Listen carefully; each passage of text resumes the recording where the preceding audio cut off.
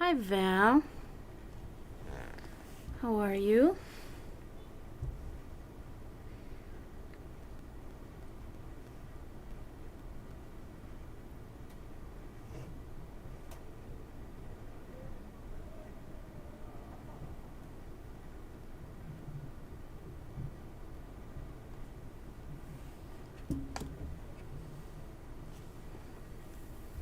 You nervous? Why are you nervous?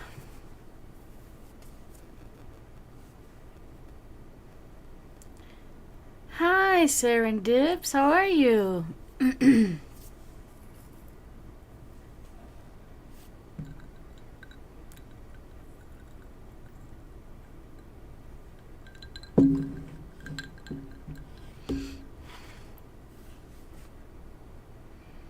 Glad to see you guys. Thank you, everybody, for being here. Awesome, awesome.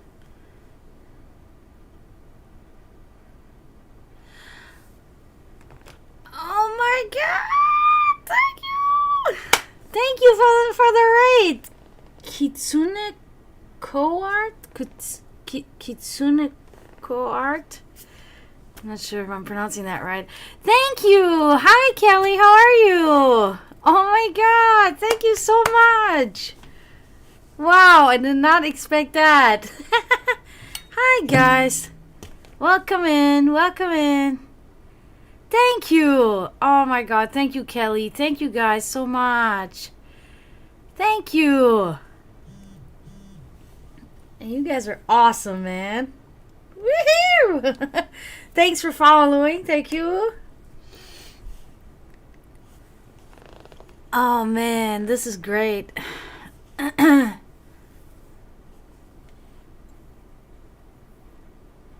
Oh, okay, Valerie. So you told your friend. Okay, so now. Thank you! So now you're waiting and you're a little nervous about that. I understand. Okay. Thank you, yeah.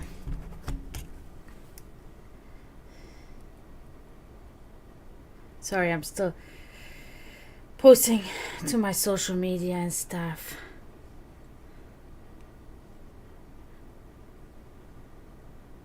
It takes forever all the time. But anyway, I'm so grateful for everybody to be here. Okay, Kelly, you're the first. You're the first. And then Sarah Dips is second.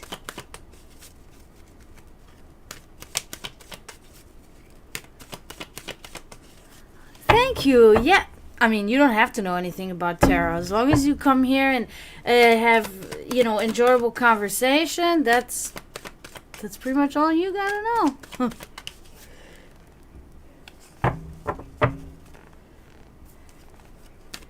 All right. Very grateful to you guys. Thank you so much. Awesome. Awesome, awesome. Now, Kelly, that's precisely what I was just going to ask you about your health. Okay, hopefully the card will tell us something about that. Jeez.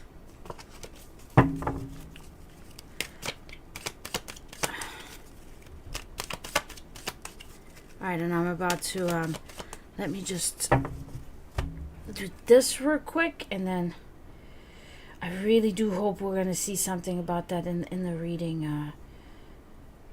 Kelly, I hope you're doing okay. I hope this is just precautionary. Whatever. I already did it. Who cares? Who cares? Wow, I do not have sticky fingers today at all.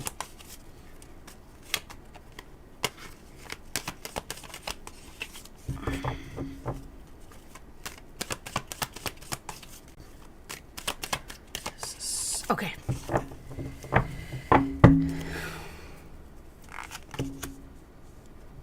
Aha. Okay. Good. Nothing bad, but it looks like this is rather a kind of like a advice on how you should proceed with your health.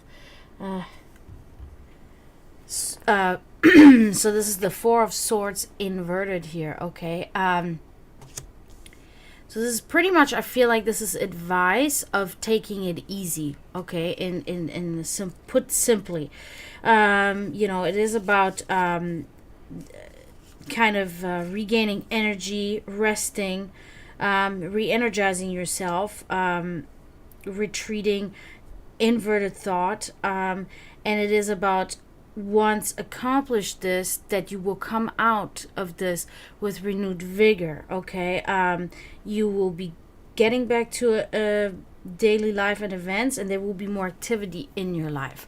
So it is crucial or imperative for you to rest. Maybe this is like in general that you should give you time, yourself, certain times where you know, rest and take it easy, because you are a high functioning individual.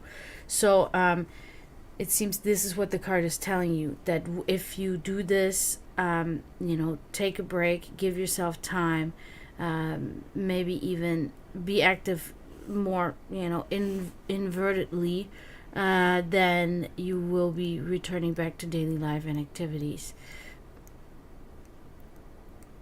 Okay, so because this card in its essence is about returning to daily life and activities, okay? So it could also mean that you've been doing the right thing, and that it is crucial for you to now do the second part of this and return to daily life and events, and activity from inactivity, because it is one of these things I find true, is a body at rest stays at rest, you know. So it is very good to for change of scenery. That helps a lot, especially when you find yourself in a depression, or you find yourself in a constant routine and it's constantly the same thing. It does help to change your scenery and do something different that you usually don't do, you know. Maybe even in your own home, you know, if you have a certain place where you sit and read a book, sit in a different place and read that book. Even just a slight change like that can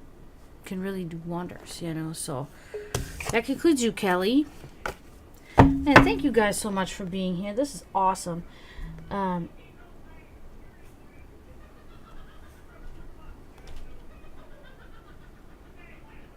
my god, these guys are nuts.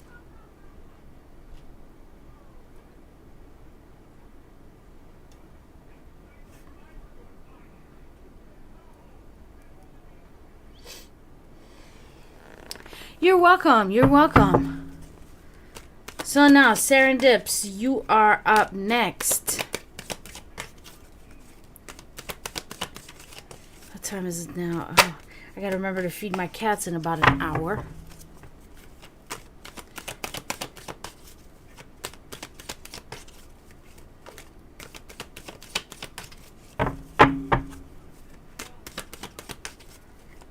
And if you guys... Okay, cool. We're going to try to see if we can find something about that. So, I do want to say, if any of you have Amazon Prime and you want a 3-card reading, you get a free Prime subscription that you can use. That doesn't cost you anything. It comes with your Prime subscription. You can use that on me, and then you can get a 3-card reading. If you sub at a tier 2, you can get a 10-card reading. I like to give those the best, because I can find out the most there when, you know, I have access to the 10 cards. So, okay, this is my last post to social media. Then I have all the grounds covered.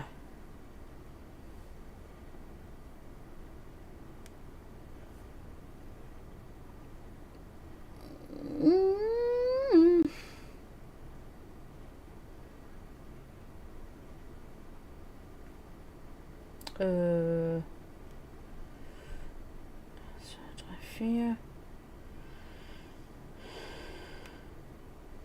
If I can spell right, I should just... I know how to spell, but can I write what I'm trying to spell? Okay. Alright, Serendips. Hopefully we'll see something about that. I have a good feeling, though. I think we may be able to. Alright, let me put on my brother's stream. He's actively streaming Guild Wars. Let me put that on to support him. Skip ad. Or is he still streaming? Oh no, that was... Oh yeah, it is. Okay, it is. Okay, good. He's already been streaming since 3 hours. Alright, Serendips, you ready? Let's do this. Oh. Interesting card. I haven't had that one in a while. The Knight of Cups. Yeah. This is exactly what is actually happening to you. You have a very good intuition, because this card is about new ideas to a situation, an offer of opportunity, and romantic. Okay, so because what we can see with this card in the depiction of this creature is that finding a gift of hope, and his long search has taken him over and under a boundless sea. His once magnificent armor now bears a green patina. This journey has changed not only his body but his soul as well. Okay, that's what this card is in its entirety. So I'm my interpretation is it's you're evolving, you're growing, and yes, your energy body, and this will lead you to an offer of new opportunities. Okay, so yeah, so it is exactly what you're saying, and it's in a good way. It will take you to on journeys that you may have in the past not thought that you could handle, but you're going to be going down these places, and yeah, so very good, very good.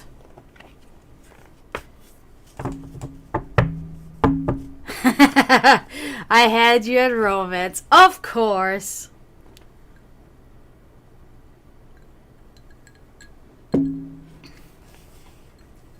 That's we humans.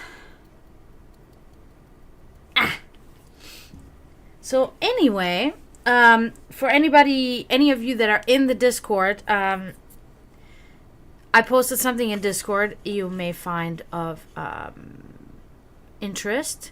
So if you do go in the Discord, if you're not in the Discord, you can do ! Discord, and there's my Discord.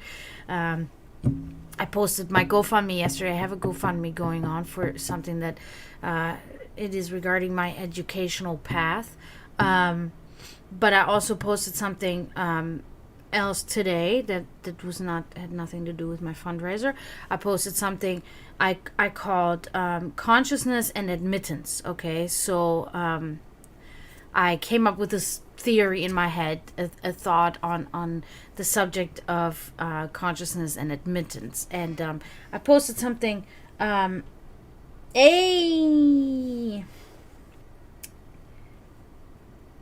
Serendips.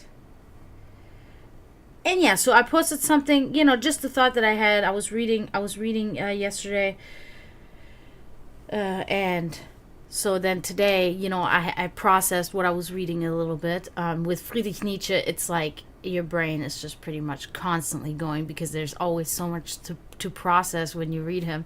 So finally, I came to a thought. I gathered the thoughts, and I came to my own thought that derived from what I was reading that I had processed, and it became almost like kind of like a theory, like a speculation theory. Okay, a speculated theory.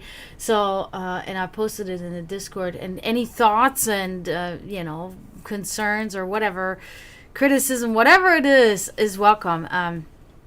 Yeah, it was about the relativity between admittance and consciousness. Okay, how do they relate? How are they relative to each other? What is my thought behind it? And yeah, so if you're interested in giving your input, I would love to hear it. Sorry, this camera's been fucking me up all day already. Okay, that's better. Yeah, so I did that. Shit, I can't do that. I don't have enough room. I got all my. If you saw, like, there's a whole fucking thing going on here, and there's a whole fucking thing going on here, and I can't put my stuff anywhere. God damn it. Can I just put it there? No, that's stupid. Can I put it there? Yeah, I guess I can. On bipolar?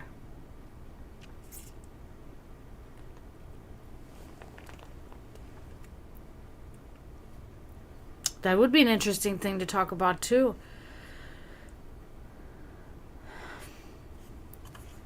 There's one thing. Oh, okay.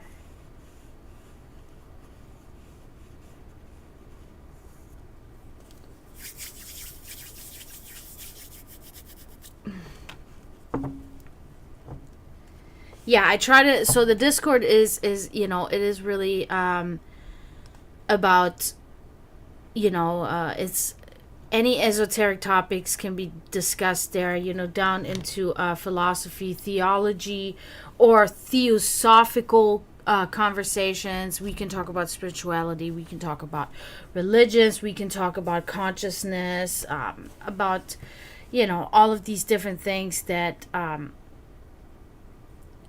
are, of the occult or metaphysics, if you will. And considered a lesser science as of right now, pretty much, unfortunately. But yeah, so all of that is welcomed in there. Rockwar the other day, he posted something very interesting about pretty much the construct of, like, synthetic reality. Well, I call it synthetic reality, but I think it was called, like, programmed reality or whatever. And he posted an interesting video on that. So I put my thoughts on that in there too. That was a very that was like the perfect thing, the perfect thing to put in there for topic discussion. So yeah, I do know that sometimes it is difficult, like, for people to get as involved in it as others, like, like myself and a couple of others are, because this is something that we've been doing already for a long time, and I understand that a lot of people, because it's kind of like on the rise now, that a lot of people are a little bit new to the ideas of taking a deeper look into things as consciousness and meditation. But, science is moving further into the factual data of these type of things, of these practices, etc.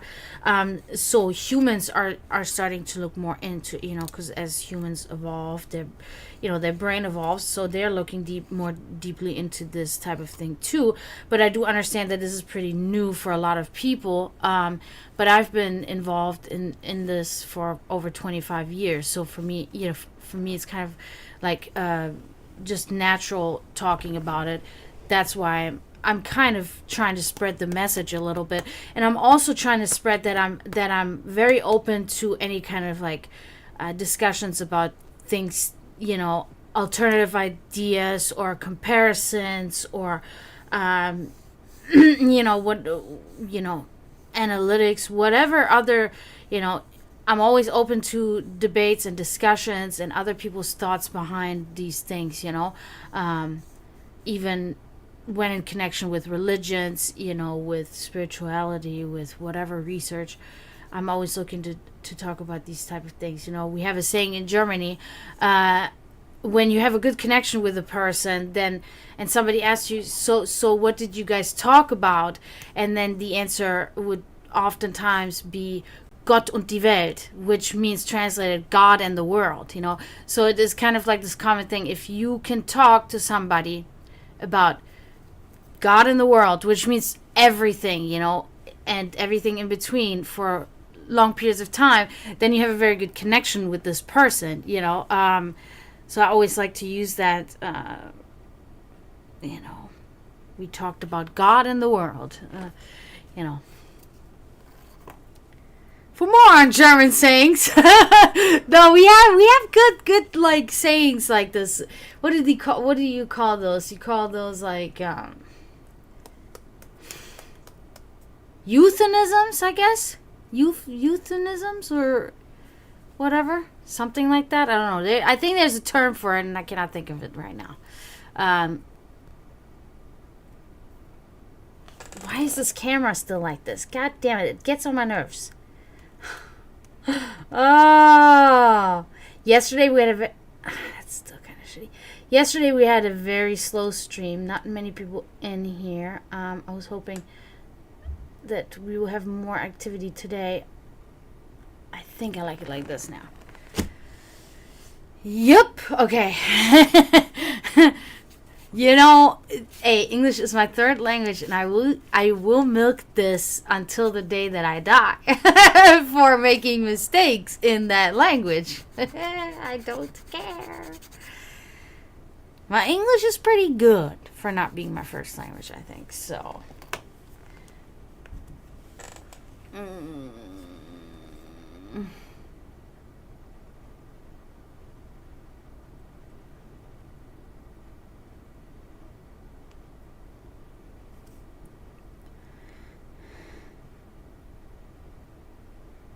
Yeah, it's now available through subs, through subscription.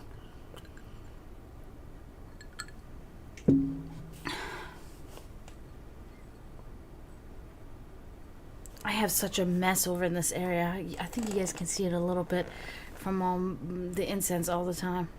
And then whenever I clean on Fridays, I take the vacuum cleaner. But yeah, yesterday's stream was so slow. Luke was in here for a moment, but I was hoping that maybe we'll have more activity today. And again, thank you so much for the raid. That was awesome. I appreciate that greatly. Yeah, so in your options, guys, you can see like for channel points, which in my channel are called crystals. When you check what you can redeem, you know, there's some things you can redeem. So do that. Click on that. Get a 1-card reading. And if you sub to me, you get no ad breaks too if you sub. That's always, I think that is the biggest plus to sub. Besides getting the reading, it's like, because ad interruptions, I don't really watch many streams. I watch my brother's stream, and I just have it on the side, kind of to support him. And he's a YouTube streamer. He used to stream on Twitch, but he's a YouTube streamer now. For anybody that's interested in Guild Wars, he streams Guild Wars. So, but always got so annoyed with the ad breaks. But I am very broke. So it's like my brother's like, do not subscribe to me, but it's like the ad breaks alone were like, I'm about to hit that button. Even so I can't afford it, I'm about to hit that button, because it's like, God damn it.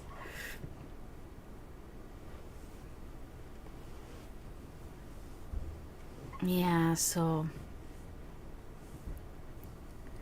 Well, also, thank you, Serendips, for now joining the Discord. Awesome. I saw you already posted something. I'll expand on that later when I'm done here.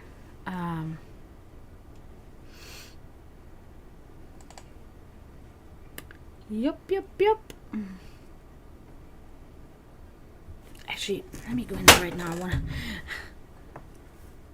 see. It can't be hanging in this shit like that. Oh, it is. Okay. Oh.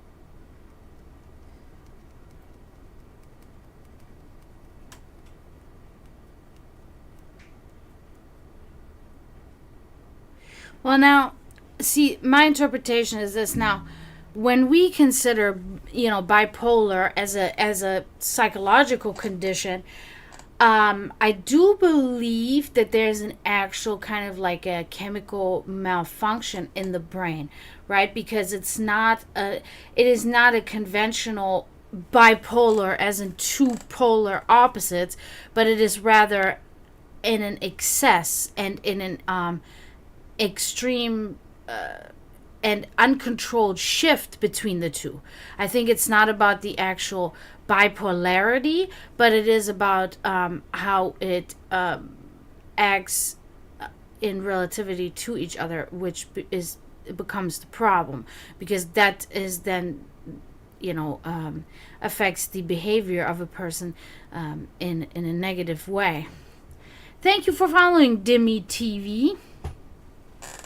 Appreciate it. So I think when we take that into account, that is the separate issue. I just want to address my opinion on that.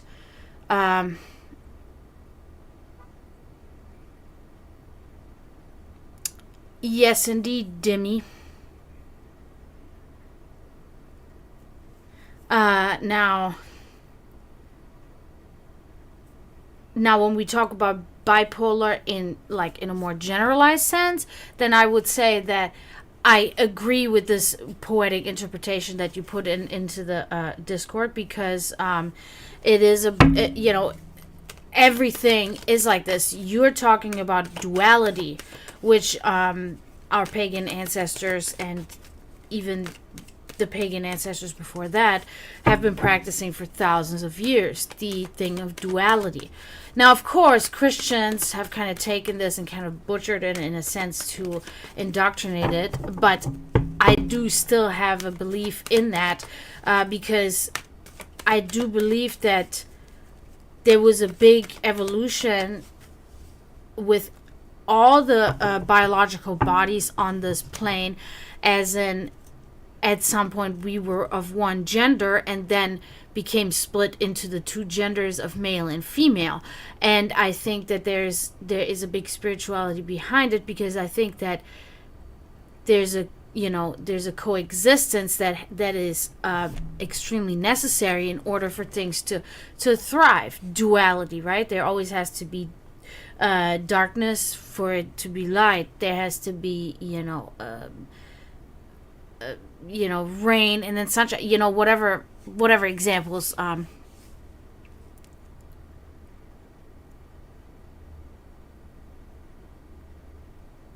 Yeah, exactly. Primal. Yeah. It's always been like this. It's been, and our ancestors embraced that, and they knew about this, and it's always been like this. And it's become kind of like confused a little bit. I feel like it has been confused. It has become confused. In addition to it just not even being considered anymore. In addition to ignorance, just being straight out ignored. What you should do with this person. Can you kind of explain a little bit why you're confused about them? Because that would be a little bit helpful.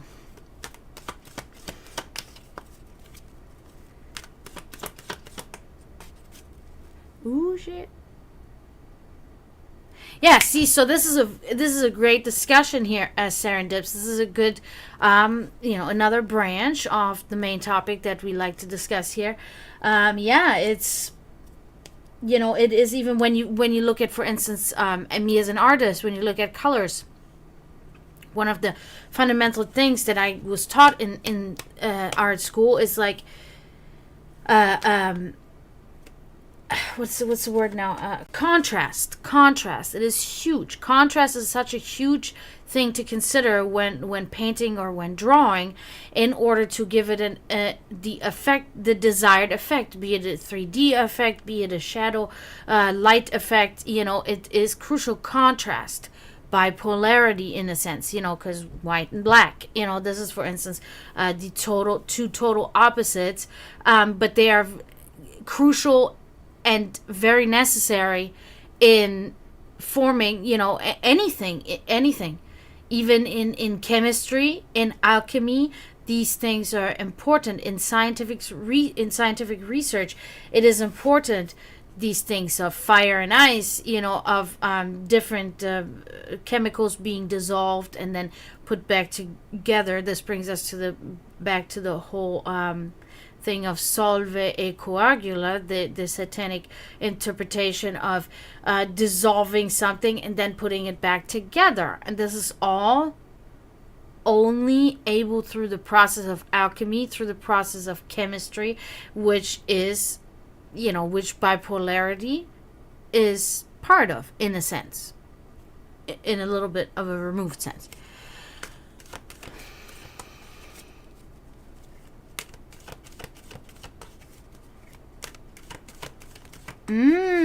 That's a good question. No, I'm not saying that like the chemical imbalance in the brain of bipolarity is a blessing. I don't think. I think that's why I said earlier, I put this separately. That I do not really consider a blessing, because it is not. Because it is, in a sense, your brain misfiring, your brain malfunctioning, and that's not a constructive thing. You don't want that. This is not something that is helpful.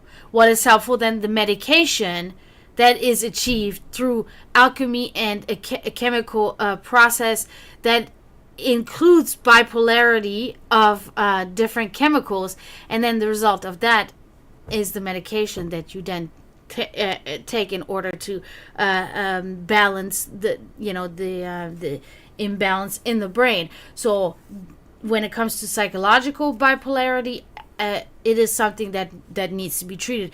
If you are indeed found really by a doctor that you have this condition, that a doctor says, yes, they diagnose you and they say you are bipolar, right?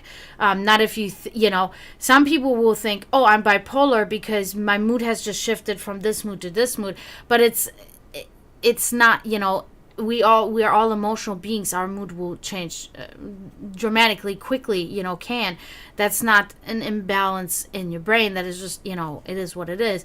But when there's no trigger for it, then it becomes, just like any kind of, I think, mental, psychological action, when there's nothing that actually triggers this, response, when it just comes on its own, then it becomes probably a problem. I think, but I'm unsure, because I'm not a psychologist or a psychiatrist or therapist or anything like that. But I do know that bipolarity, psychological bipolarity, is not good. In a sense, good and bad, interpretive. But I mean, like, not constructive to have this condition.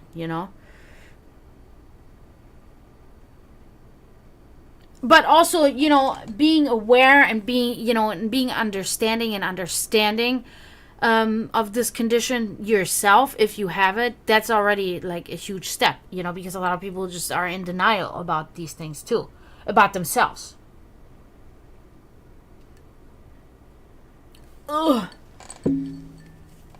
Okay. Now, let's see about this person, Demi. We're gonna check this out now. And no, it would each time be a one card reading on its own.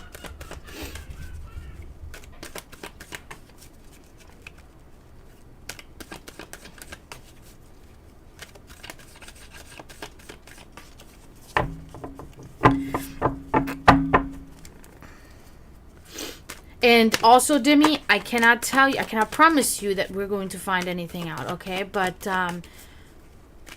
we can check, at least. Oh, okay. Interesting. Okay. So this is the Two of Swords here. Okay, so this card in particular talks about stalemate, talks about rest before action. Okay, caution to this tale. So there, you're talking about the rest that is currently happening between you and her, and this is, I'm talking about, this is a rest, but this is a rest before an action once again, okay? Balance powers and an immovable obstacle. So there may be something keeping her from being able to talk to you. So now this can be an outside influence. This can be an outside influence, but it can also be an internal influence that's keeping her from talking to you. But it does seem as that this is only a certain amount of time before you two will speak again. Now, I don't know if it will be her reaching out or you reaching out, but it does say, rests before action. So one of you will take action again. It could be her, but it could also be you. But yeah, that concludes you here, Demi.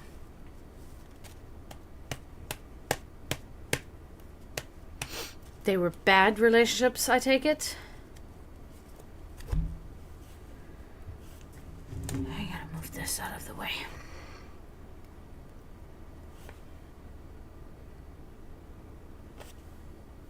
Yeah. Well, I mean, past relationships are usually bad because they wouldn't be past relationships if they were good. And then they would still be current relationships, so, yeah.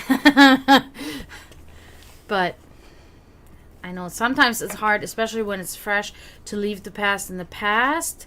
And we are all, humans, so it can be a challenge, especially for people that like to live in the past, so it can be hard, but also I do think you need to give anything in the future a chance, right? Anything should get at least one chance to woo you off your feet and change your mind on these things.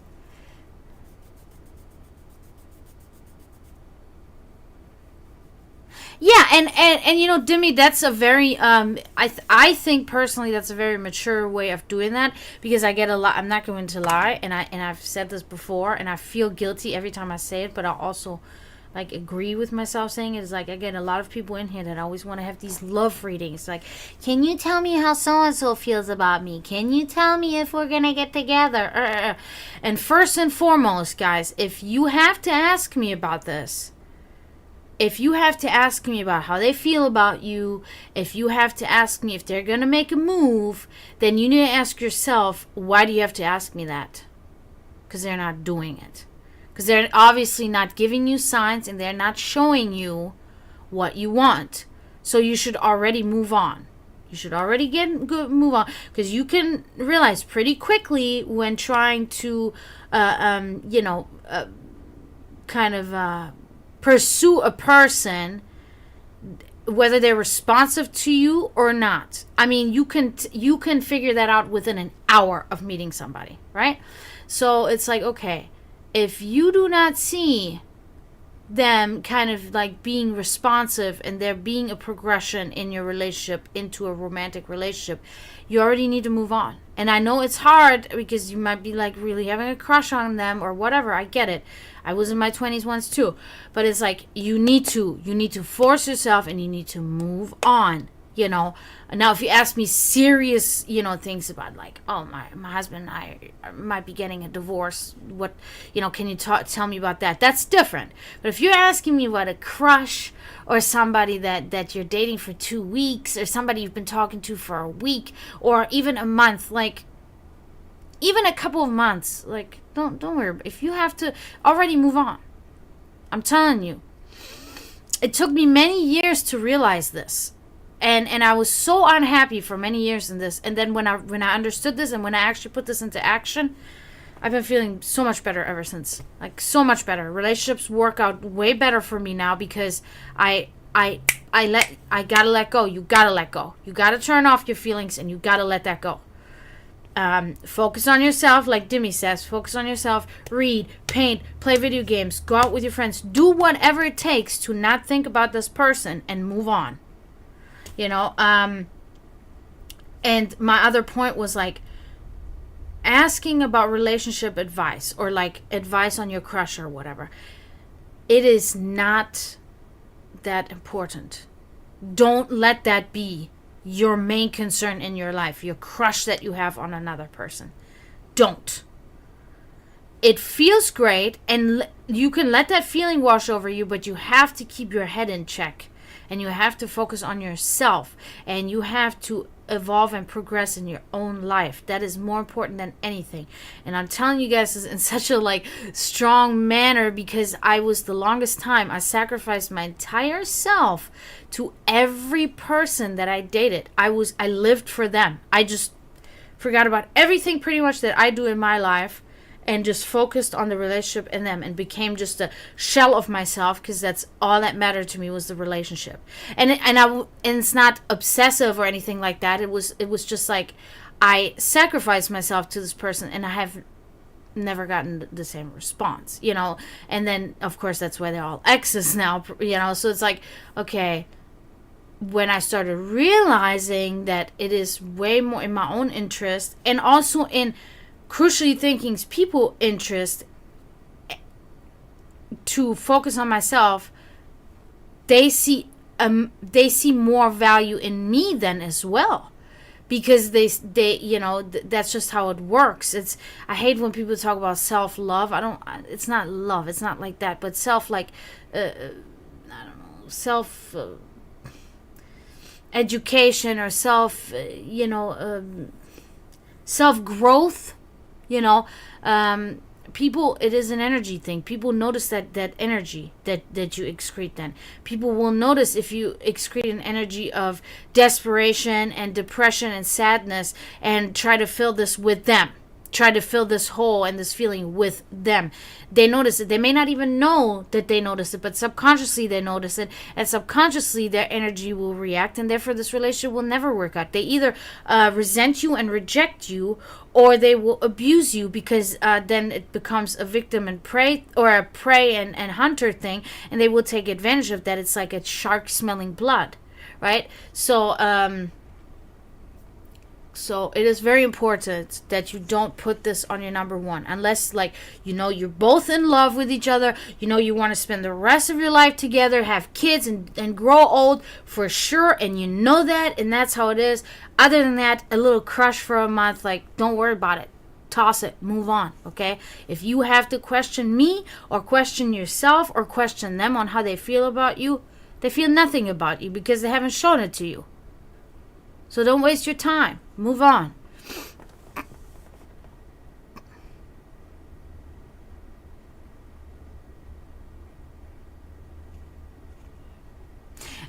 Good, Demi. I'm glad that you're saying you realize this. You were focusing too much on her, and not on yourself.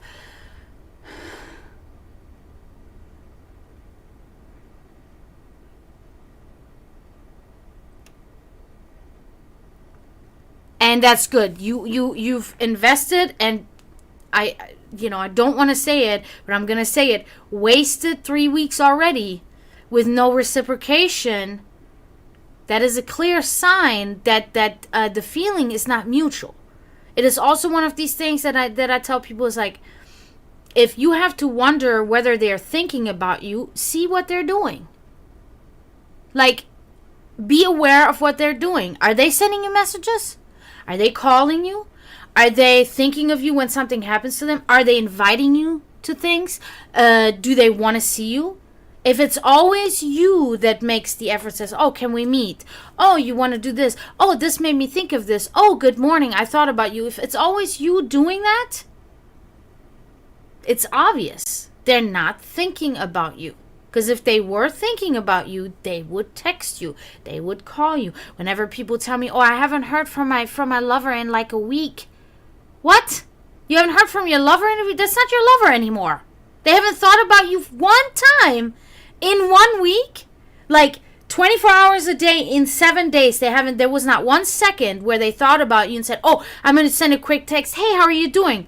That's it. Takes fucking 10 seconds. They haven't had the 10 seconds in a whole week, in 24 hours in a day, to text you. They're not your lover. They're probably somebody else's lover already. Move on. Don't worry about it. So 3 weeks, that's a reasonable time. That's almost already too much. So it is the right time, Demi. I think. Of course, guys, these are all my opinions, but these are opinions based on experience that I've had, and I'm 35 years old. So it's like, and I was married 2 times. So actually, maybe I shouldn't give relationship advice. No, I'm just saying, like for your own well-being, I'm here. I don't give a shit about your partner's well-being, because they should care about your well-being. I don't have to do the job. If they do the job, you wouldn't have to come to me and ask me or tell me about this, right? Because you'd be happy. Hey, I'm also still learning, and I'm learning more every day, especially about these type of things. Every day. Sorry, guys. I know I'm very brash. I'm harsh with these things, but I'm telling you, I wish I would have had somebody. My mother was like this. She tried to teach me for years, and I ignored her. You know, what does mom know? You know how we kids and teenagers are. We don't care. We don't fucking believe it, blah, blah, blah. And then, you know, right kind of like a year before my mom passed, I was like 28, and I started like, things started to finally dawn on me. All of these things that my mother had like predicted and said, oh, this is how, blah, blah, blah, they all became reality. And I was like, man, my mother is more often right than she's not. Like, I need to give her more credit, and I need to listen. And then, you know, after my mom died, it became very, you know, big, and I'm now a very firm believer. You know, my mother passed away in 2016, and ever since then it's been like all of her teachings have just been kind of like swirling in my head ever since then about, you know, doing the right thing for myself, you know, and for the bigger picture of the world, you know, not just not for myself in a selfish reason, but actually in a non-selfish reason. I don't know if that makes any sense, because the like craving side of myself is very selfish and does selfish reason for my selfish, or selfish things for selfish reasons for my selfish self. The other self is selfless, and it's kind of like that one I've neglected my whole life, and I'm more embracing this now. And it's better. It can be a very lonely road, guys, a very lonely road. But I'm telling you, all the greats, they were on a lonely road, but they were always true to themselves. They were authentic, and they had the particular and specific understanding that the rest of the world lacks, and that rest of the world just dwells in ignorance, and it is no place. This is not a good place, even for the simplest things as just experiencing life. Living in ignorance is not bliss, as they like to say. There's temporary bliss. Oh, hi, Sensei. Thank you for coming in. And exactly, Demi, exactly, because, you know, this is actually kind of funny. And I'm not going to say which TV show it was, but there was a particular scene in a particular TV show that I saw a few months ago.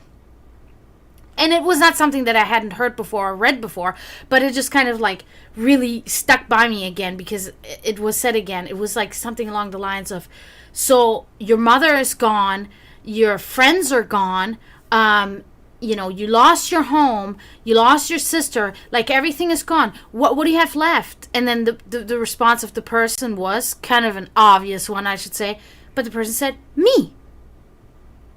And then it was like, yeah. And that's not to say that I'm of value, or that I'm like even important or value for anybody, but I am me still, and I can still live a good life, you know, or enjoyable life, you know, at least. So, you know, so that's why you always need to make sure. Oh, shit. Like, make sure once in a while you kind of do, like, you remove yourself from everything and meditate on that thought. I was homeless multiple times in my life, so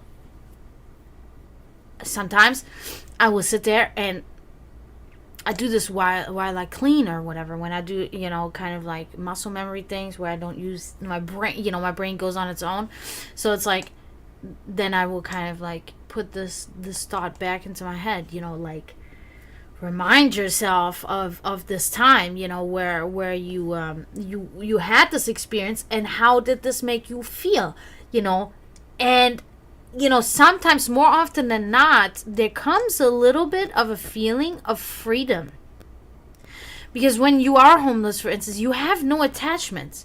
So there's no danger of anything being taken away from you. So it can almost become, in that sense, enjoyable, in that parallel of the multiple different ones, Now, of course, when others are involved, when you have kids and stuff and they're homeless, that's different, that's fucking horrible. But if you're just the individual by yourself, it's kind of like you have nothing to lose, so you can live completely and how you want. Because there's no danger for you.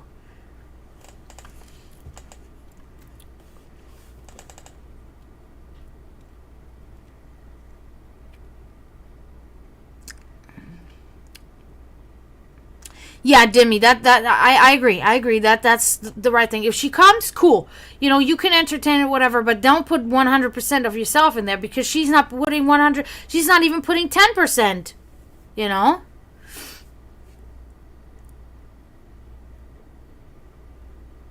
Exactly. Hey, Unconfirmable, by the way. Thank you for coming in.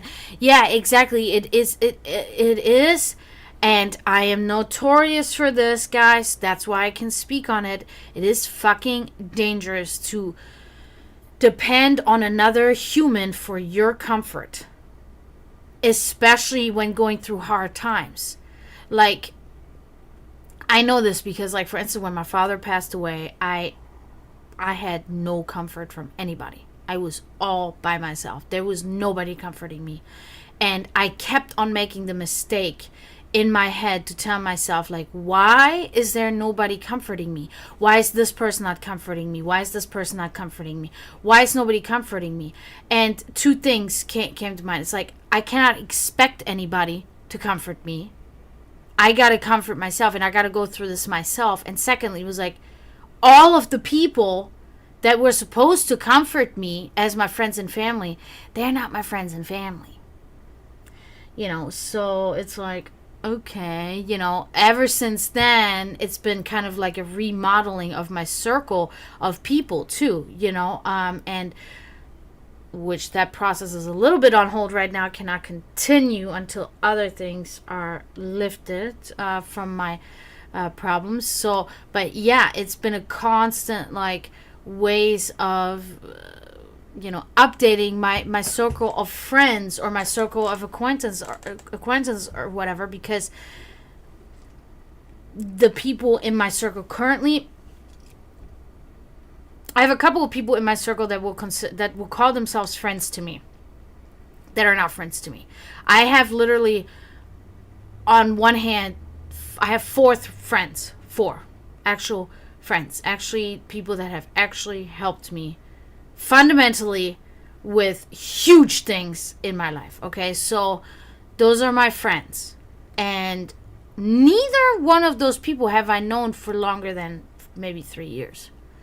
So it's like, it takes years. It takes years to find the right people, to find people that actually genuinely and deeply give a shit about you. And then still, even so, you gotta remind yourself, what happens if all of these people suddenly disappear? How are you gonna feel? Make sure you remind yourself to not feel down, but you still have yourself,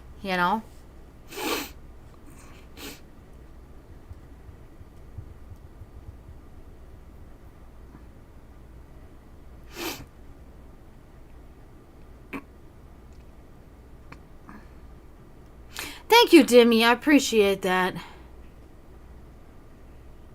Exactly, Dimmy. Exactly. That's exactly it. If they were thinking of you, and this goes not just, like I said, for a relationship, but that goes for friends too, or family even. If they were thinking of you, if they wanted to connect with you or contact you, they would.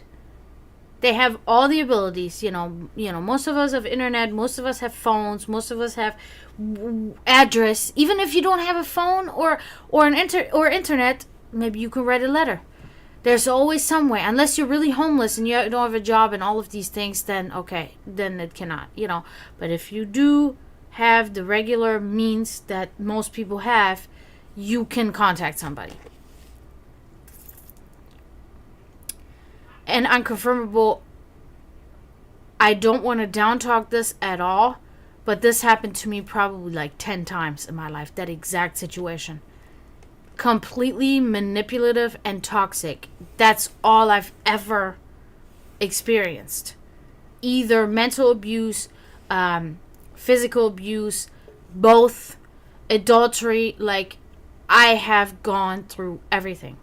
In 35 years, not one time was my love in any way, shape, or form actually reciprocated.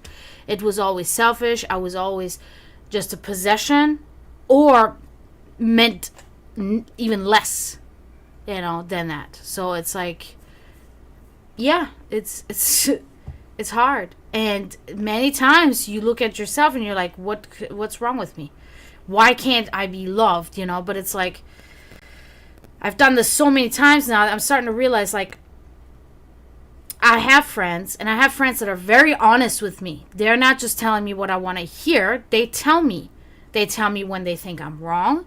They tell me when they think I should have handled something differently. And I can tell you right now, their criticism is very little. So I know that it's not me. I'm just surrounded by pieces of shit. Or have been, So, because I know who I am. I know what I do. And I know that I can be like a certain way sometimes, where I'm like selfish with my food or something. Or I can be a little bit like nitpicky, like picky. But like, that's literally the worst thing that I do. Like, I don't do, I'm not violent. I'm not fucking like disrespectful. I'm not, dishonest. I'm not disloyal. I'm none of these things, I'm just me. So it's like, it is what it is, Life's not over until I sing.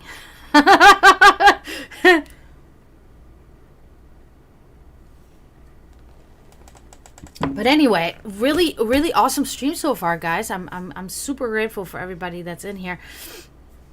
And again,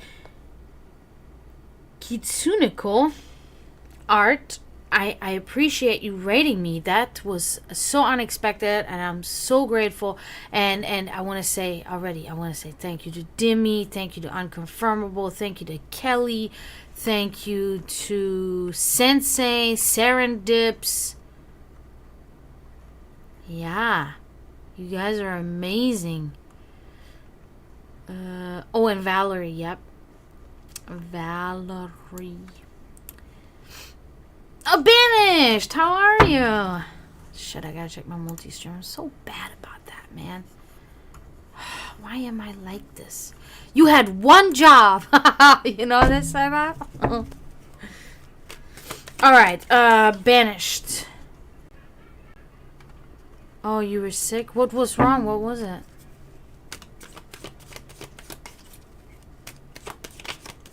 I'm sorry you were sick. I hate being sick.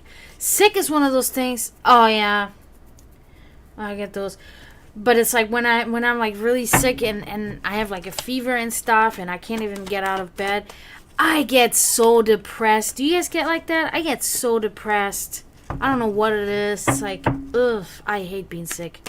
Because with me, it's not just physical sick. I get like mentally sick too. It's weird. I don't know. That's why getting sick is... And I luckily, man, I don't get sick. I cannot remember the last time I was sick. Holy shit. When's the last time I was sick? Maybe like 8 years ago? Like sick. in bed, not being able to get out. It was probably like 8 years ago. Oh, I hate when that happens.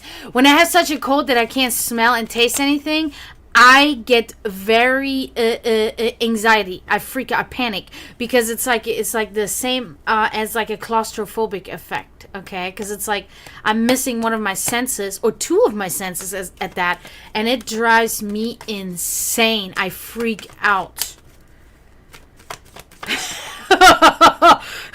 And I get and that happens to me, you know, not often, but you know, every couple of years or so I'll have like one of those real bad colds where I can't smell and taste anything because it's so fucking fucked up in there, and I freak out, man. And then I have to like I never I always talk about how I freak out, but it's all internally. Like it never is outwardly. So it's like an internal huge panic attack, and I have to meditate myself into like not freaking out externally, right? So I have to really sit there and be like, all right, well, you know, you're alive, you're not dying, so that's good, and here I'm out of my anxiety, right? So I just have to really do that a little bit, and then I feel better, because then I zoom in on the big picture and think to myself, really, you're freaking out over that? Like, what kind of a little bitch ass are you? And then I gather myself, and I was like, okay, there's people literally losing limbs, and you're freaking out because you cannot taste and smell for 2 days. Like, calm the fuck down. Okay. So I tell my, you know, it's like, you have to do that. You have to. You cannot be a little wimp. You can't. Because people, there's always somebody that suffers more than you. Not just somebody, but there's always thousands and thousands of people that suffer more than you on your worst day. So, you know, stop being a whiny baby. Not you, Banished, but I'm just saying in general, you know, everybody please stop being whiny little losers. Just kidding. Unfollow. Everybody's unfollowing me. Like, she's a bitch. Calling us out. Sorry.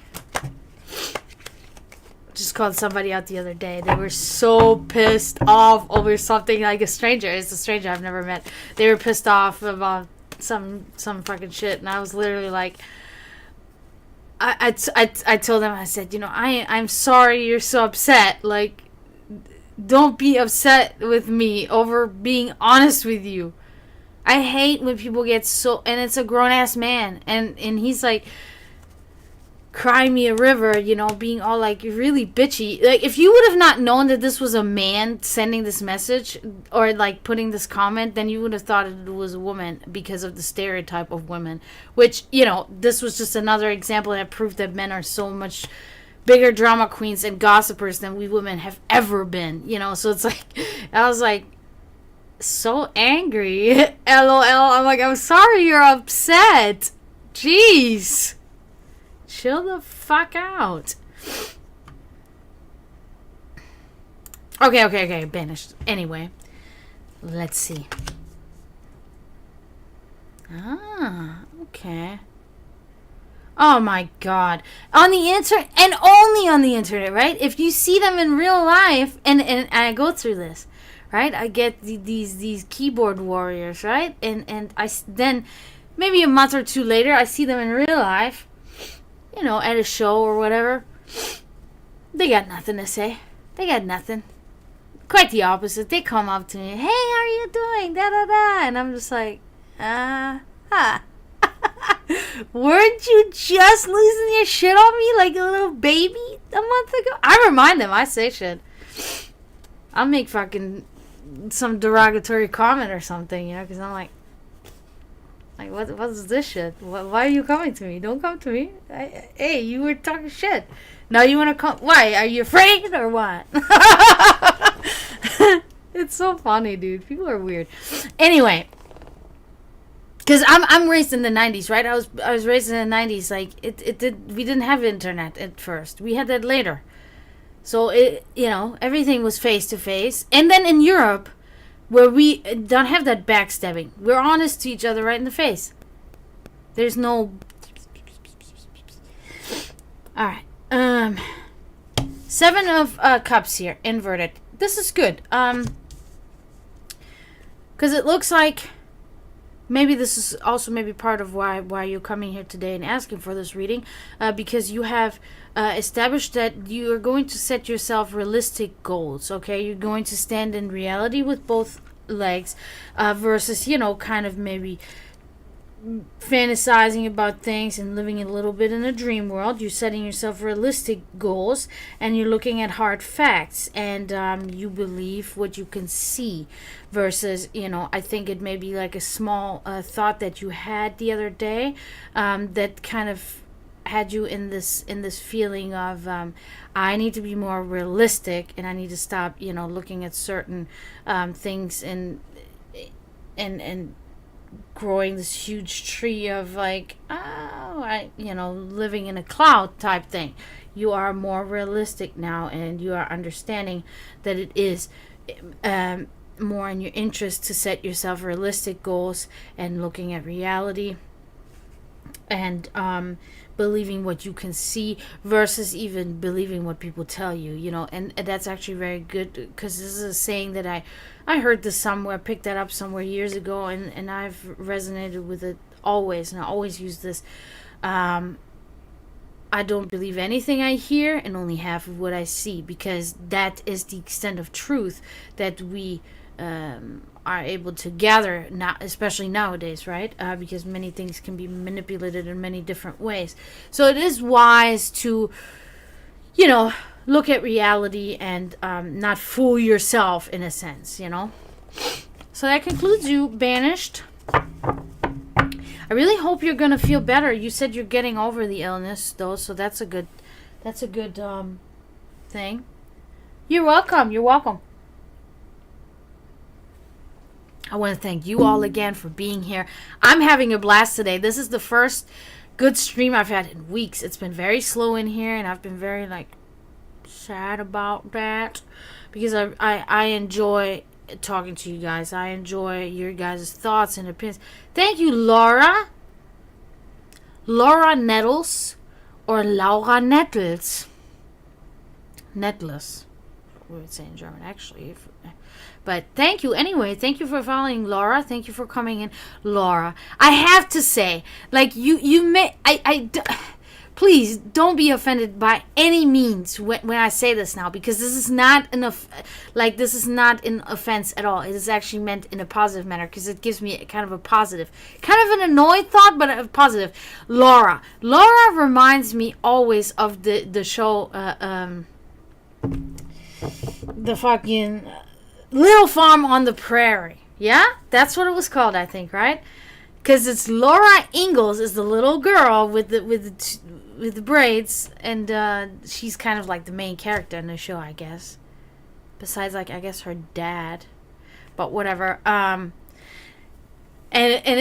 it's so funny, because the other day at work we were talking about that at my job. The head chef was talking about how his mother-in-law always watches the little Little House on the Prairie. Not Little Farm, but Little House on the Prairie. And I was like, oh my god, my mother loved that show. She watched that all the time. And then everybody chimed in, right? And then fucking the pizza cook is like, oh yeah, my wife, she watches that. And everybody was like, wow, we all have to shit in certain that's how humans get together. I like that. I thought it was so funny. Because I always so it makes me reminiscent, it makes me melancholical and nostalgic in a good sense, but it also makes me annoyed, because that show, after a while, I can even remember the fucking opening and closing theme to it, and it's like, Mom, what are you doing? Watching Little House on the Prairie. I'm like, oh my god. She's like, I watch that every day. I'm like, yeah, I know. So yeah, but Laura Ingalls, yeah, she was the little girl that always had the dramatic problems in school, and her sister was blind, and yeah, it was a good show. But my mom liked the Western, because it had this little bit of a Western feel to it, and I fucking despise that shit. I never watched the John Wayne and the Bonanza. Oh my god, my mom watched Bonanza. I love Bonanza. It's her favorite thing. Bonanza. With the Western, and always the cowboy hats on the fucking horses all the time. That's all I ever see is the cowboy sitting on a horse. Then there's 3 of them. Then there's 2 of them. That's all you ever see. And then they have a dialogue with somebody that's standing, and it's like, bro, and it's always about the same, and it's pow pow pow, and Indians. Horrible. I hated that shit. I don't know why. And the Indians were the best part. The Indians were cool. The cowboys, that was the lamest shit to me. Fucking Western movies. Oh, the Western movies. Oh my god. What is that? I don't know. People love it. People love that shit.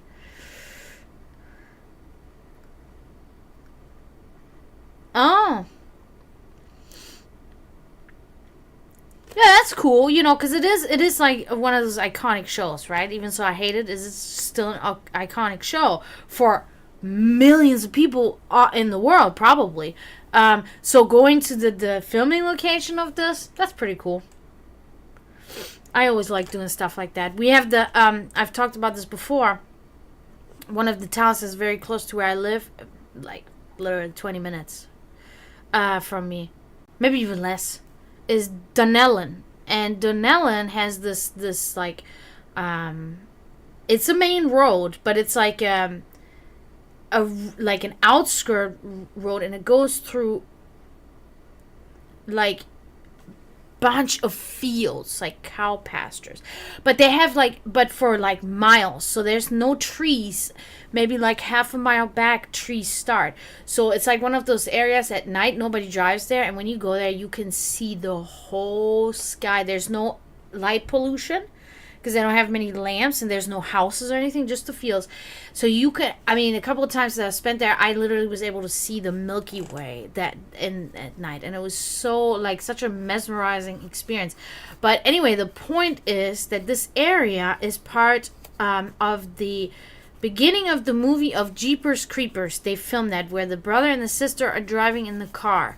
The very first scenes of the movie were filmed there, and it is so cool to see, because still to this day, this movie is like 30 years old, and still to this day, they have not changed anything on that road. Like, even the wooden stakes that hold all the fencing together for the cows is all the same. They've never replaced that or anything. It's all the same, and that's what I really like about it, because it's like you're taking a time capsule back in time, because everything is still the same there, you know. So it's like awesome, and I live so close to it, you know.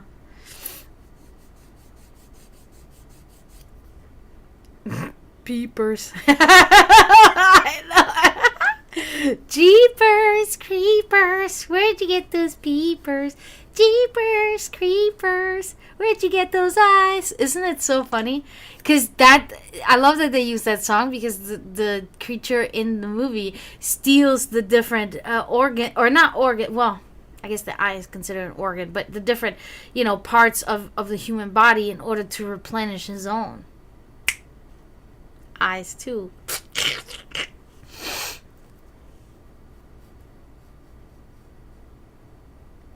Ah, shit.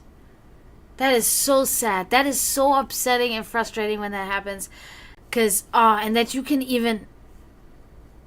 What was the lamest part? About the song? The song was the lamest part, or what was the lamest part? That's what they did?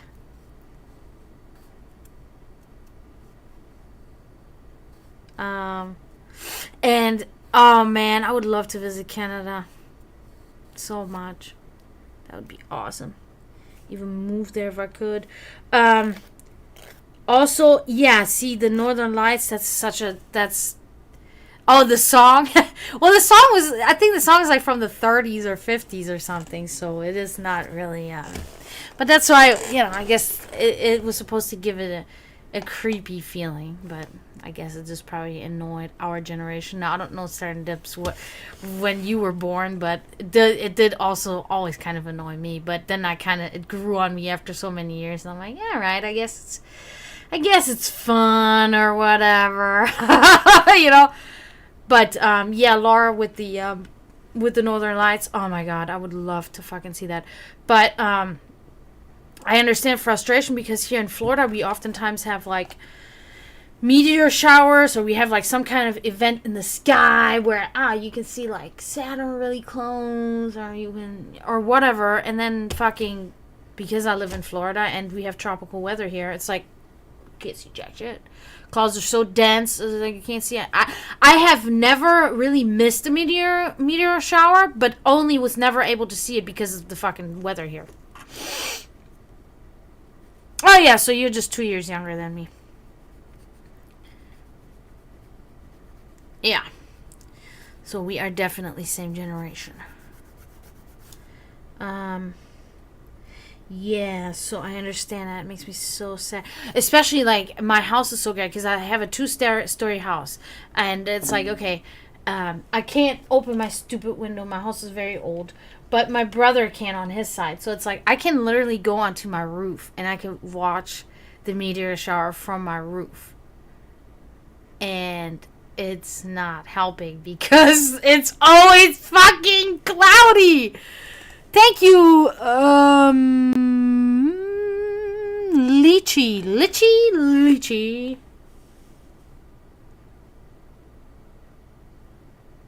Bye, Laura. Have a good day or night or whatever. Thank you for coming in. Thank you for following, Lychee.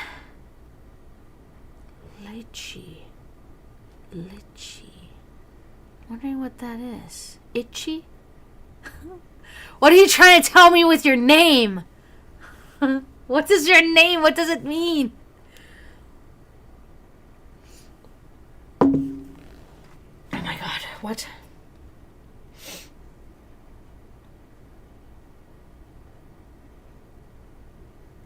Oh god, I don't know. What to vote there? I don't know. Shit, they want me to vote. I don't know. Oh, it's a okay. Alright. A tropical fruit. So, you consider yourself a tropical fruit? Which is fine. I think that's probably good even to think that way. Because I consider myself like a tropical fucking like leech. Because that was the first thing I was thinking about. Like some black thing that lives in a swamp and dwells there amidst the swamp and its skeeters and all its beasts. It only comes out sometimes. Oh, it's your favorite? Oh, okay. So somebody guess my favorite fruit. What is my favorite fruit?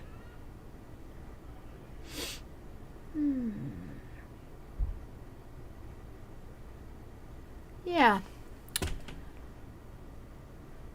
Mango is good. That's not it, though. As soon as you're going to say it, it's going to be like this big ha ha ha. It is. I already know it's going to be. And now you already know. Now I gave it away already. Strawberries would probably be number 3.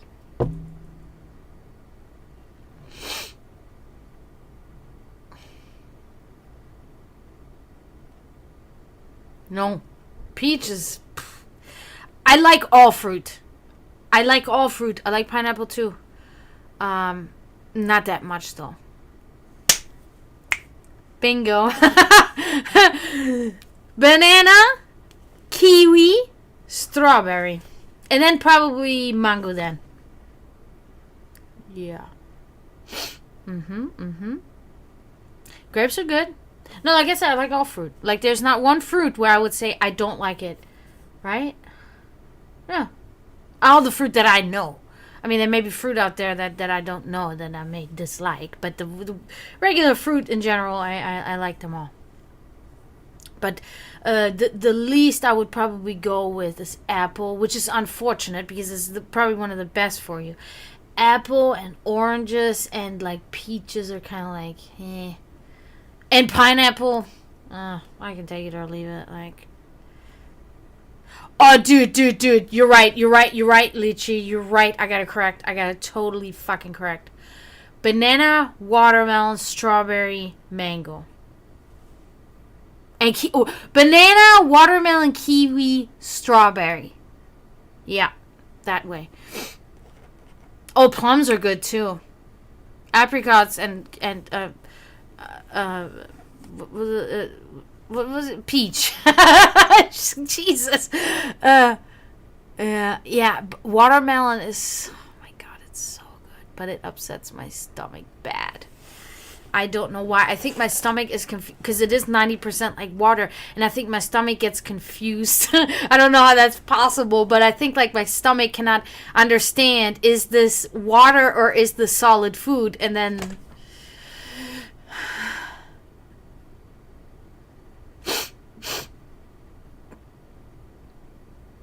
I don't know what is Taijin or Taiyin. A smoothie? Yeah, smoothie I like, but smoothie has to have banana in it. For me, a smoothie should have banana and strawberry and kiwi. I don't really want anything more in there because I feel it's too much. And certain fruit too. Certain fruit is not good to put in a smoothie because it's too overpowering. I think, for instance, peach or pineapple are super overpowering. Banana is overpowering, but I like that my smoothie base tastes like banana. But I don't like when I have a smoothie and it just tastes like pineapple, but there's a bunch of different stuff in there. But because the pineapple has such a strong taste, it makes everything taste like pineapple. Like, no. Oh, wow. That sounds like more something that you would do or even eat in like in maybe like Colombia or Mexico or like Peru. I think they do things like that there. It's popular in parts of Latin America and Asia. I knew it. Yeah, that's nice. I like stuff like that. I like that. Your friend? It reminds you of your friend, but then sad face? Why are you sad?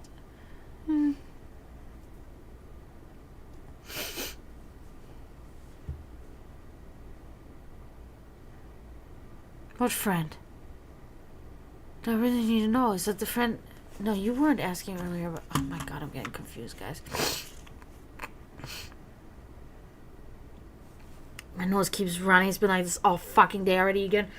My nose and my eyes running. Oh my god. Ah! I live in Florida. He should come visit me in Florida. Also, guys, check out my CD. That's me singing on the CD. It's called Death Witch.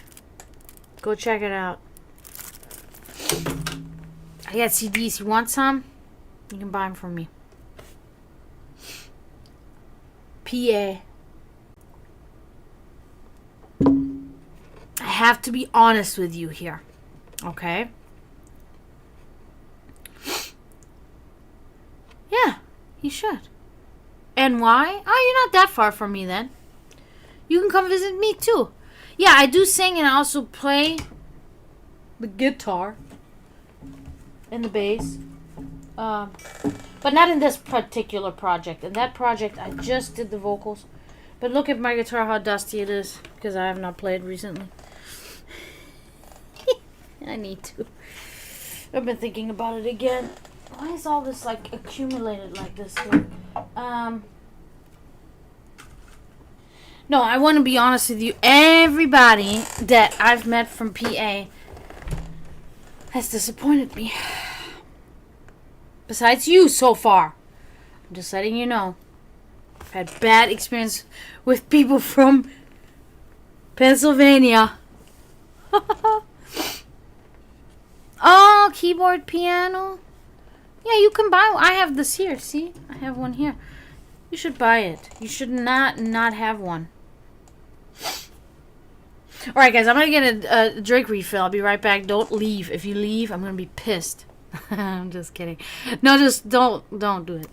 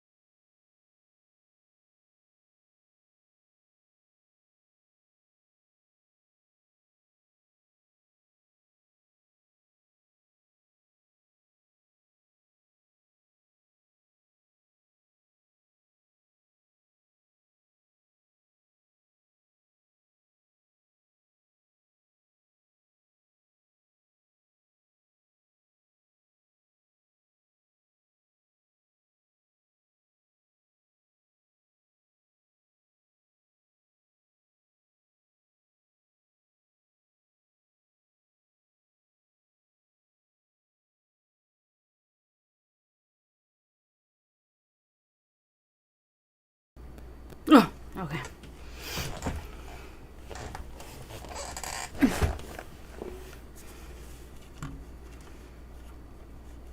Oh yeah, see, the violin is one of those instruments. There's actually a perfect like violin player that did this project with me. Um, so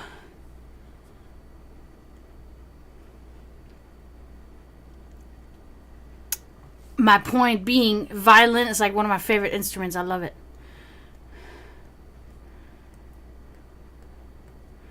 That would be awesome.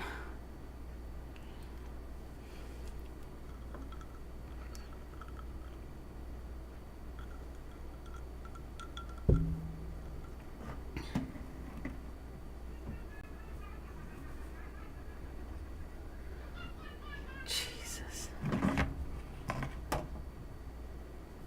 Loud.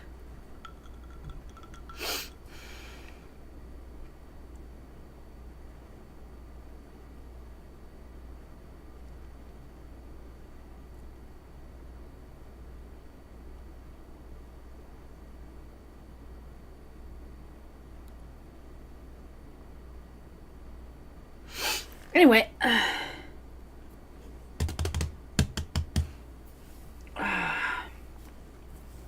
yeah, it is very rewarding to play in a band and perform and do these things. But however, it can be very tricky, especially when managing multiple people, and you have to be a very diplomatic person and stuff, and you have to be a team worker in these type of situations, you know, and very patient when being in a band. So it is a challenge more often than not, especially when, you know, your band members are not on the same page, and, you know, there's not a mutual respect and such.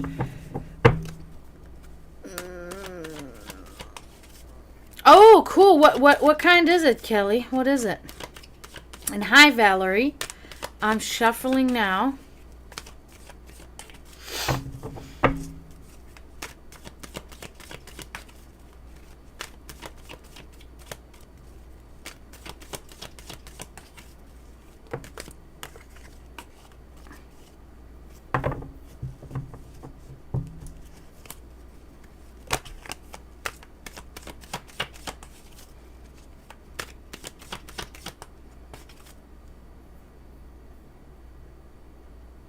Metal hand pan.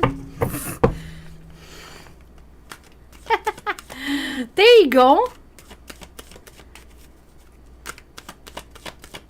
It can be used. Why not? That's how it all started with instruments anyway. Probably. That's at least my thought.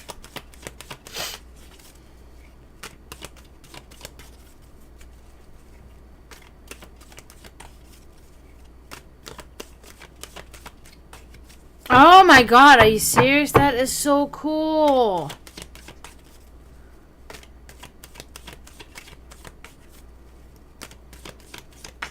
A purple flower?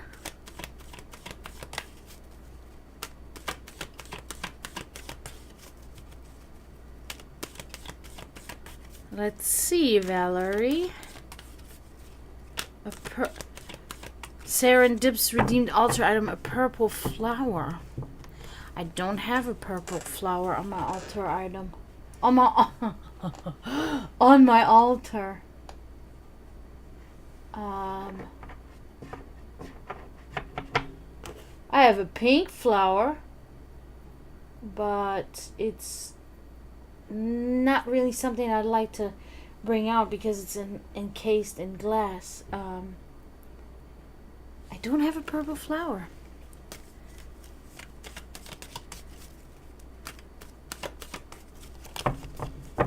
Okay, anyway. So I will get an altar item, but it's going to be something that I'm going to have to pick. And I have one already that I want to pick. So, Valerie, let's check. Oh, this is such... I love this card. Every time I see this card, I'm like... The Hierophant. Very good card. Not necessarily about romance, but it is more about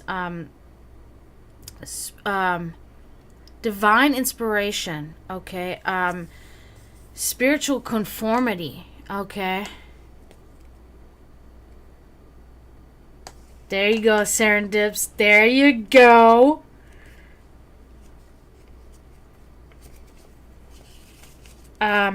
So it is about mercy and control over spiritual needs. Okay, so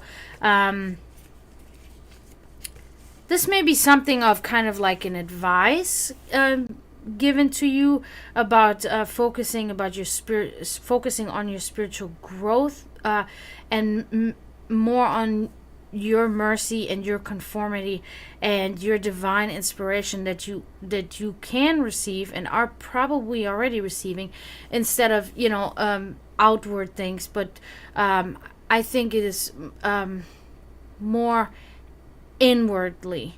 It is sending you into the direction of thinking more inwardly and focusing more inwardly rather than outwardly, I think, is the message here. Now, altar item. Initiate it. You're welcome, Valerie. You're welcome. Thank you for coming.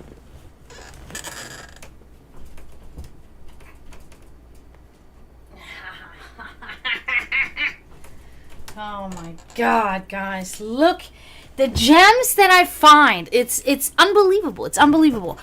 Because you wouldn't expect this. Okay, so I find this. Look at this. This is like, probably like copper or aluminum. I think, I don't know. I think it's copper. But look at it. And then the rest is wood. Isn't that magnificent? Handcrafted in Ghana.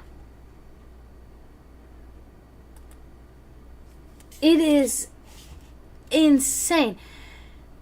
And you know, of course, I paid virtually nothing for it. You know, it was like maybe, I don't know, what was it? $4, I think it was. $4. Now, if you were to go online and you were going to try to find something like this, it would cost you $100 probably at least. So I have like, this is my third one. I have another one that I found. I think I took a picture. Oh my God. It's okay. One day, guys, I will show you this mask that I found. It's unbelievable. It's like really big and it has like horns. And it's carved from wood and it's black and red and it's an African mask. And they had it in the store when I first saw it. They had it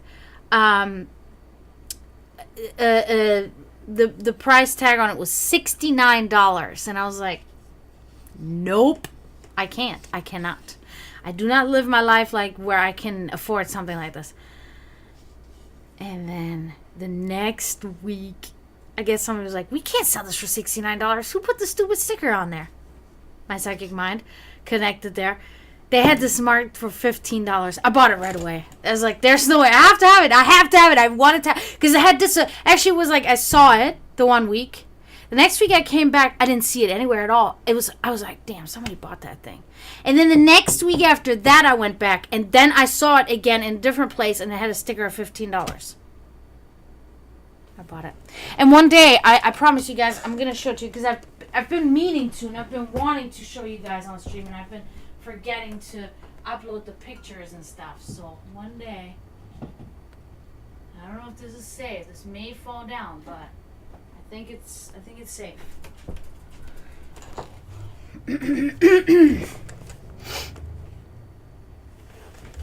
Yes, Lychee, exactly. Hey, Angel. Angel, you're still on that person?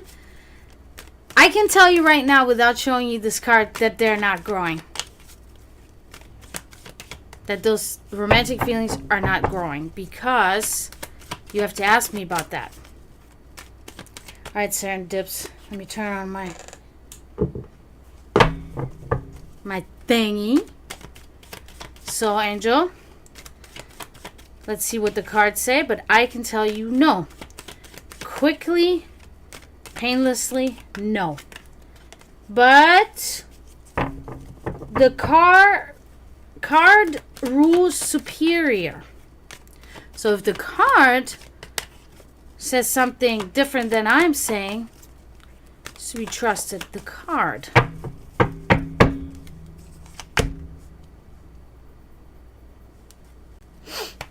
The card is not saying anything about that. It's talking about strength. It's talking about power and strength from within and endurance. Okay. I'm not sure if this is related to a particular situation in your life, or it may be kind of an advice on being strong in your own life. Okay. To endure and overcome. May also be related to Cornelius as in overcoming that they probably will never have romantic feelings for you. This could very well be. This could very well be in this direction, but it is definitely about strength from within and endurance and overcoming things powerfully and triumphantly. So that's a good thing. It's not a negative thing, but it is advisable to let go of Cornelius, as I've said to you in the past. All right. So now I do need I was gonna say, where's my pick? I need it. Now this thing's probably out of tune. We're about to find out of this. But actually this guitar has been very well, doing very well with, keeps in tune pretty much. But let's see how accurate this is, this statement. Let me do it like this.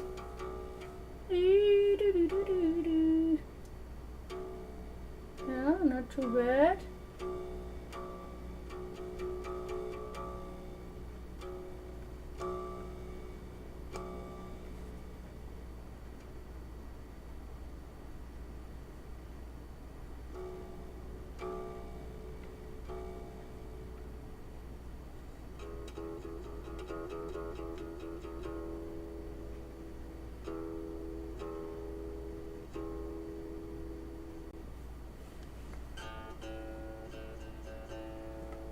Yeah.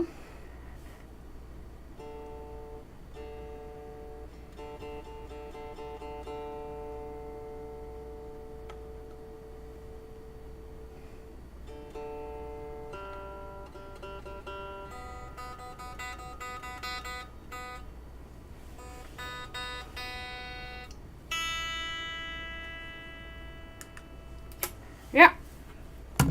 Not too bad.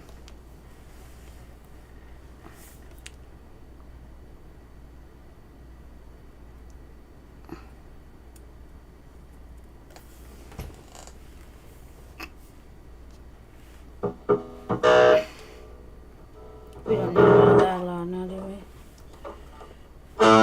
we? Ooh, still.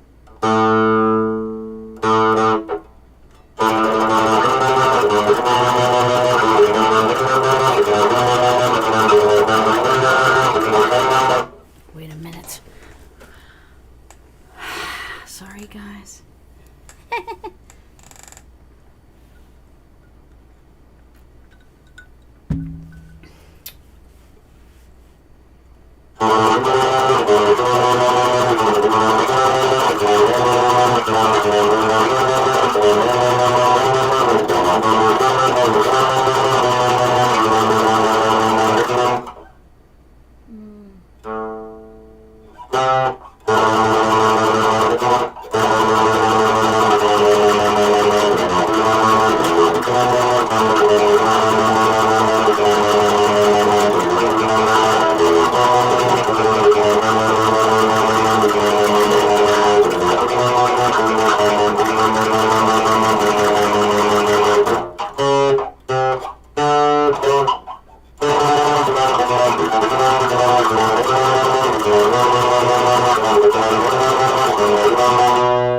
And so forth.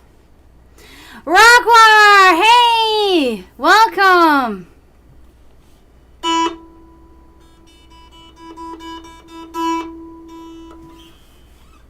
So then...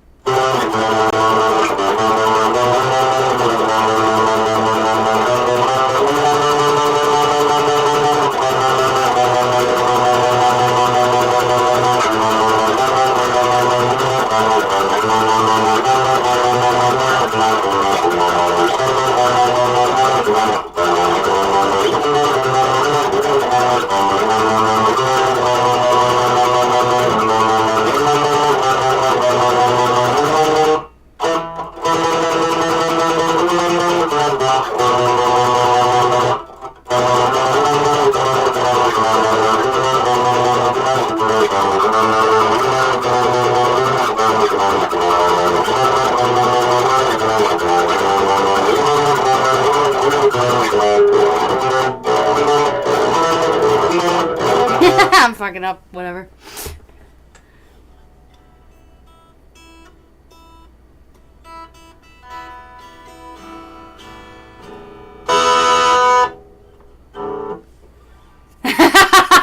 Serendips, that's funny as hell. You're like bass? Yeah, I've been feeling again like playing bass too. That's the feeling.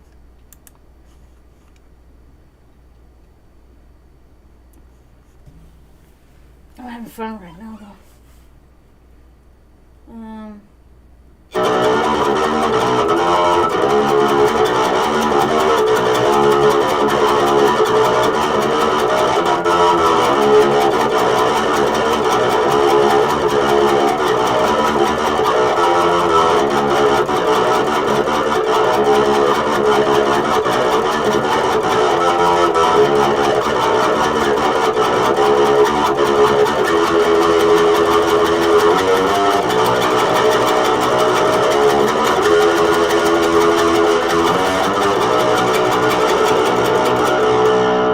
Ooh, not doing my carpal tunnel any favors right now. It's been bothering me bad lately. Yeah, feel the burn, right? Feel the burn. Oof. Mm.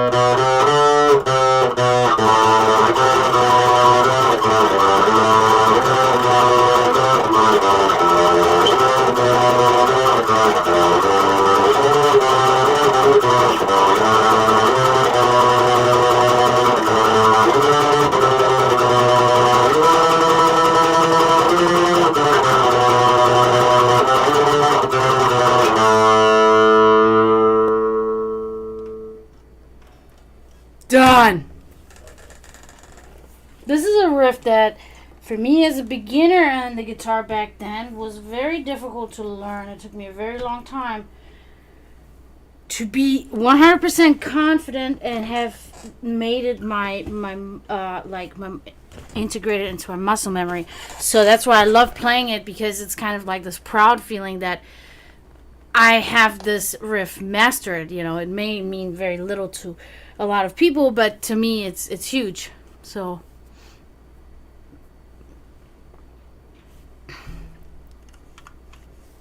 I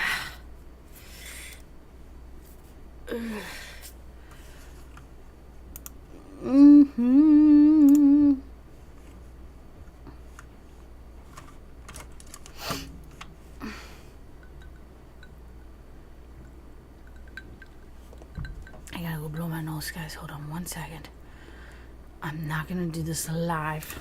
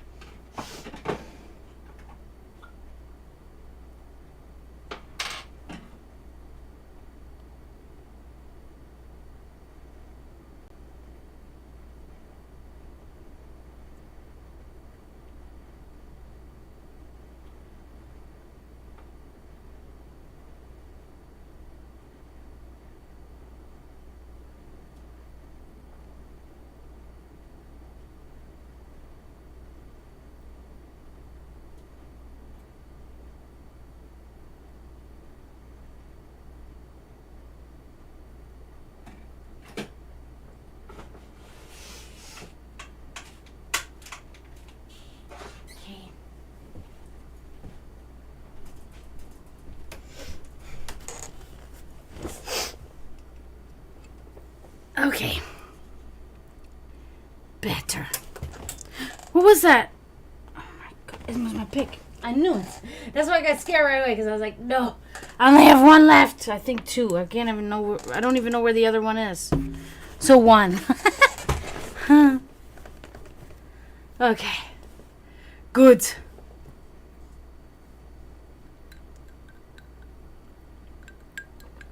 Thank you everybody for being here. I'm having a blast. I hope you guys are having a good time as well. Having long hair in the summertime is atrocious, to say the least. Luckily, the air conditioner is blasting 24/7, which is going to cost me a fortune once again for the next 4 months, but whatever. Oh my god! Really? Oh my god! I remember a time. I love that you're bringing this up, okay? I remember a time.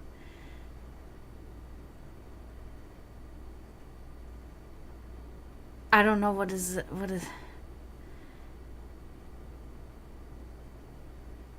EDM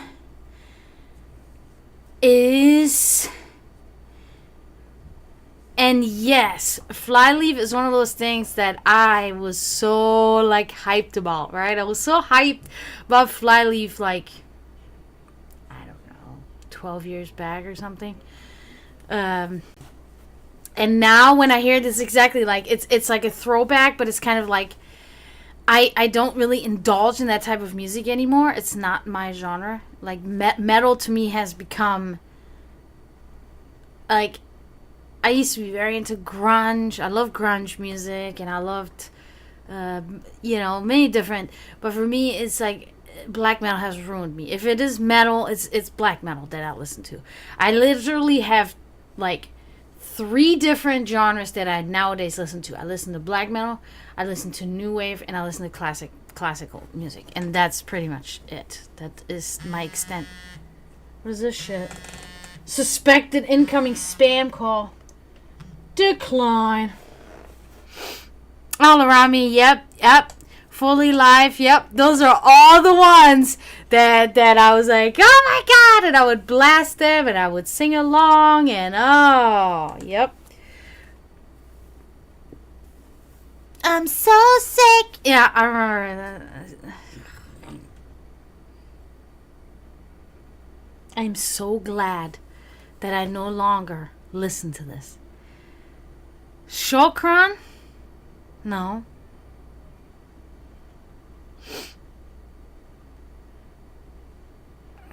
Yeah, it was a fun time. It was a fun time. And my life was like fucking chaos and depressing. But I tried to make the best of it, like whatever, as we do. These are not gonna work, I don't think.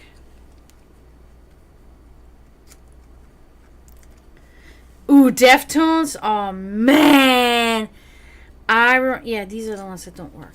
I remember. Oh my god, Deftones. Yup. All I can say is yup. Was a fucking huge fan of the Deftones. Now, changed. I'm just gonna take that whole bag over here. I'm not fucking around anymore.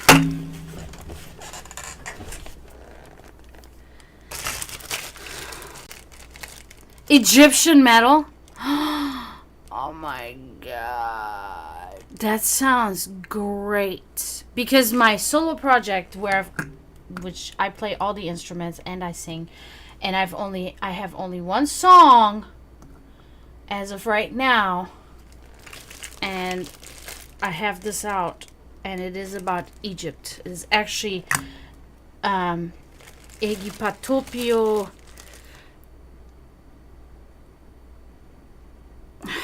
I forgot now what I named it, but it's about Egypt, and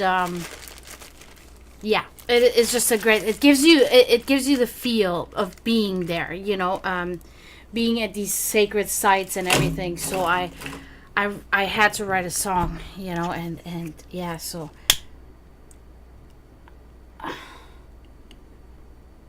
So Egyptian metal to me sounds great. Change. That was like my favorite. I love Change. Yeah. Mm-hmm.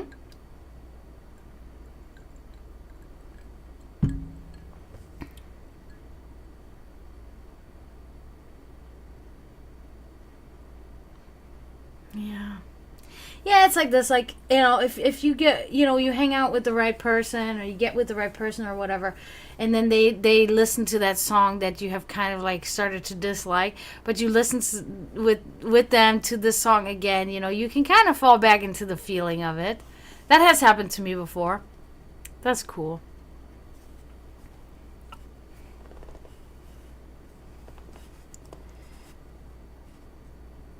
Change. Yeah.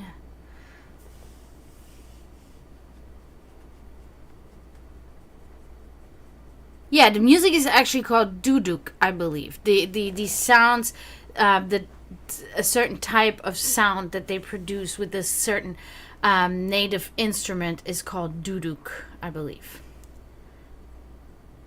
So it's like I remember this is cool. This is cool. So at least I think so. What I'm about to say next or whatever. My brother got me for 1 year. It was either my birthday or it was Christmas. I can't remember. Yule. Um, he got me the Egyptian Book of the Dead, right? He got me a copy of the Egyptian Book of the Dead. And I fucking like devoured this book. It's not that long, at least, the copy that I have, it's kind of like just the basic and the fundamental parts of the Book of the Dead. And I fucking like devoured this book in like days. I just sat there, actually right there on my Shazay, whatever you call it, Chase, whatever, Chazzy, I don't know what people call it, and I read for like 8 hours a day, and I just fucking like, knocked it out. And the whole time that I was reading the book, I had on my YouTube, like, they have on there like 3 hours or 5 hours of Egyptian duduk music, and I had that playing while I was reading the book. Oh, dude, it was the best thing I ever did in my life. It was the best.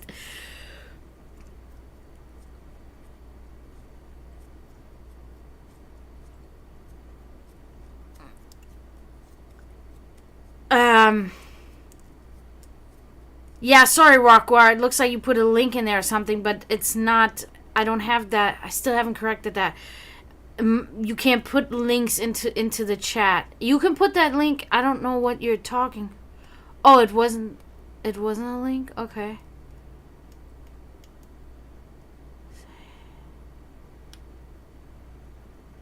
Oh, okay, okay, okay. Oh, okay. I see. I see. Got you.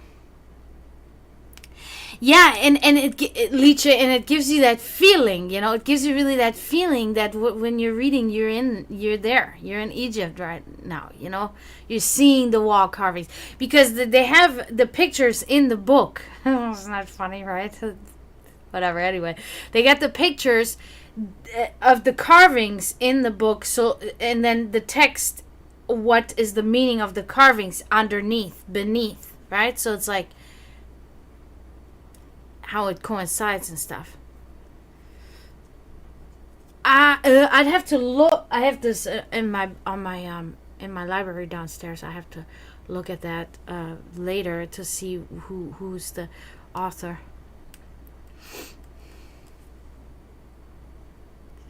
My somebody very close to me is very familiar with this particular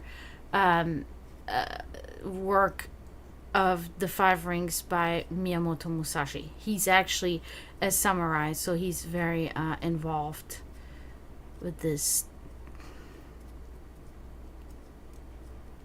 You just looked up Egyptian metal? Oh, you guys!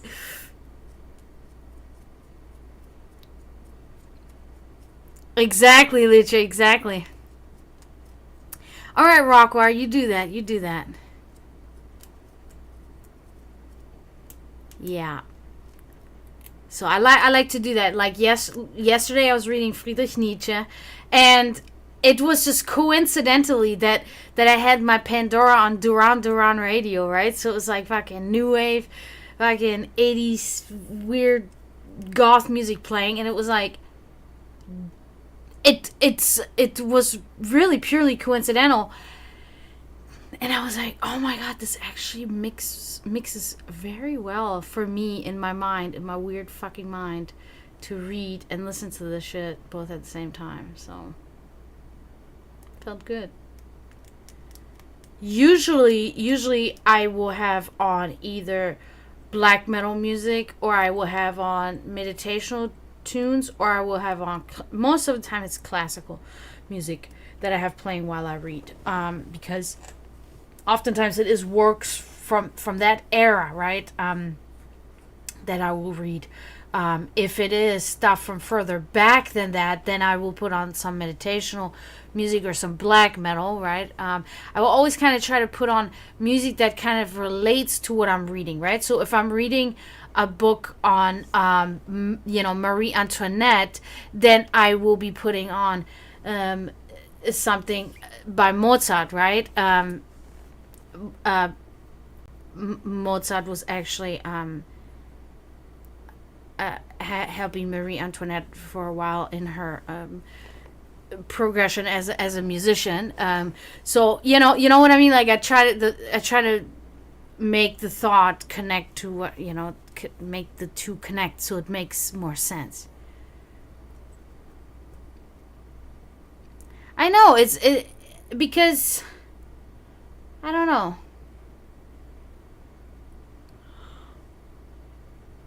People, oftentimes I get this response, and I never understand that. Like, it's really weird because oftentimes people are like, you listen to music while you read? How do you do that? And I'm like, what do you mean? Like, I think the two go hand in hand. It has to be that way. I can't do the one or not the other. I mean, I can, but why not?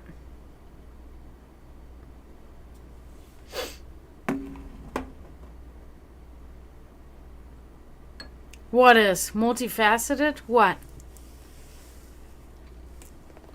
I almost grabbed the candle from it. Like, no, don't do that.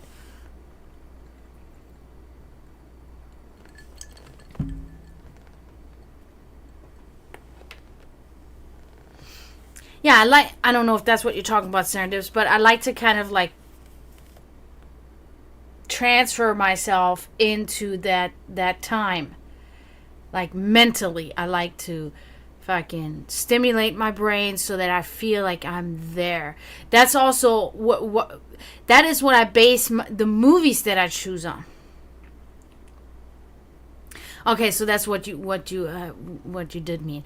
Yeah, so it's like even the movies that I choose to watch, I choose them very wise. Everything that I do that stimulates my brain, I choose it very purposefully, right? I choose it like I choose how to make my brain feel, because there can be, for instance, a time, which it doesn't happen often, but it happens, where like you're like in this really horrible mood, you're like depressed or whatever, and it's like everything is trying to get you out of this depression, but it's like, no, I don't want to get out. I want to cry.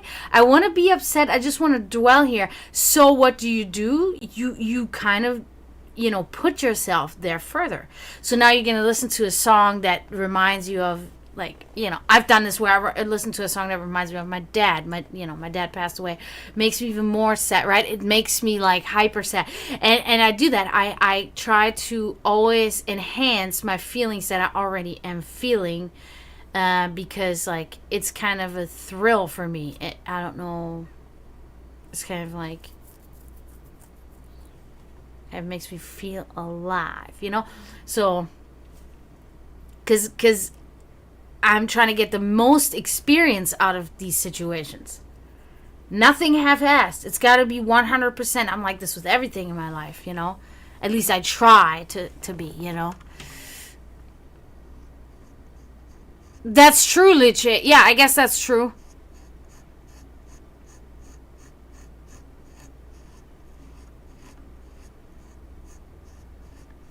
Yeah, see, that's a good example too, unconfirmable, when you write something. That's cool. See, when it comes to me with writing, I like to listen also to, most of the time when I write, I like to listen to nothing. See, that's where I'm like this. I'd rather have silence, because I'm concentrating on forming these thoughts, and I feel like, because I have to write them down, so I feel like I cannot be distracted by music. I don't know. When reading, I feel like music is helping me versus distracting me to absorb the knowledge. Lean in. Yeah, that's it. Yeah. Mm-hmm. And I think we all do it in little ways, maybe, and some more than others. But it's like, but it's like, I think most people do it and they don't even realize they're doing it. I'm just like extremely self conscious. So for me, it's like I notice like almost everything that's going on. Like with myself. So it's like I think that's why I'm aware of it. You know what's so you know what's so funny right now? Totally like off topic. Back there in my bed, look how that looks like a person is laying in my bed. Doesn't that look like a person is laying in my bed? Tell me that doesn't look like it's a person. Now imagine that person gets up right now. Wouldn't you guys be freaked out?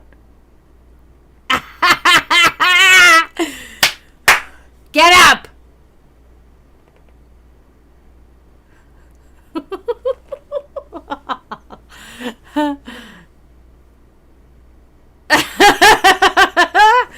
That's the response I wanted. Thank you. It's a pillow. It's one of those body pillows. Don't be alert. The person is actually under the bed. Just kidding. Or am I? Oh. All right, Ben. I love those eyes.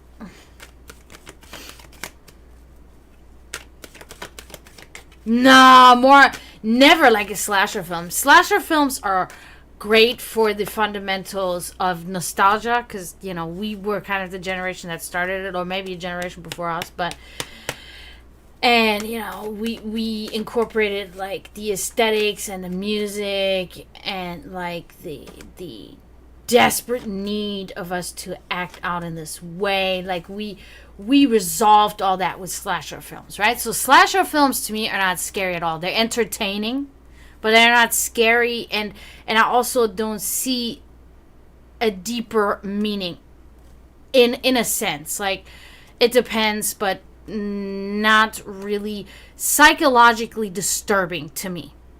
I enjoy psychologically disturbing things, as in things like The Grudge, The Grudge 2, or like The Ring, or like Stephen King.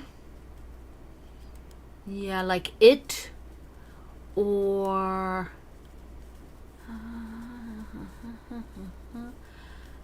Bram Stoker's Dracula. I enjoy very much the Blood for Dracula. I enjoy most of the vampire pictures of the 1970s. Those are very, like, they're erotic, very erotic, but they're also, besides, if you take that out of the equation, if you want to, then they're very much suppressing. It gives you a suppressed feeling. Have you ever seen the movie Antrim? It's a satanic film. It's a suppressed feeling. And it's like, I like to expose myself to that because I like to conquer that. Right? Slasher films, like, I like something that gets under my skin a little bit. A lot. Okay. Ben. Very nice, Ben. Look at that. Ace of Cups. This is like one of the best cards you can have. This is talking about literal choices in your life. This is talking about enjoyment in your life. It's talking about pure joy, pleasures. Like, I don't know what's going on, but this is a very good card to have. I don't know if this is already happening to you currently, or if this is coming in the future, or if this was back then a big event in your life, but it's about abundant pleasure and also fullness of spirit and beautiful situations in life. So it is about, really fulfillment in your life. Yeah, this is very good. And this is in its entirety. This is not just like a little thing. This is a big, big life event for you. If this is happening right now, if it's not happening right now, it will definitely be something that's going to happen in your near future. Okay, so your life will be very, very much enhanced through either one situation or multiple situations leading to this. But yeah, definitely very good.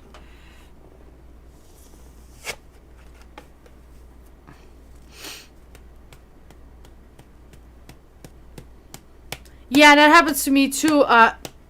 Serendips, but less, a lot less. It's very much like I'm still kind of training myself to be more alert when these situations happen. Because I'm very much like a kind of like a, I don't know how to explain it, but I'm very much inwardly focused. So sometimes maybe overly inwardly focused, because then it slips away from me, these things that other situations have an effect on me in that sense. Hellfest, I don't even know what that is. Yeah, that's pretty nice, right? That's what I love about this deck. That's why I chose this, because it has some amazing like amazing artwork in there. Where, like, for instance, I love the chariot art. That's really awesome. And then oh man, yeah, that's one of my favorites right here. The star, look at that. That is awesome. Yep.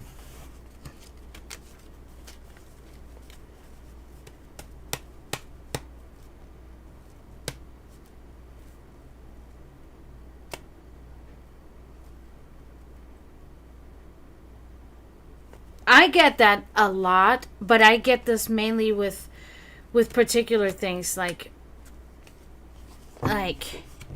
Christendom, for instance. That scares the shit out of me. Like, Christianity is so creepy and weird to me.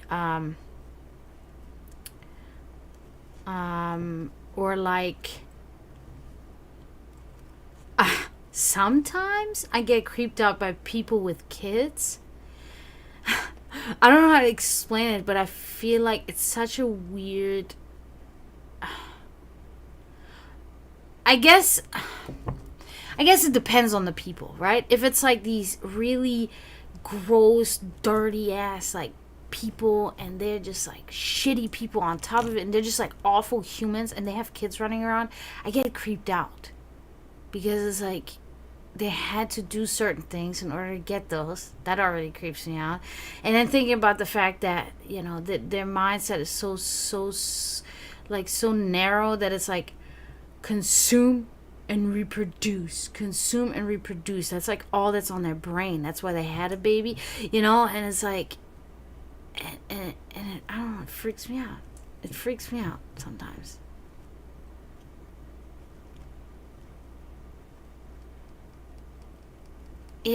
Thank you for saying that, because I felt weird saying that. I felt like you guys are gonna be, she's fucking crazy, but it is really fucking, it freaks me out. Like, I'm not saying that, I'm at an age where it's like, okay, I should get to it if I ever want to have a kid, maybe one day, and I still sit here and think to myself, maybe one day, it's not like I'm against or hate kids. I love kids. They love me. I'm fun. I'm like the fun, adult. I fucking, the people are partying and drinking, and I'm in the fucking room with the kids, and I'm building Legos. I'm showing them tricks of Legos and shit. That's me, So it's not that. It's not the kids, but it's the fucking adults that are just like,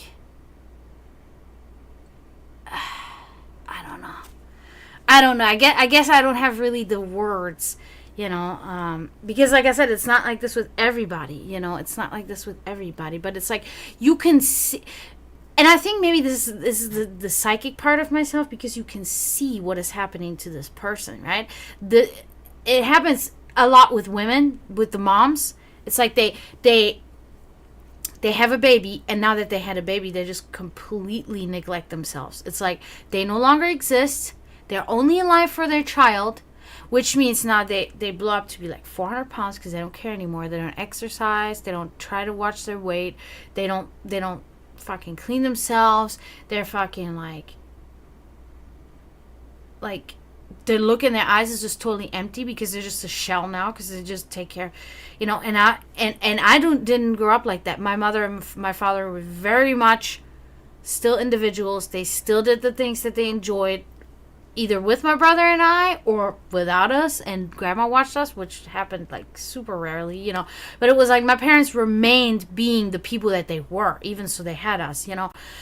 So it's like, for me, I see this in the U.S. A lot, that people just totally stop being themselves and they're just like parent now and they're nothing else. So they totally neglect themselves, and it grosses me out. It really grosses me out because it's not just the physical appearance, but it's also like you can tell that their mental state is just completely declining because they're not involving themselves in anything anymore. They're just involved with their child.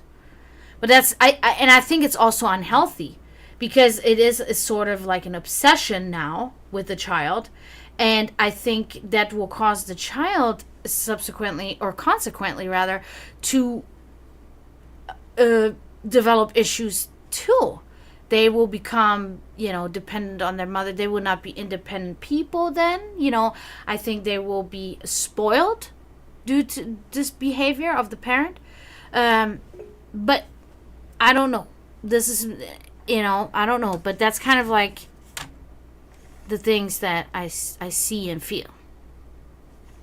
Yeah, some people are too simple-minded. Yes. Oh my God, unconfirmable. Yes. Like, I literally sat here the other day and was thinking to myself, there are people that should not be allowed to have children. And you know what? As much of a liberal as I am, I'm a total liberal. Like, I think everybody should be allowed to do it. I'm liberal, borderline anarchist, right? Extremist, pure. But then also, at the same time, I'm a purist. And I also do believe in certain regulations, right? Because, for instance, I'm a firm believer that people that want to have a child, they should go through testing. They should go through certain testings. The mother as well as the father should go through testings of, intellectual testing. I don't know about the physical. I'm not really, because if the intellectual is adequate, then the physical is, I think, subsequently adequate as well, right? Because that goes hand in hand. So it's like, I think they should be evaluated before they can have children. Just like before you can drive a car, you got to take a test to drive a vehicle. I think it should be the same before you have a child. You should be evaluated whether you are adequate and capable of taking care of a child and giving the child the education that it needs, giving the child the parental obligation that needs, all of these things. Like, there's a lot to consider when having a child, and people don't do that. They just open their legs or spread their semen, whatever you want to call it, and just have kids. And then here comes fucking, they separate the people, because they've known each other for a week, and she gets pregnant, and then they break up. Kid grows up with a broken home. Never know the other parent because they split up. Like, there should be a period of time. You should not have kids with somebody that you're not going to be with forever. I'm a firm believer. I come from a divorced home. I'm a firm believer.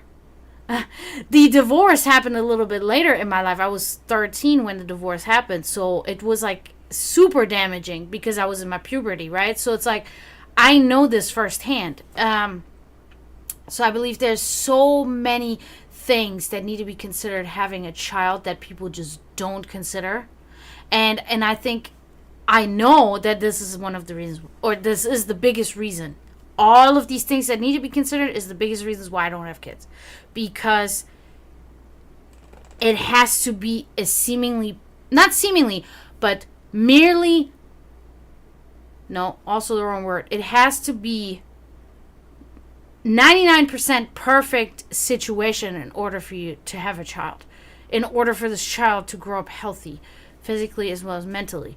So I've never been in that position in my life that allowed this, and that's why I haven't done it, because I will not, out of the selfishness, I want to have a kid. It's not about me, because once I give birth to this child, I have a life here, and then it's about this life. Just because of my selfish need to have a child, I shouldn't have a child. If I cannot give the child the perfect life, I mean, it is selfish even if you give the child the perfect life, because you're forcing a life into the world. Maybe this life didn't want to be born. It is in its entirety already selfish enough as it is anyway. So in order to follow through with this very selfish belief of wanting to have a child, you must make sure that you give your child the best of all the worlds, so you can beg for this child's forgiveness later when they realize existential crisis. There it is, people. I said it.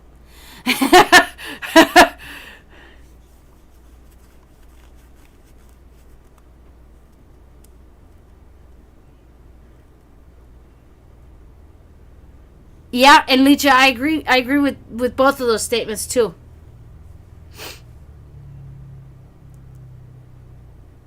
Exactly, Uncle Verbal. Exactly. We're intelligent beings. We understand that. Oh, okay. Like, I'm financially not capable. I am mentally not on par to.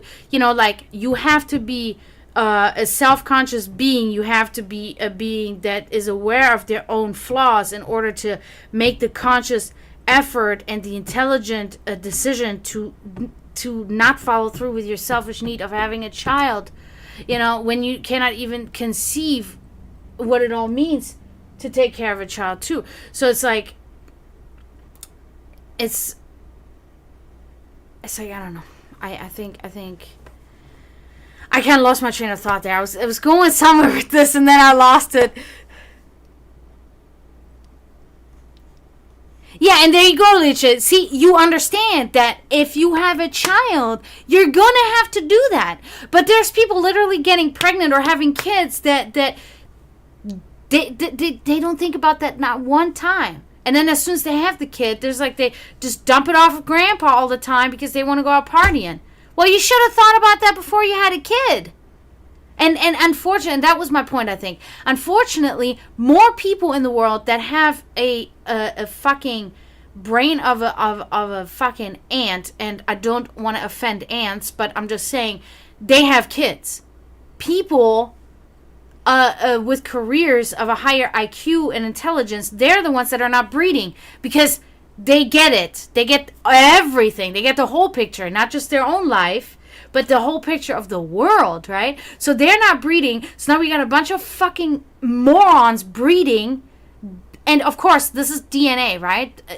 We can know, even so, no, it doesn't affect, no, it's in the DNA. So if the parents are stupid, the child is most likely going to be stupid too. And it's unfortunate.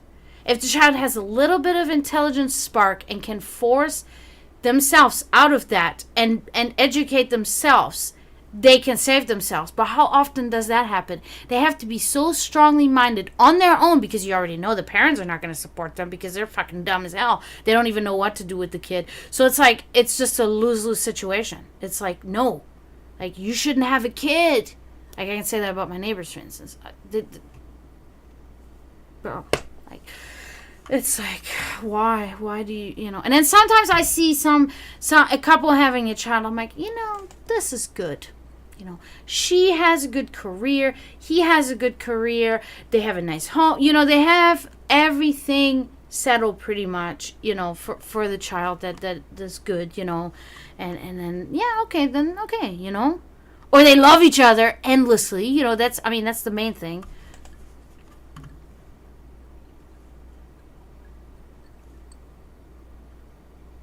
You'd ace that shit? Oh, good.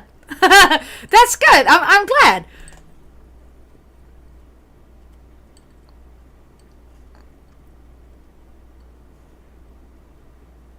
Leaning right.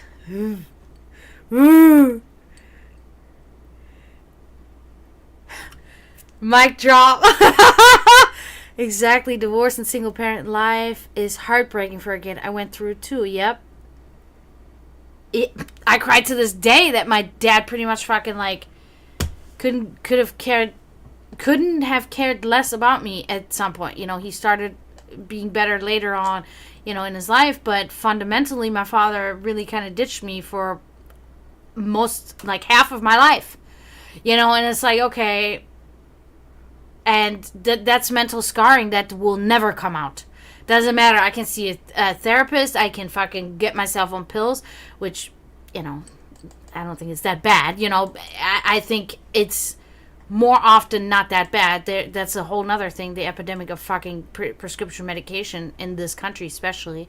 It's like there's so many people out there that don't need the fucking prescribed medication that they're on. They just want the doctors just don't want to bother with it. They just want to fucking say, okay, here, let me prescribe you this, so I don't have to see you in a fucking therapy session the next few days. That really happens. I believe that fucking happens. I believe there's so many people out there that self-diagnose, and then they go to the doctor, and then the doctor says, yes, you have that, and then they prescribe them with things, and it's like, they really don't need it. All they need is a friend to talk to. All they need is a fucking vacation for a month. You know what I mean? This is a whole nother topic, but, yeah, so I think that, the psychological effect that parents in their entirety have on a child's growing up is so involved. People don't get it. People do not understand it at all. What do you mean, divorce after the kids are 18? Just because 18 is the legal age of certain things, they're still kids. I was still a kid at 18. I was not a fucking adult. I'm telling you right now. I was not an actual... I did not consider myself to be an actual fucking adult until I was like 28, 29. Honestly. That's when I was like, okay, I'm an adult. I need to fucking, like, act like an adult. I'm a fucking adult. I'm responsible. I need to take... And it doesn't mean I wasn't responsible. I didn't take responsibility prior. But the realization of being an actual adult didn't hit me until my late 20s. So... And I think if the home is not split up, that's the thing, because, like, if the kid still lives with the parents, and the kid's 18 and the parents split up then, and then the kid has to decide which parents the kid gonna live with, that's still harmful. I believe if there is divorce, that divorce needs to happen after the child has moved out, because the living situation is what is has this impact. Is the huge impact on the child, because that is a huge life-changing thing. When my parents separated, it was fucking horrible. And it was not like horrible, like, my parents were very respectful, my parents were very mature about this, but that did not change the fact that things that my mother had for over 50 years, for over 60 years, that belonged to my grandparents, my parents sold. Fucking antiques, things like that were sold. Of course, there was fought over money. My father stole money from my mother after they sold the house. Like, the implications were huge, and I can still say it was one of the best, probably, divorces that you would ever see. There was no screaming, there was no fighting, but there was all this underneath shit going on, and it's just not ideal. It is not good.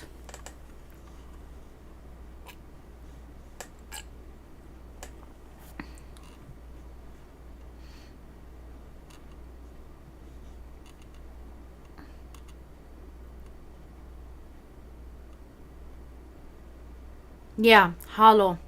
Spirit-wise, yep. I see what you're saying. I totally see what you're saying. Yeah, they're just working like a robot now. They have lost all this because they have lost their individuality. It has totally, like, just slipped out of them. Their spirit, yeah, like you said, if you will, slipped out of them with the child. Now, I don't have a child. I don't know how it feels to give birth to a child and how do you feel afterwards. But I know parents. I know a couple of parents. And my best friend is a parent. And she is the best fucking parent. And she's also an individual still. She also has fun. She also enjoys her life as the individual that she is. She's never stopped being herself.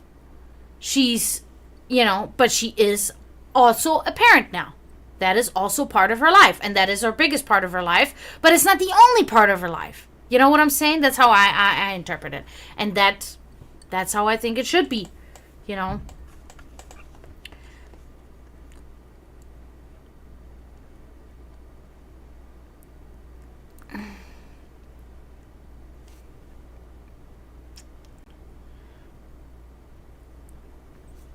Yeah, it's horrible when kids have toxic parents. Yeah. Abusive, yeah. That movie always, like, I don't know, that movie had me, like, this movie I did not enjoy, and it's because of my own personal preference, because I don't really enjoy many things based on futuristic scenarios. Like, Mad Max, never got into that shit. Like, futuristic apocalyptic scenarios, I should say. Like, Mad Max, for instance, I never got into that. I never really got into, like, Total Recall. I never got into, like, things like RoboCop and certain of these things that I just, like, I don't know, make me cringe. I don't like it. There's other things like The Fifth Element, for instance. I enjoyed that movie a lot. But it also had so many elements that were, supposed to be like futuristic elements that fucking annoyed the shit out of me. Like the way fucking Gary Oldman is dressed and shit like that. It's like, what makes you think that in the future people will look like that? Why is this, okay, so it's just the creative freedom of the writer or the director, whoever does that shit, the costume designer, whatever, I don't give a fuck. Fine. Just not my personal preference, I'm just like that. I don't know. Futuristic shit is just kind of like...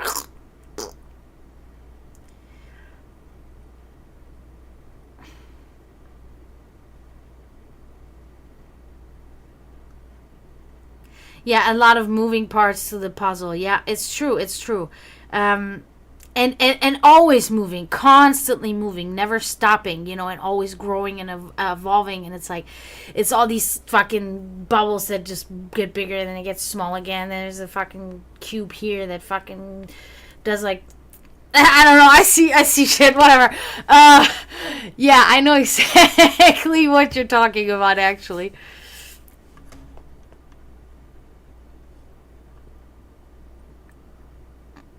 Damn, Licha, that's fucking horrible. I know. See, that's so fucking crazy. We all talk about the dad thing, man. And the dad is so the thing. I always tell you guys, too. My dad was my hero. My dad will always be my hero, right? My dad will always be the best and the example of what a man should be like, right? But, whenever I tell this to people, they're like, oh, wow, he must have been such a great and big part of your life. And it's like, until I was 13. And then not again for like 10, 15 years. And then he started becoming more. And when I say becoming more, it was a weekly phone call. A weekly video call that he then started initiating, which was a big step for him because I was always the one that reached out. Always. And there were times where my mother, best mother in the fucking world, would tell me, this is your father, call your father. And I'm like, Mom, he's the parent. Why is he not calling me? My mother would be like, it doesn't matter. Call your father. It is your father. Reach out to your father. Okay, so I would do this. For years, I would call my dad. And then finally, my dad started doing it. Calling me. Sundays was always our days. So Sundays, I hate Sundays. Because Sundays is always like, I'll always have that feeling in my body, like there's something missing here today. Why is that? And then it's always like whenever this feeling creeps up, I'm like, oh yeah, my phone call with my dad, But anyway, my dad was fucking successful, athlete, famous pretty much. People loved my dad. My dad was very, did all his responsibilities, was a very awesome, the best fucking dad when I was a kid up until, my parents separated. But then after that, it was just, I was just More important for him was to be with his girlfriend and have parties and do whatever he did, was more important to him. I don't know. So so my point is like, wow, that all of us talk about the dad. Like none of us say like about the mom, And my mom was fucking, my mom was the best. She was fucking like, even when I tell people the shit that my mother did for me, my brother, even people with good moms say like, whoa, I don't even know if my mom would do that. My mom is an awesome mom. It's like, I know. My mom was an exceptional mom. She was hard too, though. My mother was hard on me, man. Like, she would say some harsh stuff to me and everything, but,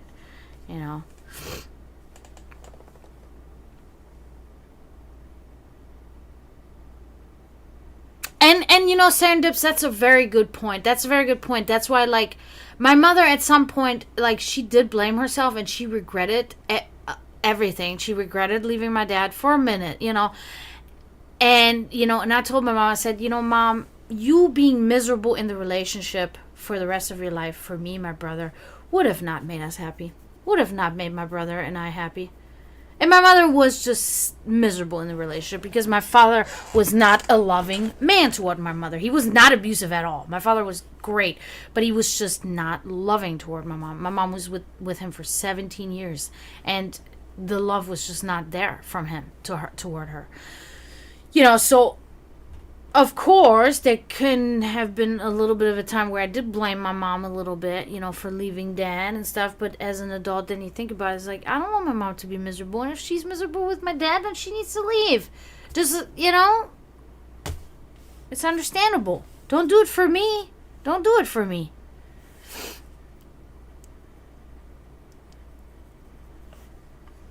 I know, Liche. Me too. Me too. Just moved out. Yep.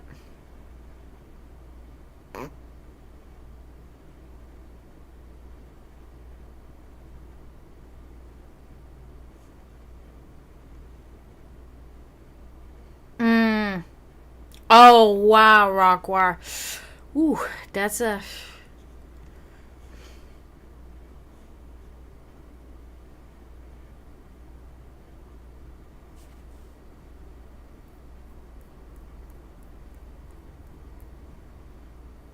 That happens too, Liche, yeah.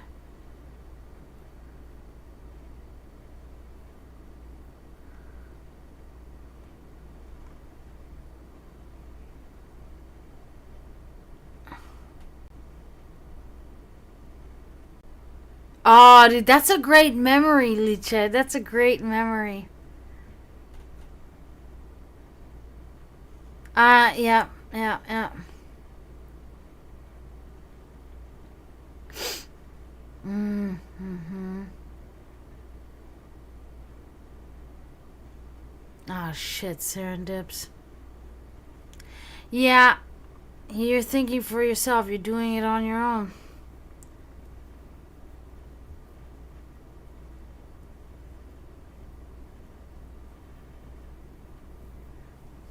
Is that really a thing? Satanism Central? Is that what it's called? Or are you just saying that?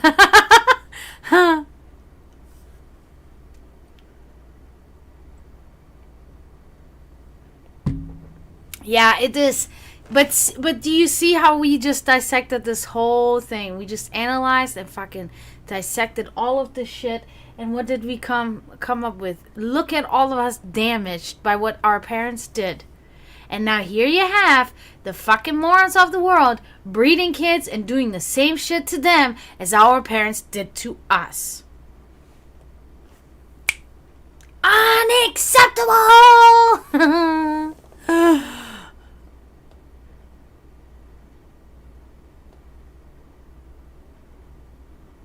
No, don't ever let anybody, and good thing you are realizing this, and good thing the cycle of suffering, maybe the circle of suffering, but yeah, that's good, because it's like, just because in their mind this is tradition. This is how you're supposed to do it.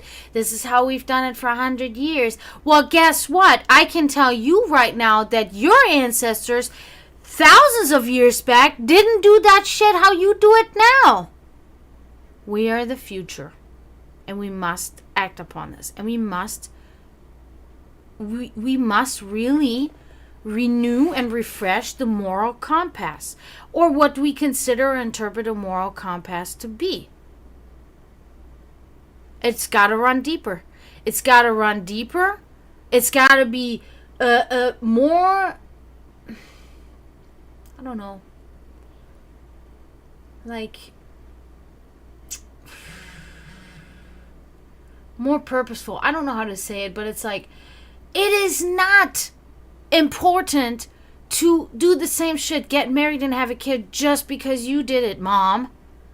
You know, and my mom would make like comments or jokes. She's like, I'll never have grandkids. You know, she wanted grandkids really badly. But my mother was also the type of person, she understood that I had never met the right man to do that. And she was proud of me, without having to say it to me, that I hadn't made that mistake. Because it would have been a mistake. And I don't care. People get offended. Like, you know, if I were, like, you having a child was a mistake. They're like, oh my God, I can't believe you're saying that. No. It's like, no, you're just being ignorant. Like, it was a mistake. I know a couple people, personally, that had children that should have never had these children. And they should have never had. And it was a mistake. Not meaning that this individual is a mistake. But you having this kid was a fucking mistake. This kid could have been born by somebody else, not you. It was a mistake. You should have not done it. Maybe never, or maybe not now, but it was a fucking mistake. And it's just like, just because it's your child, and just because you're a mother or a dad now, don't be blind to the fact that you made this mistake. It pisses me off. It fucking aggravates the shit out of me. Like, because somebody has such a hard time admitting to something that they did wrong. Yeah, okay, it's producing a kid. Okay, whatever, it doesn't matter. Be aware. Be aware. Because, like, your child will grow up from brokenness. That will always be like, where's my mom? Or where's my dad? Or why is my mom a drug addict? Or why is my dad a drunk? Or why is my dad abusive? Or why is my mom abusive? Like, because you are both fucked up individuals, and you both should have never had this child. You know? Damn. Yeah.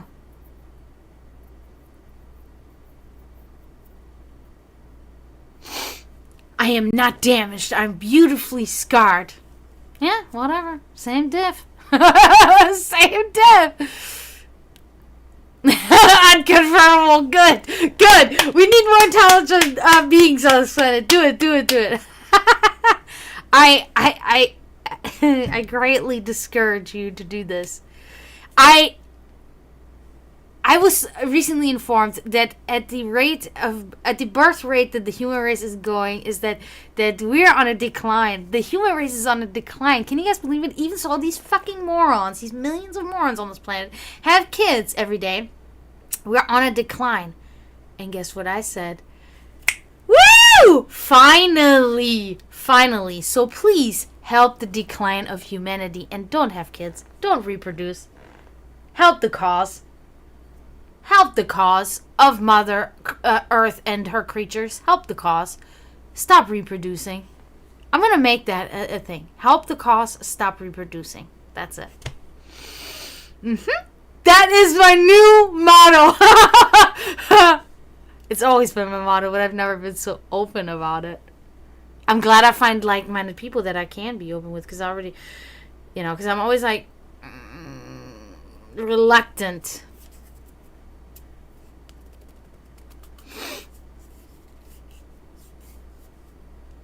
Oh my God, no, it's especially as a woman. We have no protection. We're still treated like second-class citizens. So we have to be very careful who and what we get involved with.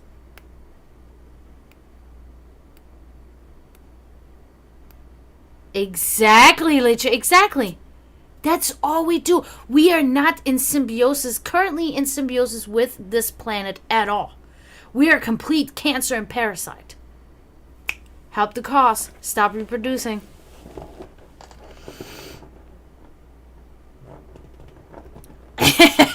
Certified psychic babies with white hair and gray eyes and some shit like that.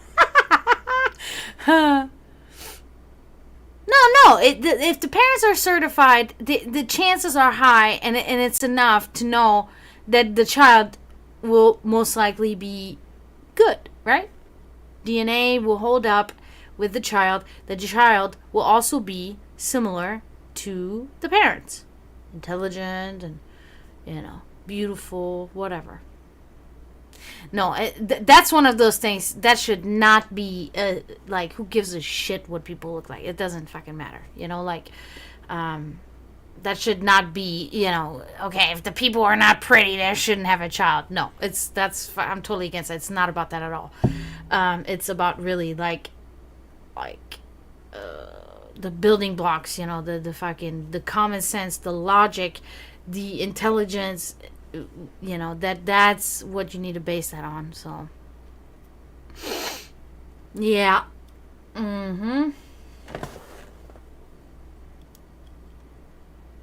Well, this is great, guys. I'm having a blast. I'm really glad we're kind of analyzing this type of thing, because oftentimes that is neglected, and to also to my own fault. I don't really bring it up so much, but it does coincide, and it does relate to spiritual needs and spiritual progression for the human race. Because how can somebody that can barely think for themselves enough to to clean their home or whatever, they cannot surpass that, and they cannot, most of the time they cannot think bigger. They cannot get so involved in spirituality or sciences or evolutions or whatever it is, whatever important part of our development as a species and for the development of the world, and there's no anger at that from my side. There's more pity, and there's also like hope for people that do try anyway, and I appreciate people that are not smart, but that are trying to become smarter and trying to learn and trying to educate themselves, and I support that wholeheartedly, and I love that. But it's just not many out there. Most people like to live in their ignorance, so it's like, reproducing as a species has the biggest impact on everything as we know it, and not in a good way, in a destructive way, in a parasitic way. And again, back to my motto, help the cause, stop reproducing. Yeah, so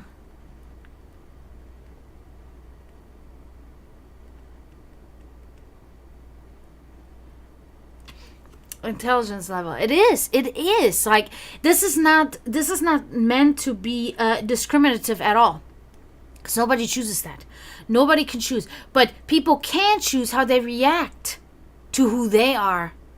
People can't, somebody comes to me and tells me you're obese. A doctor tells me you're obese, you need to lose weight.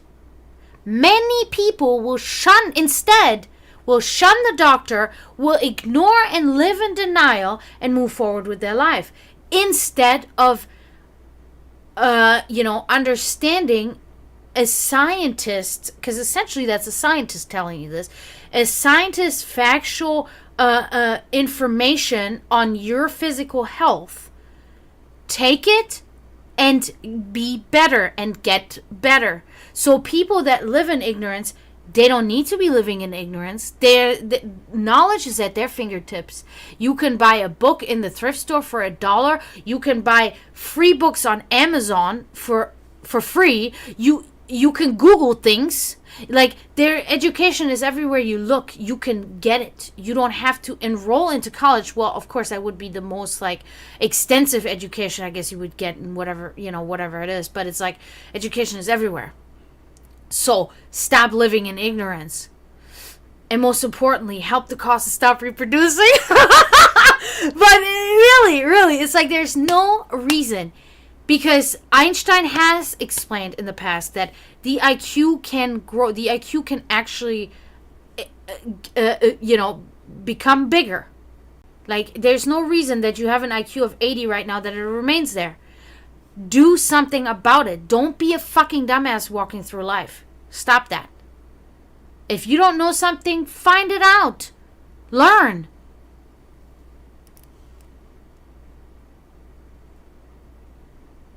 I'm just smart enough to realize I'm not intelligent enough. That's good. That's good. That's very poetic too, in a way.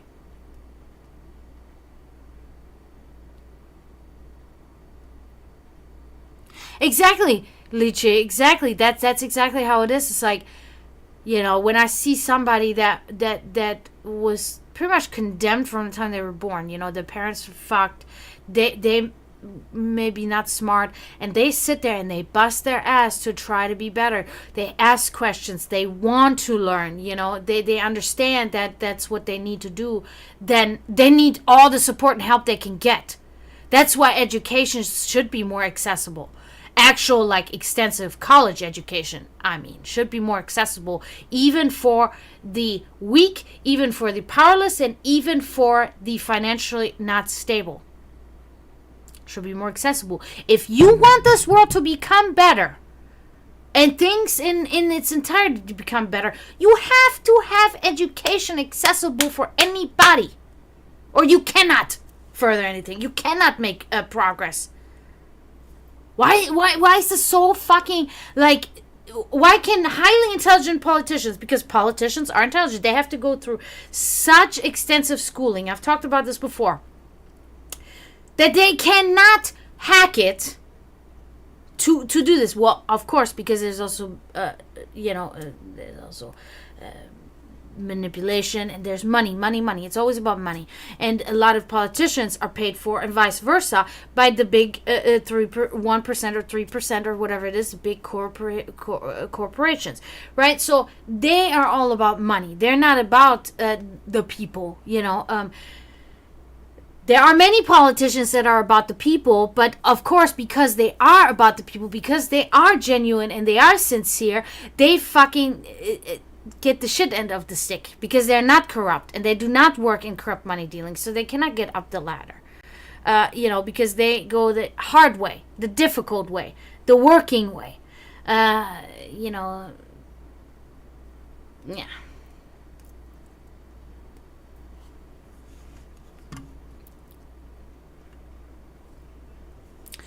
Exactly, Licha. Internet, very, very much. Anything. I just say, my coolest thing is now I have this Alexa puck thing, and anytime I don't really know anything, I ask Alexa, and then Alexa will give me, I ask, what is the exact population of the Earth right now, Alexa, and then she'll tell me, so many billion people live on this. Oh, okay, I don't know the exact numbers. Interesting, it's fun. See, you don't even have to type, you just have to speak it now, and it'll give you the information you want.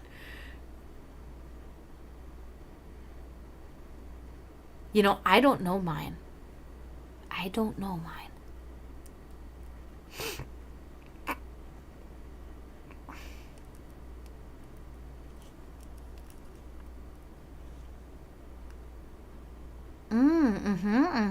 Interesting, Rockwire.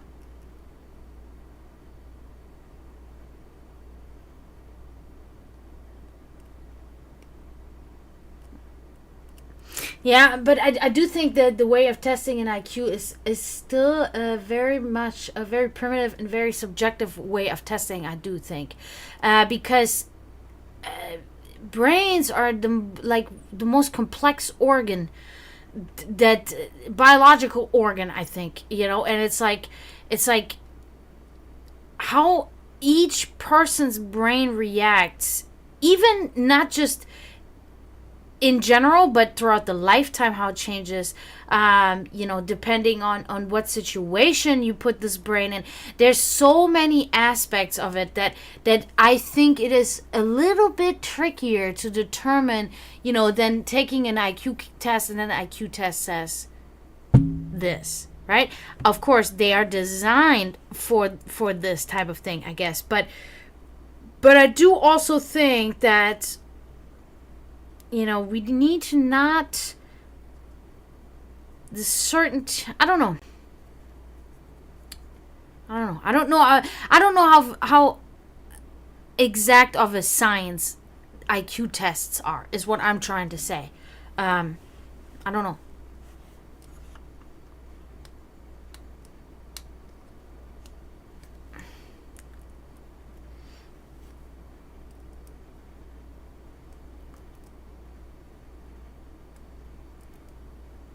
Doctorate in what? I want to know that. And that's exactly, Licha. The best of the best said it. Knowledge is power. And it's such a term that sounds so negatively put, right? But it is so true. With knowledge and education, we can solve everything. We can do everything. And teamwork, like if we put this all together, then it's like hype times 10, but people don't get it.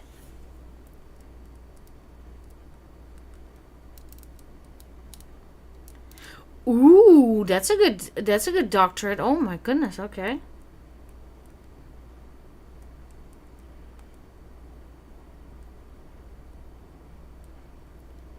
PsyQ, it's pretty fresh. What? That's very good, Gabriela. That's very good because I feel like that kind of aligns with what I was just saying. Like an IQ test, it is still, it is a test, a written test that you got to take or whatever. Each brain, throughout the lifetime changes. It depends on what time in your life you take it. It depends on the situation you find. There's so many different variables that influence the outcome of this IQ test, I believe. So I don't know, to which extent can we trust this so much.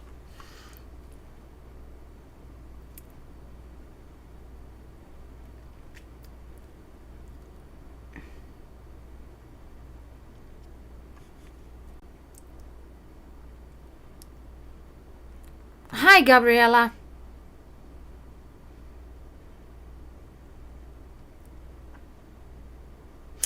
And exactly, Gabrielle. For me, I was always. It depended on the subject, right? If I was bad at the subject because I had a hard time concentrating, tests were devastating for me. They were literally devastating for me. A subject that I was good in, that I enjoyed, tests, easy. Granted, I was a teenager. Now, these things have totally changed. That's what I'm saying. IQ test, at what age, all that. My brain has completely changed and developed in something that I never thought it would. Like, I am such a sponge for knowledge now. Back when I was a teenager, I didn't give a shit. I wanted to see boys and I wanted to play sports. That's all I cared about. And smoking cigarettes and whatever else stupid shit I did. I gotta let my cat in. He's meowing.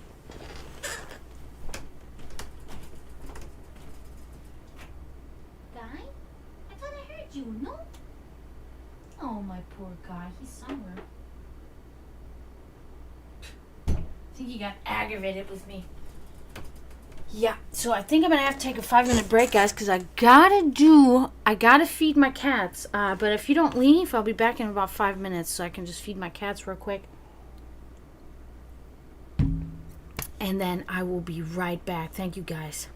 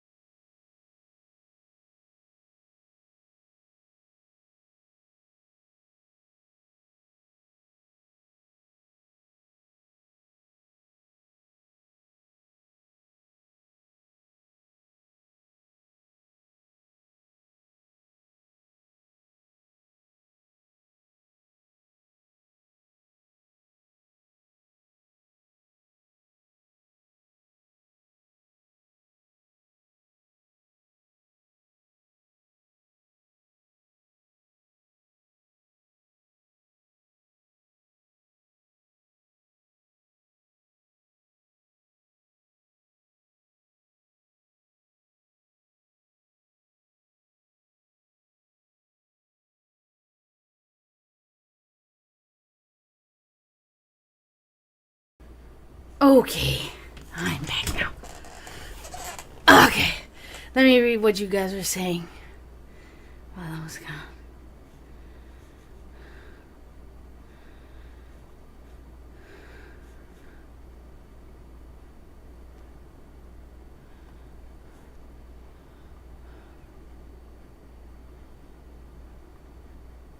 Oh, what are you cooking for dinner?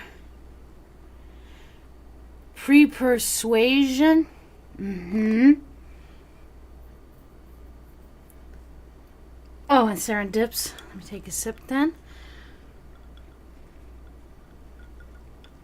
Oh, a cult?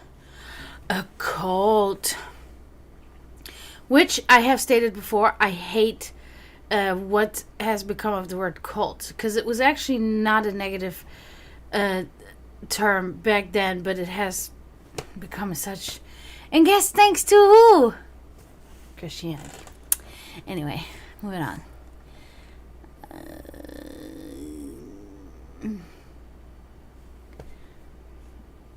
Yeah. Modern day cults, exactly. That's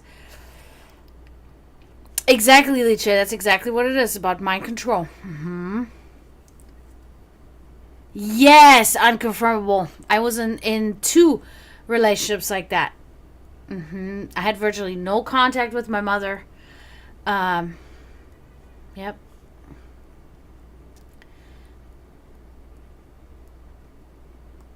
And unconfirmable it is.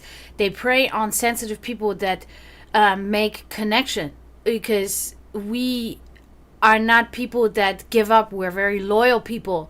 They understand that, they prey on that, and they take that and use it against us because they see it as a weakness. Because in this scenario, it will become a weakness if we let,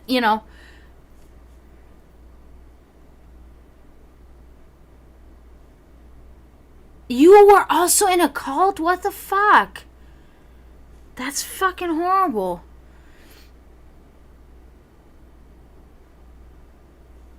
That's true, legit. Like, some things I also do believe that you never really heal from, but you just learn how to live your life with these things. Which is similar, I guess.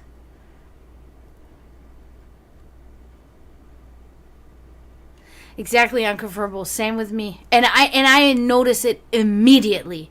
Like when somebody tries to manipulate me in just the slightest sense, immediately notice it, and I immediately put a stop to it. People hate it. People fucking hate it. That's why, like, I have limited people around me, but like, it is what it is, you know?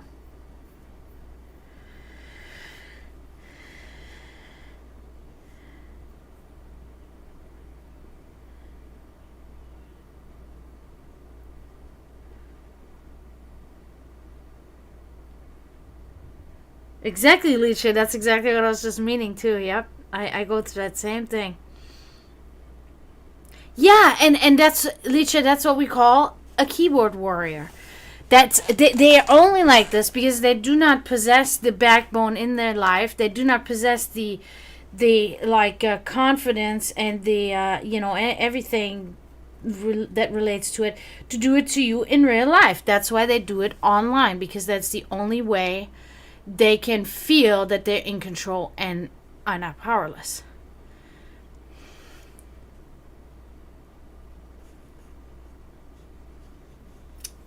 Spaghetti with ground beef. A taco burger? What was on that?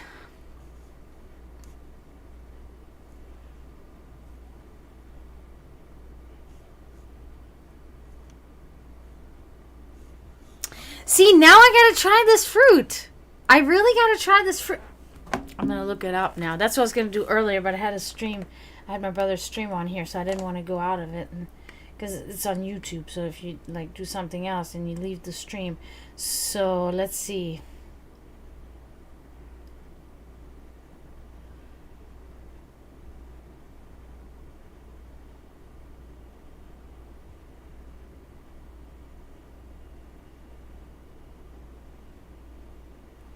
Whatever.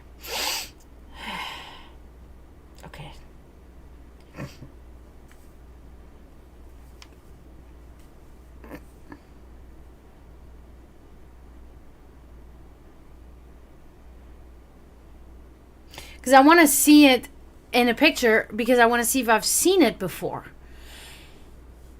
Because it's like I've in Florida we have tropical fruit, like, so I was thinking,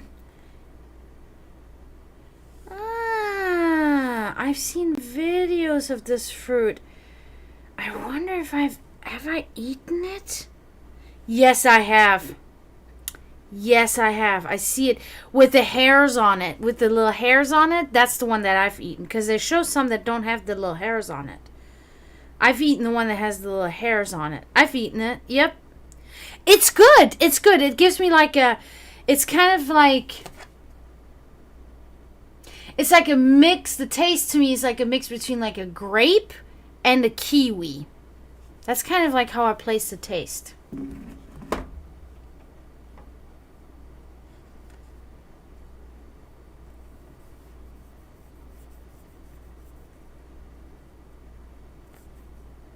Oh, okay. Got you. Yeah, then I had the rambutan, I guess. That's what I had then. It's good. See, I told you I like all fruits. It's good stuff. Yeah, so I have not had the actual lychee, then I've had the rambutan. Rambutan. That's such a weird... well, I guess I'm pronouncing it like more in a Germanic or Slavic way than... Or even maybe consider a Latin way, but not in an American way. Rambutan? I don't know how Americans would pronounce rambutan. Something like that. Oh shit. I kill myself. Man, you guys, I am so grateful for everybody here today. Like, this has been such an amazing stream today. And it hypes me up very much because I said this earlier, my streams recently have been very slow and not many people... Oh my god. What is that? Oh, that's in my hair. Oh, it's a fuzzy. It looked like I had a hole in my dress. I was like, oh no, now I gotta sew. No, but my streams have been so slow lately, so I'm like really excited that all of you guys are here, and this is so awesome. And we're talking about God and the world. That's what that means, and that's what we're doing, and I love it. Hype. Yeah, and don't forget, guys, subscribe to me. If you have Amazon Prime, you get a free Prime subscription. Please use it on me. I do appreciate anybody that can sub. I have a GoFundMe right now because of some paperwork that I have to file with the government in order to be able to get my driver's license and get my education going. So if you go on my Facebook page, even on my TikTok, you can see my fundraiser. If you can donate or share or do anything to help, but subbing would also help, of course. And if you do sub, you get a 3-card reading, and you get to unlock my emotes, and you get no ad breaks. And if you sub tier 2, you get all that and a 10-card reading instead of a 3-card reading. So any help, any support is of course appreciated. But yes, this is an awesome stream. And I can tell that I have gained some really great followers with you guys today. Because I know that a lot of you are new in here. And you guys are right up my alley. So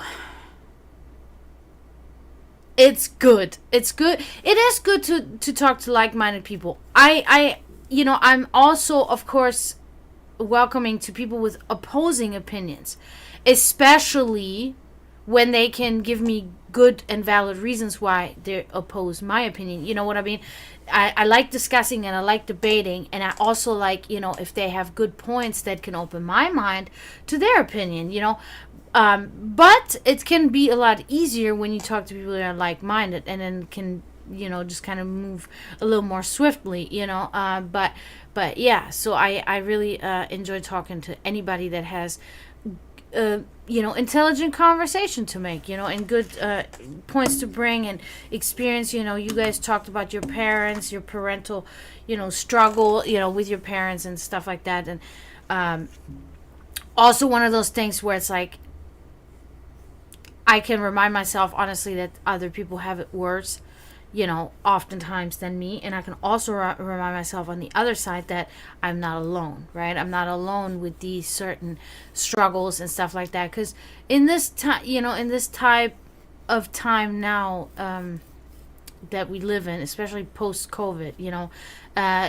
seemingly a lot of people are isolating themselves, which I can understand on one hand, and on the other hand, it's really not good for any of us.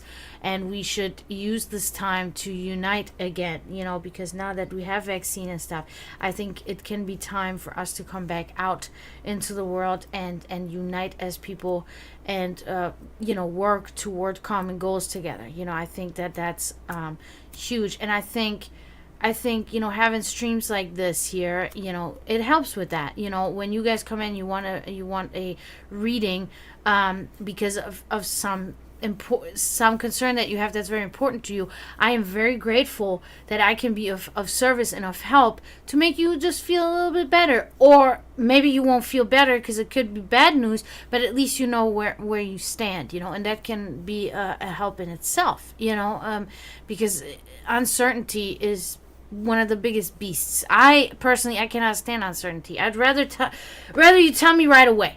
Then I have the facts and then I know what I'm dealing with. I don't like being sitting in the dark and wandering and stuff like that,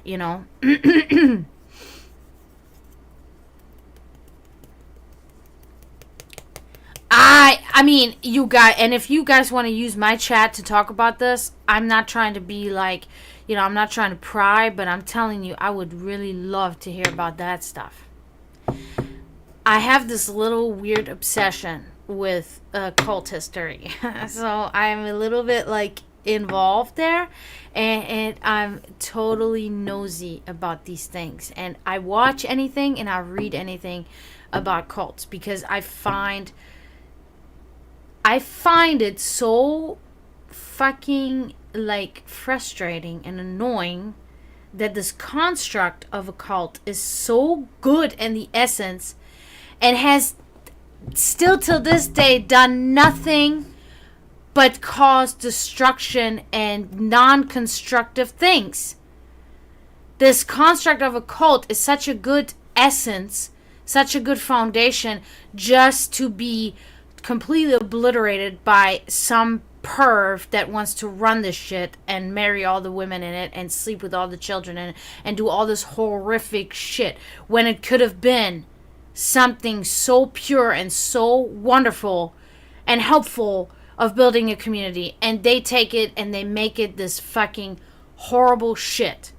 Like, that's my whole thing about the cult experience. Like, about what happens with cults. It starts all off good and nice and yeah, good idea, and that's what we need to do. That's good. And then it just gradually turns into this fucking shit show.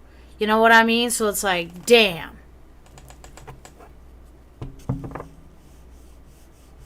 That's what it is, Serendips. That's exactly what it is. It goes to the head. No, because most of the time, the people that's my opinion. I think most of the time, these people that run these cults are actually, in essence, not very smart, but they have a gift of talking, and they're very good at manipulating people, right? And they take their time. They're very patient people, and they take their time to manipulate people into their cult, promoting it as something so good.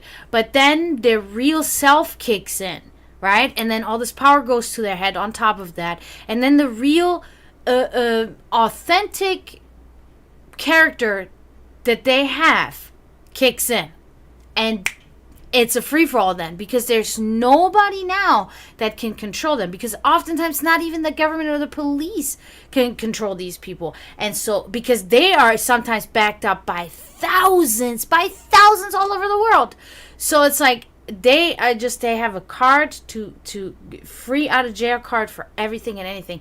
Oftentimes even law enforcement is deeply involved in there. Their families are in there and everything, and it's just like, and then you see the true character of that human come to the light.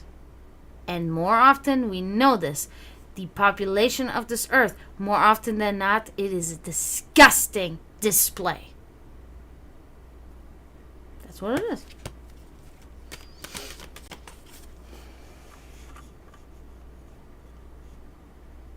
I have not read that, Licha. I have not. I got to, though. What is it called? It's called The Cult Experience. Teal Swan. I can't remember that. IDS Cult. What is that? Oh, LDS Cult. What is that?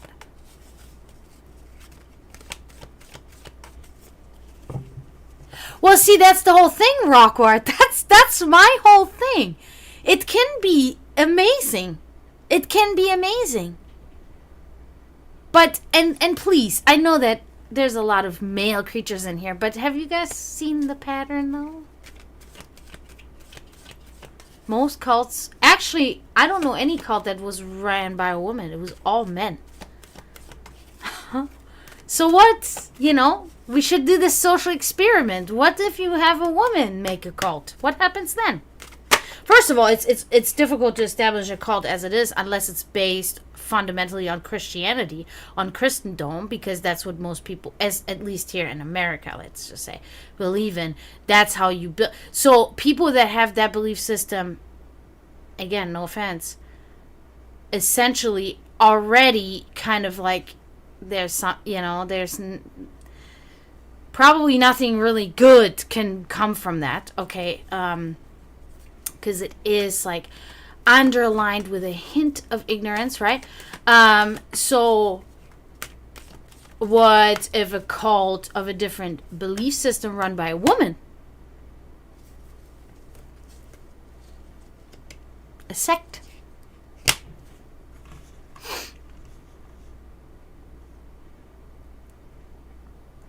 No, a cult does not. That's my whole point. Like, it's not about that. A cult is just another word for a sect, for a section, for a gathering, for like a amount of people. But it always just turns that way because of the faith that it springs from, or the belief system, I should say, that it springs from, Christian, and the gender that runs it. I think those two mixed together, that's what it is the problem. I think if we take the two individually, let's say you have you have a satanic man or a pagan man run a cult, I think we wouldn't have these issues. I think the danger would be less. Join the a firm family unit. See, I already don't like that word firm in there. That's already a little too culty. But the cult of the Grateful Dead. Okay, so what you're trying to say, Rockrar, is you're a hippie.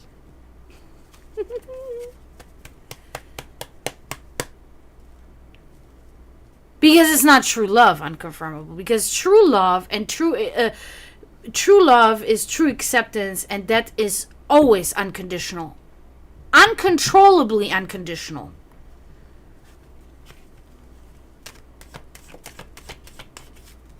Latter-day Saints. That's what I thought it was. Yes. Okay. Mormons. Yep. This is. Yeah.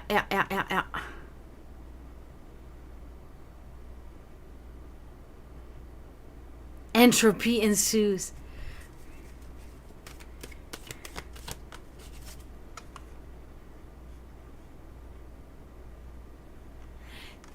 Unconfirmable. Mine is not a cult, though. Mine I consider a sect. But yes, that is my whole base of my sect of the dragon. Not love, but education is the fundamental belief system of my sect of the dragon that I've been trying to build for 2 years now and have been very unsuccessful, not to lie. It is the sect is a sect of education, of spiritual and esoteric education. That is what my sect is about. But also, love, yes, and loyalty and tolerance, because I welcome anybody from any religion to join my sect. Because it is not about the religion, it's about spiritual evolution and progress.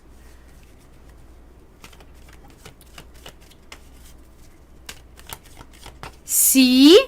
There, Gabriella, good looking out. Yep. Worship from inhabited, cultivated, worship from the verb colere. Yep. Yep, that would make sense. That would make sense with what I know. Yep. Yep. Not maybe a classroom, but rather like a book club. That's kind of what I consider it.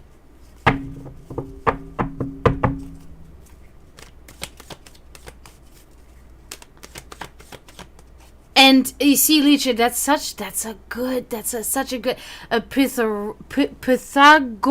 Pythagorean. It's Pythagoras in German. It's easier for me to say. So it's like it is a cult I would immediately probably join, because it is about it is about a mathematical education and research and development, and progress. And evolution, so it's like what's not to join, because in math there are rules, but these rules are not impending on or impacting, I should say, on the humans. They do not impact human behavior in a way. They do not control human behavior, but they control mathematic behavior, which is totally separate. The study of science, that's totally separate from controlling, because that's what it is controlling other human beings' behavior to bend to their will of the leader, and that's what these religious cults are about. But as soon as you have a cult that's involved in, you just have a glorified science club right there, and that's perfectly fine, I think. And exactly, knowledge wants to be free. But when you then think about cult, it's more like getting like-minded people that want to explore the same scientific topic or the same, topic of knowledge together. It's more than about a togetherness rather than containment and taking, Bye, Gabriella. Thank you for coming in. Thank you for joining and talking. It was awesome. Enjoy your sketty. Okay, I think Serendips, you had another.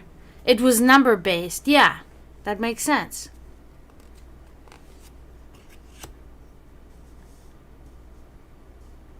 Serendips. I think it was Serendips, right? I'm pretty sure it was Serendips. Serendips. Yes. So, Serendips.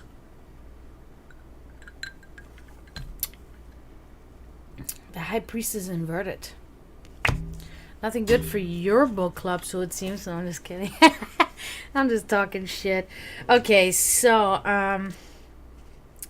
the High Priestess inverted is a little bit on a greater scale in a non-constructive thing, because it is about ignorance, and it's about a lack of vision and holding back true feelings.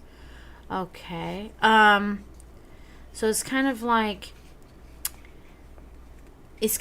you find yourself almost like a little bit bursting at the seams, but you're not doing it because maybe multiple reasons.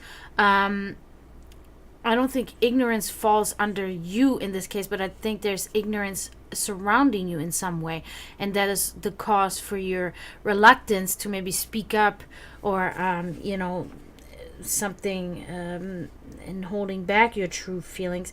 And this may be also dampering a vision that is trying to form with you. Okay, so it could be in maybe your field of work, or maybe the people that you surround yourself with, maybe in school, or maybe in like a hobby or something like that. But yeah, so there's some kind of damper put on your vision, and there's some kind of ignorance around you, and it's causing you to kind of hold back and in a sense try to be diplomatic, but it's not working out well for yourself. Okay.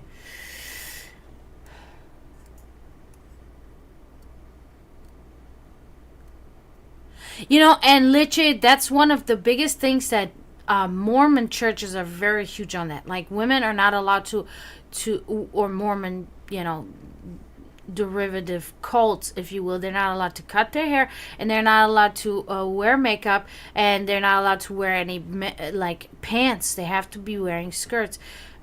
Can be long skirts or whatever, but they cannot wear pants because they're very. And I actually knew somebody like personally that was a good friend of my mom's that was actually in a cult like this, and they're not allowed to do any of that, not cut their hair, none of that stuff.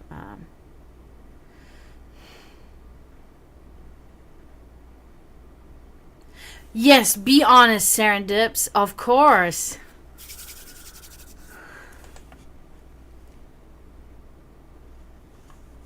What cult were you in, Rockwire? It was probably an awesome cult, wasn't it? Church of Christ? Oh my God.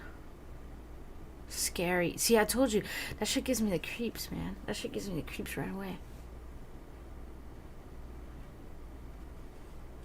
No, I don't want to be there. No.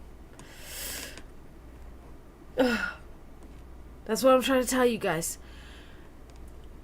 I take back my previous statements on I don't fear anything.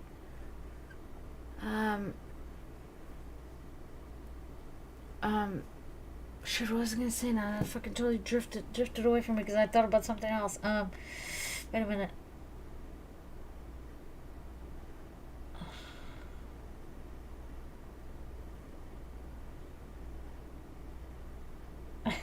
I always say this thing. I've always had this saying, and it's a funny saying.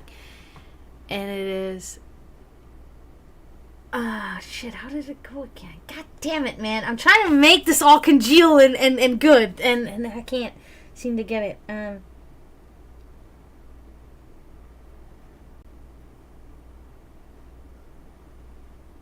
Yeah, whenever somebody says to me, are you scared? I always tell them, there's two things I don't have and never had and never will have. Fear and money. Because that's my dad always said that, and I love that, and I say that. But there are things that I'm scared of.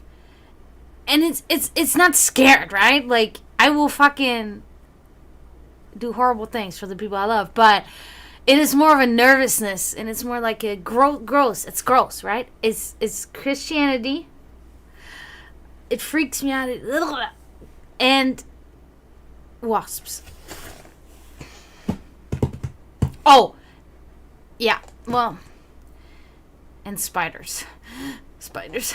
I can't kill them because I cannot kill like creatures. I kill them so rarely, like a bug or something when I hate doing it. I hate doing it. And I do not kill spiders. Like, I vacuum them away.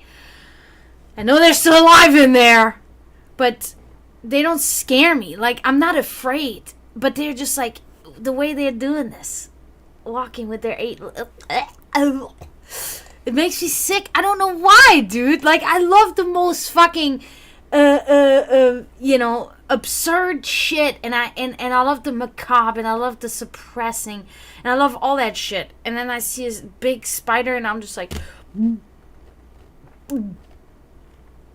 I don't know what it is. It's weird. But yeah, so it's Christianity, wasps. Actually, those actually scare me. And spiders. Ooh. Not the small spiders. I love those. Those are cute. But the bigger they get, the... no. Woo!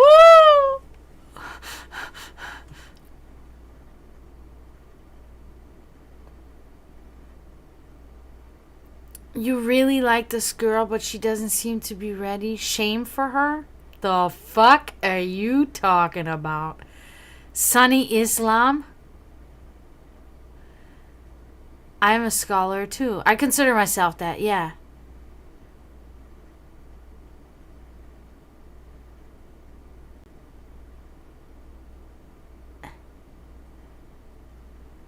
Yeah, you're right, unconfirmable. It's about being in charge, a man being in charge then.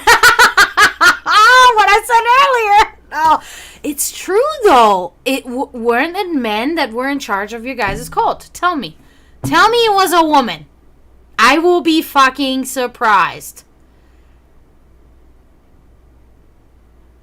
You can, Serendips. No, of course you can. But you have to understand, it's like, so when I talk about the Christian thing, right? Then it's like,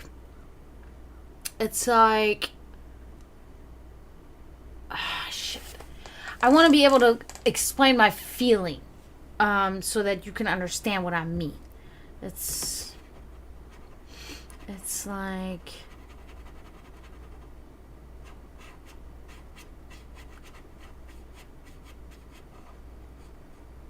I don't know. I can't. I can't.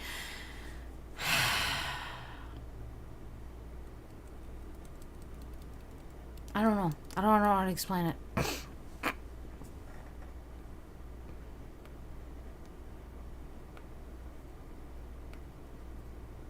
Oh, Jehovah's Witness. Yeah.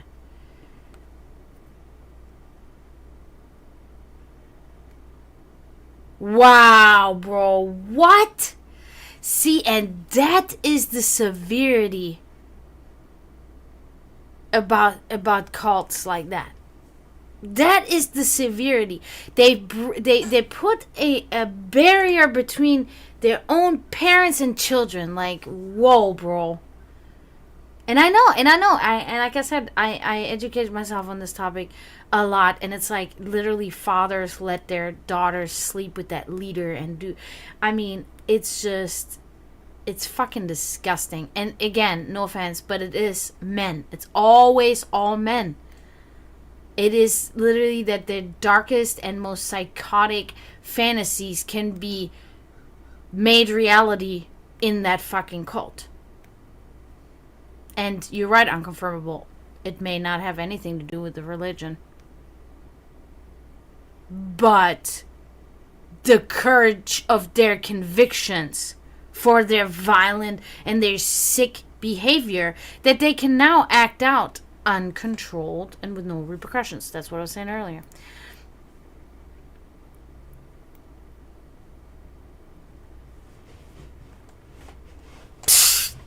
Legit, don't worry about anything like this, because what comes after death, they cannot even conceive.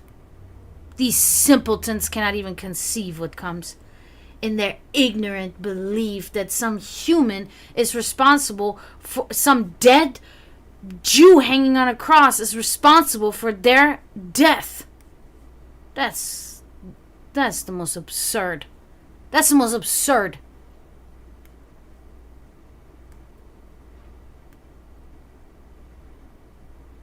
Damn. Yeah, and I know a lot of people go through so much abuse there. They have to get therapy after because they cannot even live like, even a slightly, normal, and I hate to use that term, but normal life, in society, like without some kind of help.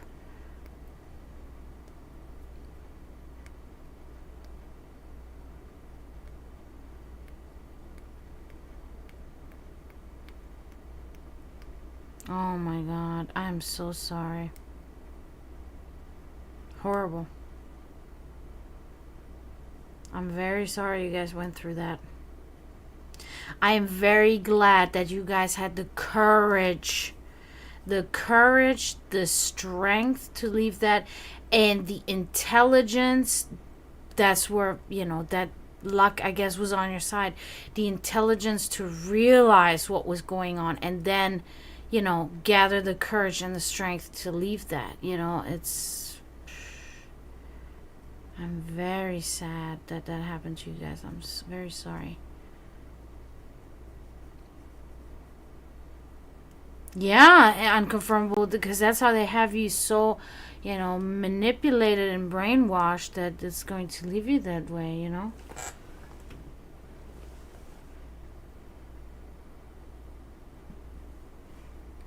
Exactly. Serendips. That's exactly it. That's, yep. Exactly unconfirmable. Yes. You are free. As free as, I guess, the rulers of this world allow us to be.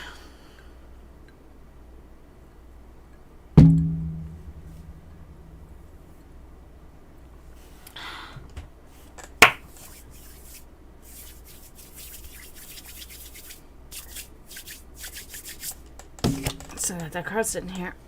Getting cold. What's going on here?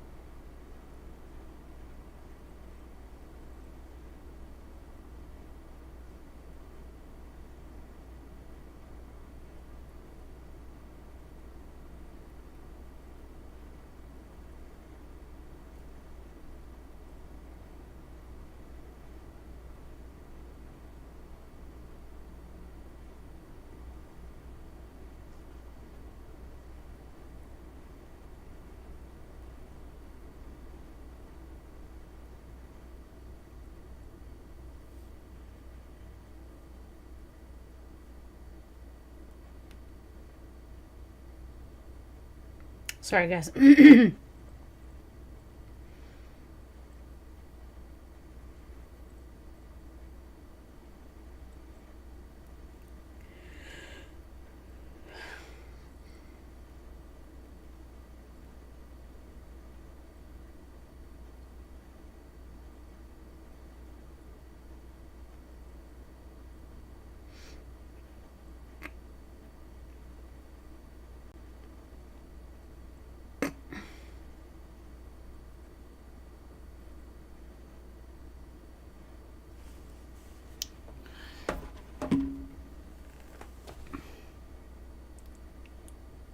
Which is so. We can talk about how contradictive not just the Bible is, but the people following the Bible. So it becomes like even this more twisted and tangled stuff. And I do want to underline, though, it's not everybody, but it is like 95%. So it's like,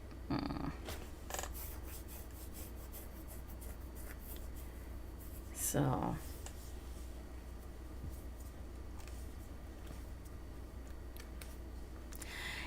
I always deeply believe, everybody should be entitled and allowed to their own belief, of course. Nobody should be forced to believe anything or whatever. But I do believe that as soon as your religious views or your spiritual or cultural views make demands of other people that are not yourself, for other people to not do something or for other people to do something that they would normally not do, that's where it stops. That's where the tolerance needs to be. That's where tolerance needs to cease. If your religion tells me to do something, that cannot be and should not be accepted. That's just how it is.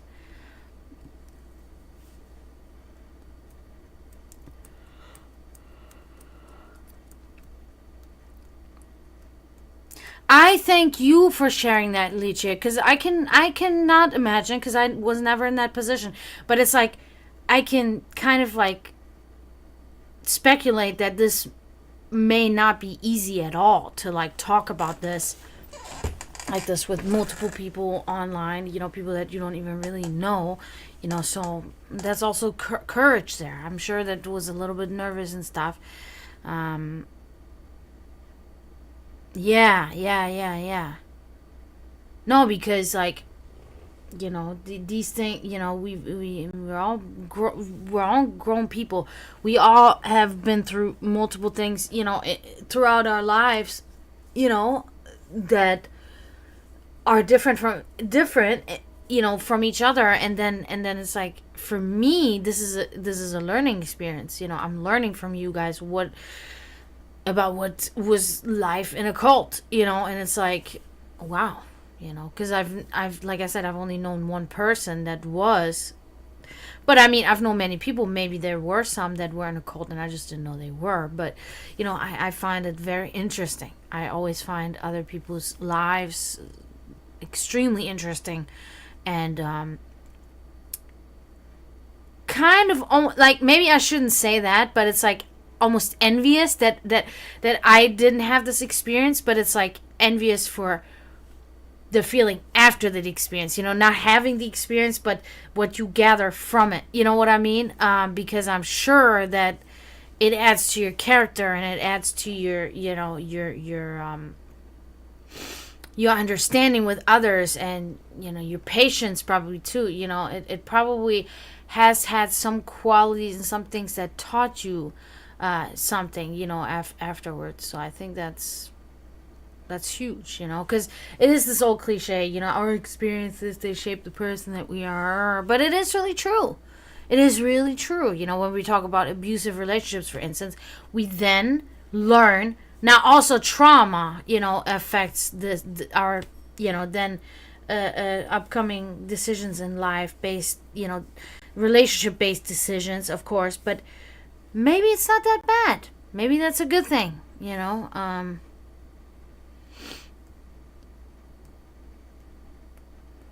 Of course, Islam is, yeah.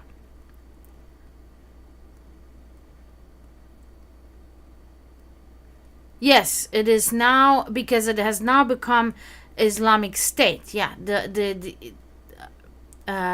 would be Iran specifically, is Islamic State, and it is almost, it is similar, but I would say worse than communism.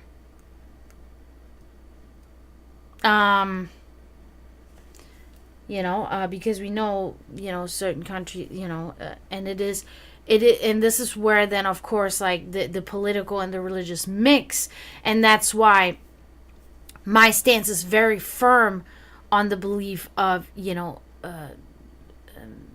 the wall between government and religion. Okay, that should not,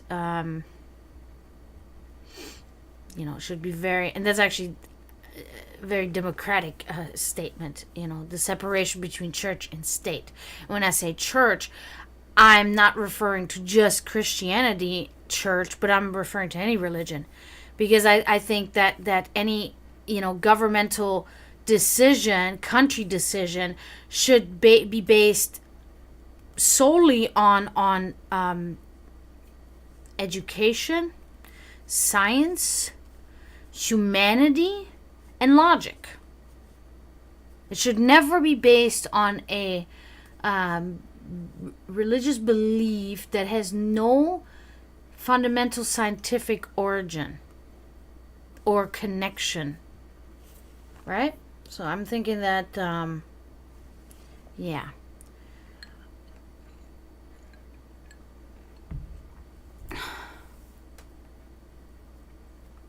Because it doesn't mix, it doesn't meddle, it doesn't belong there, right? Of course, people believe, I would say, like, the right oftentimes believes that it is enough and it is well enough to run a country like Jesus Christ. Like a country like a business. You cannot run a country like a business, because a country is not just filled with businesses or business, but it's filled with people. So humanity, humanitarianism, these need to be part, right? So it's like, okay, there's still no place for religion there. It's not. Especially if it is not everybody's religion. If you want religion involved, everybody's religion has to be involved. Now, how do you make that work? It's a little too harsh, so let's not even put religion in there at all. We don't need it. We just need understanding and tolerance and acceptance Acceptance is a shitty word though, because we don't need to accept bullshit either. You know what I mean? But it's like we need a certain connection and diplomacy between each other, and that's how we solve these problems. We don't need religion. Nobody needs that. See, all of us are different, have different belief system. What are we doing? Perfect. We're solving the world's problems right now as we speak. Theoretically, and that's it.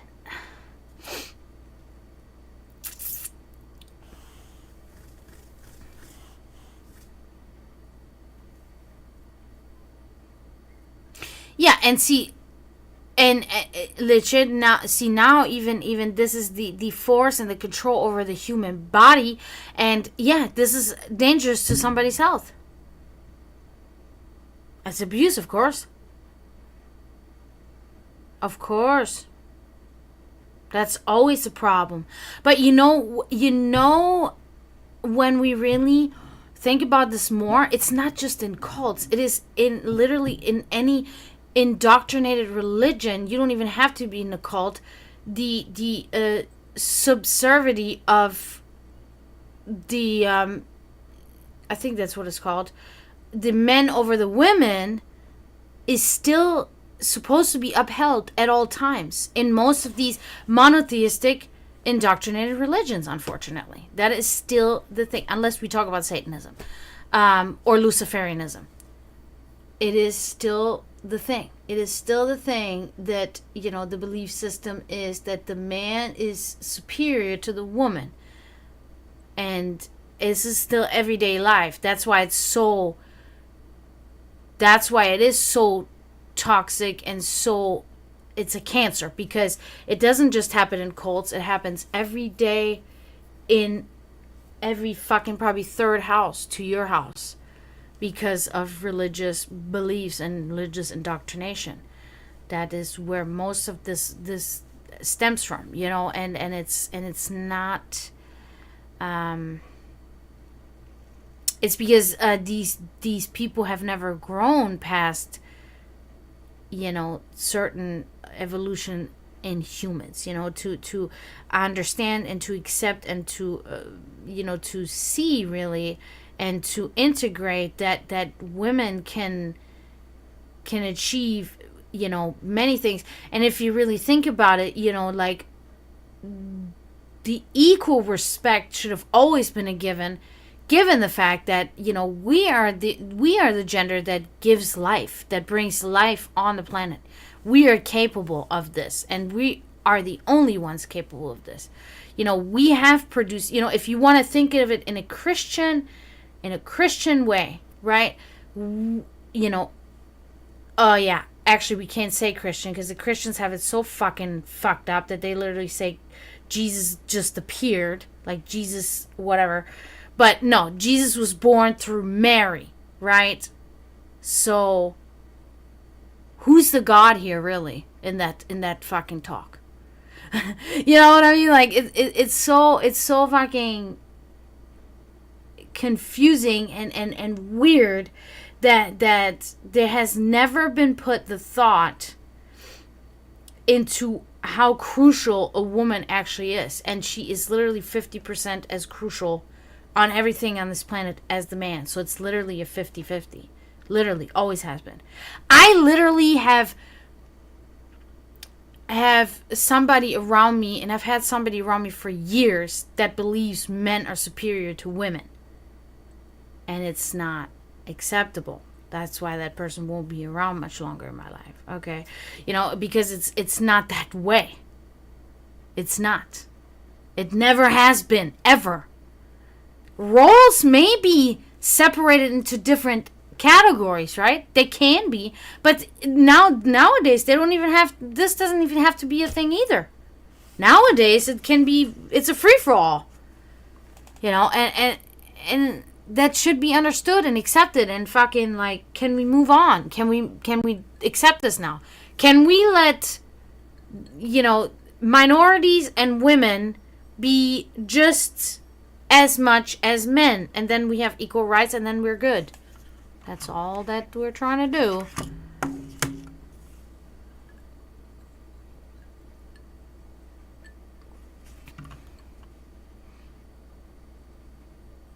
And that's exactly right, Liche. That's exactly that.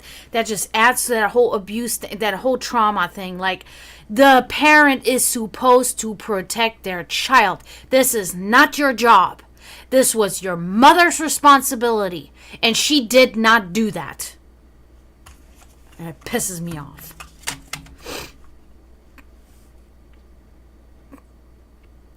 Exactly, unconfirmable. Exactly, it has a deeply rooted effect on you, and you will subconsciously, won't even be conscious of it, let this out on your relationships and in your social, connections and stuff like that. And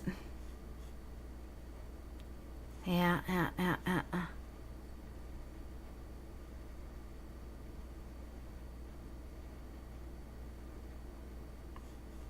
Oh, yeah. I mean, besides, not, besides the consent part, which is of course huge, but I mean, like, where was she in all of this? She was literally tossed to the side. She was not even spoken of after fucking Jesus died. She wasn't even a topic anymore. What was the whole thing about this woman giving birth to the Savior?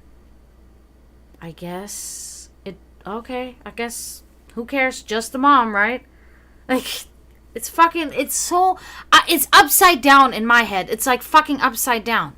It's like, if anything, she should have been sitting on the throne and Jesus should have been sitting on a little bit of a lower throne, because that's the son, that's the boy. I'm still your mother.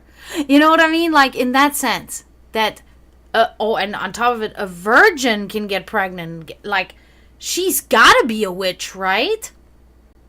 Or how else did that happen? Joseph wasn't, she just went around a corner. Oh, I don't know how this happened. I must be carrying the Savior here. Because, I just got pregnant on my own. That whole thing is just so, like, I can just fucking go nuts. It's so, It's like, at least we Germanic people, we understand that our stories in the Osa through Edda, or in the Pose Edda, whatever you want to call it, we understand our ancestors had fantastical ways of explaining tiny, true things, and they dress them up as these huge, we understand that because we let logic and science explain that to us. Christians just shun this completely and say, nope, that's how these... So where are miracles now? Where are these fucking miracles created by... Where's Jesus himself? Strike me dead. Strike me dead now, Jesus. No? Okay. I've done that, like, I think 1,000 times in my life. And this has never worked. It's like, you gotta try harder. It's like, no, it just doesn't work like that. We are pretty much responsible for everything that we do on our own.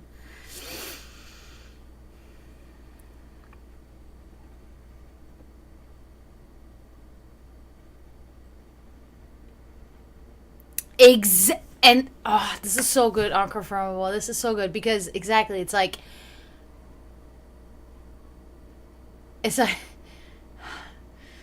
how can I actually expand on this huge thing now? Because it's so fucking crazy. It's like, I remember my former friend, she said to me one day, super Christian, right? Super fucking churchy and going in there dancing and singing, which is great, but like, she's doing way more fucked up things morally than I did. Drinking and driving, getting arrested, getting pregnant by random strangers, all of this shit, doing drugs, all of it Christian, right? So one day she says to me, yeah, I'm like, so how, we would always have these theological conversations because we both knew our religious, we knew, and she would ask me questions about her Christian view on something, and then she would ask me because she wanted to know what is my point on this. So one day she explained, one day we have fucking one of those hours conversation about this shit again, right? And I don't know what it was about, but I asked her, I said, so how did you know that? Like, how did you find this out? Who told you? Like, who made you? Oh, it was God's voice told me. I said, God's voice told you? She's like, yeah, you probably find that crazy, right? Hearing voices in my head. I'm like, I'm like, so you hearing a man's voice speak in your head and telling you things? Yeah. And it's God. And I know it's God. I'm like, how do you know it's God? Oh, because I've had this chance. Because I had this and this. All lies. I know it was lies. I know now, after the fact, when she was lying to me. Because because you have time to reflect and you've got time to process things. And it's like, okay. So I'm like, yeah, that's not normal. That's not normal. Having a stranger's voice in your head telling you to do things or telling you things. Because it's like, I have a voice in my head sometimes. It's my mom, right? It's like my consciousness, my mother speaking through my consciousness because of things she said to me in the past, things like that. Like, it's normal. This is not like some fucking bizarre shit that I have a voice in my head that's telling me to do things. That's unhealthy. That is a problem. That's not a God. Because the gods cannot meddle with you like that. Actual gods, they're not even around like that. They don't even know that we exist. Because they're somewhere completely different. That includes fucking Jesus.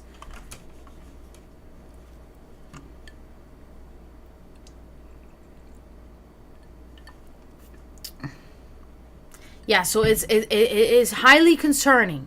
When somebody fucking tells you they have God telling them things, don't interact. Walk away. It is very scary. It is a dangerous situation because these people have this is what is called auditory hallucinations, okay? And this can be dangerous very quickly.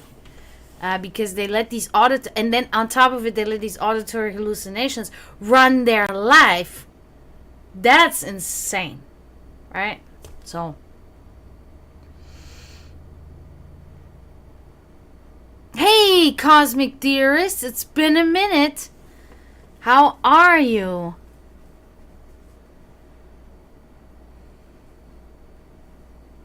But yeah, so that's what I'm saying.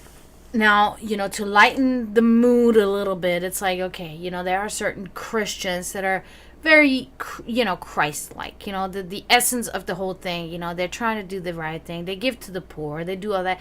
The sad part about it is that they need this whole Christ story in order to do so, that they do not have naturally the moral compass to do so on their own, or at least have been taught this by their parents without a book, without any God, just naturally.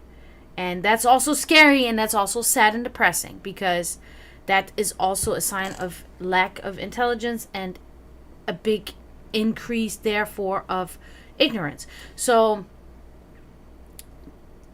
I have a problem with that. If you need a book, Bible, whatever book, and if you need some God to make rules in order for you to be a good person, how fucking unleashed would you be without that? And that's not good. Because the atrocities that have been done in the name of God are worse even still. So imagine if they were not. If they were without a God.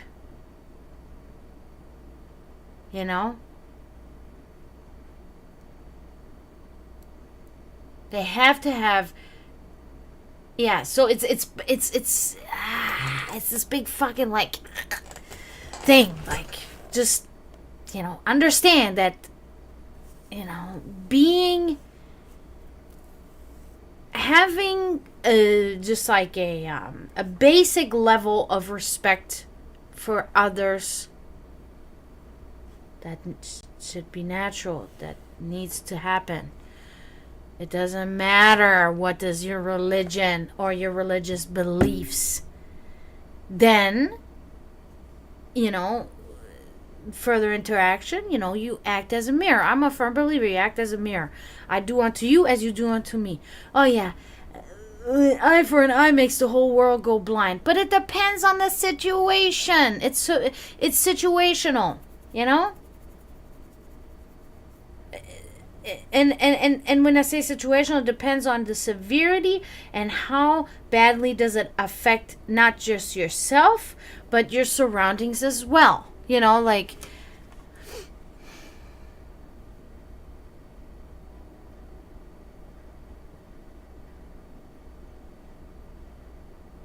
that's a really awesome thing to think about, Rockwell, given the fact, like, because we can really think that because of, there's no gravity. So, or there is gravity, but it's, only for the bigger bodies that have constant, motion, constant movement, so it's like, that makes sense to me. That makes sense. But I think that's cool, measuring it by the sound or sound waves. I think that's cool. That's a good thought. I've been good. Yeah, exactly, cosmic theorists, exactly. And exactly to that too, whatever evil means. Exactly. That's why I always say, like, evil slash bad and good are very much like subjective, and also they are constructs of humans, because it's like what is good to the fly is horrible to the mosquito, or whatever that saying is that the Addams family had. Can you believe it?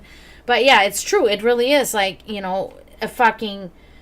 a koala lives on nothing but eucalyptus leaves, right? But if you fed a lion eucalyptus leaves, the lion would certainly die.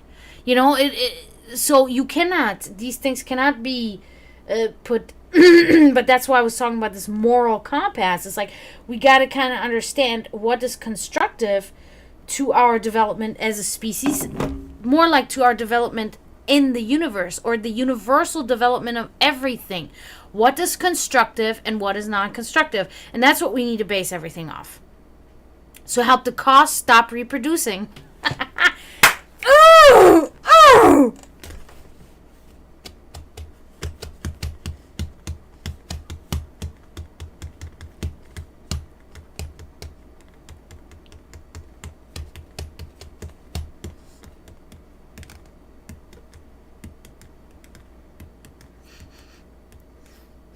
What am I smelling, man? Something like food is cooking or something.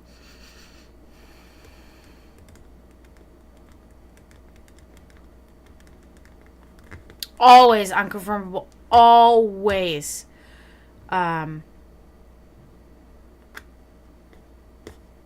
Society is objective good. Not really, because society, everybody still works as an individual, and most individuals are all very selfish and very much just subjective on anything.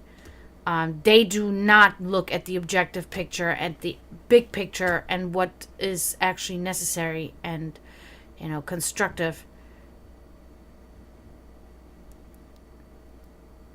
Society's actually the whole thing is a cancer, because it's all just like filled with people that are ignorant and that are fucking selfish and egotistical and out for their own shit. You know what I mean? Like, that's why I fucking hate society.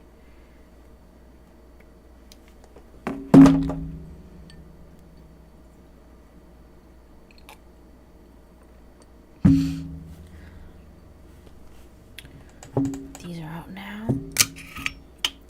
Well, you guys are giving... I mean, that... I'm just saying, I'm not trying to, that your thoughts, your thoughts are good, I think, and they have value. I just disagree. And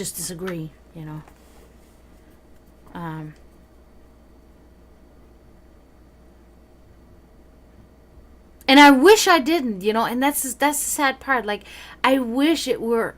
I wish monotheistic indoctrinated religion was not as destructive as it is. I wish that it would not bring out the worst in people, and I wish, in essence, that we could, I don't know, because like loving each other is not the right word, because love means the absence of logic. Okay, so it's not about that.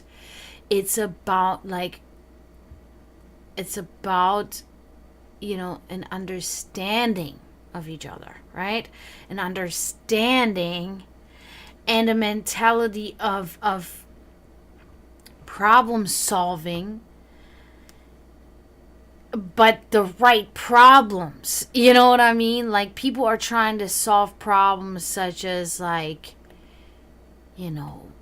people try to settle political debates. People competing in political, aspects, like who's going to become the leader of this country, and that's what it's become now. It's become this thing, they're on the platform, like politicians, just as an example, are like looked at as movie stars, as like fucking, like this, and it's like the cause behind it is what's important, but people don't even want to educate themselves. People just want to vote for the person that they think is the fucking, like, whatever, without any kind of research, without any kind of, like, trying to understand, learn. I hear it all the time. Oh, I just voted for him because of this. And it's like, what? That's what you base such an important vote on? Is that? Have you thought about the future of your grandchildren or your children or anything like that? Because that guy that you voted for has nothing to say about that. It's like, I think, when we talk about, like, for instance, voting system, people get mad. Oh, immigrants are voting. No, I'm an immigrant. I cannot vote. Okay? I cannot vote. There's no way I can vote. I can tell you that right now. Any politician that tells you immigrants are illegally voting, it's not possible. Because we cannot vote illegally. I'm just telling you. I'm not going to go into more detail. We cannot vote illegally. So don't let politicians fool you. It's not, no. We don't get free health care. We don't get nothing. We get nothing. To the contrary of what a lot of politicians toward the right want to tell you. We don't get anything for free or for busting our ass. We get nothing. That said, in reality, voting should be made even more difficult. And I'm talking about for people in their entirety. And I'm not not gender-based, like we women and black people weren't allowed to vote and all that bullshit. No, I'm talking about the same as when I'm talking about parents, becoming parents. People should be evaluated. In this case, people should be educated. People should be educated on the difficult, on the different, it should, mandatory, I don't think is the thing, because mandatory is one of those things, like, then that would be, almost like in a communist type of way. But I do think that somebody that wants to vote, they make the trip there, they do the whole thing, they fill out the ballot, they actually want to vote. These people should not be allowed to vote until they have undergone, like, at least, like, a couple of classes on education, on what are the main politicians that they can vote for, what do they do, and then their decision should be based on that, and then that's how they can vote. That's it. Couple mandatory classes, nothing crazy. They don't go to the classes, they get a sheet. Okay, I have completed these classes, and then they take the sheet to the voting office, they show it. Okay, your politicians, go vote. I don't think anybody that just said, oh, you know what? I like fucking Trump's haircut. I'm going to vote for him. What? That's what you're going to do? That's the ignorance you let vote. Like, no. And it goes for anybody. For everybody. You know what I mean? Like, there should be a mandatory evaluation of the person's knowledge on the politician in order to vote. What say you?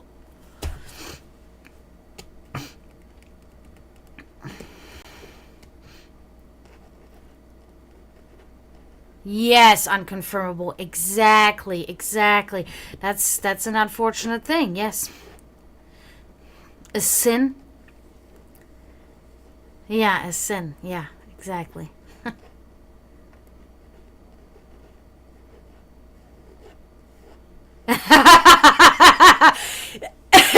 But at least, okay, this is already more information, Rockward, that you're saying right now than so many Americans, right? That are not from, like, I will start a conversation about politics, and then most people will say, Oh, well, and my education on politics, on like direct political issues and such, is not super extensive. It is basic, but it is basic, right? I have the basic understanding of what's going on and what are the dangers or what are the things, who stands for what, blah blah blah blah blah, right? All you gotta do is watch the news for a week and you can understand. You can watch CNN for a week, and then you can watch Fox News for a week. And then you can know, right? You can know what's going on. Pretty much.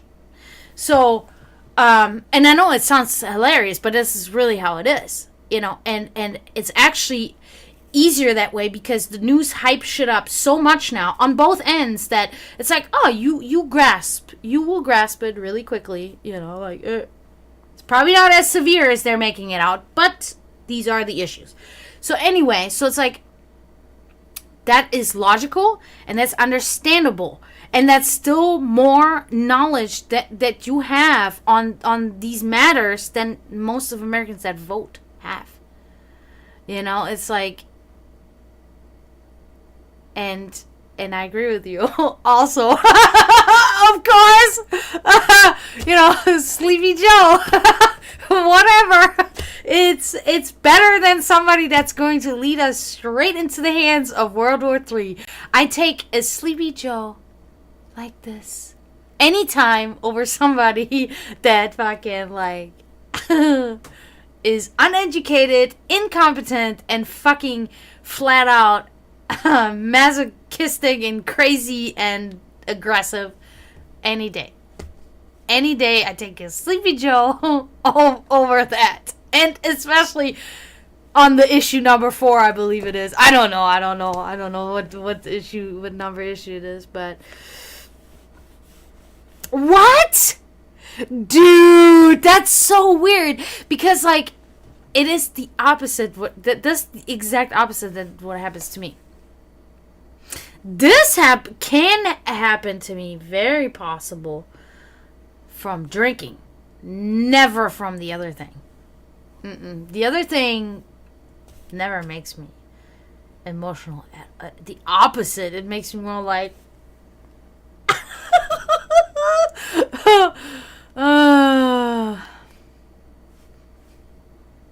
whatever. But yeah, so I do think that there's a lot of things wrong, but I also think to kind of like put a closing statement on all of this, Your Honor, it's like in the entirety when people say that people are just getting dumber, it's not quite that simple because we have seen since the dawn of time of the Homo sapiens sapien that we have done nothing but improve, right? Technologically, we have been evolving, always, continually evolving. Of course, we have caused great destruction, and we are still currently causing parasitic destruction to our planet, our home, our Mother Earth, where we dwell, to the creatures that inhabited this planet before us. That is a huge problem. That is a huge problem that is being scrutinized probably daily, probably to the sweat and tears and 80-hour work weeks of our scientists in any field, trying to gather ways of solving these problems, right? Part of the evolution. So we can know and we can hope and we can understand that our generation, none of the generation before us, our generation is fighting the battle and fighting, and we will have to continue to fight for hundreds of years. We will be dead already then, but we have to continue to fight, and we will get better, and things will get better. The problem is, will we be too late? Now it is a damage control fight of everything. Yeah. Some will say, very smart people will say that it's too late, but I believe that there's hope. I believe that there's actually hope in not just like preventing further damage, but I do think that there's also hope of like what do you call it, like a reversal. I think if we keep on keeping on, we can reverse these things. That's like my really stronghold, but that takes the elite, to use their brain to do that. Not spaz out and do some other dumb shit, you know. But yeah. So I think I don't know what's gonna happen, but I know a lot of people are working very hard. Yeah, a lot of our generation is working very hard to try to do something, you know.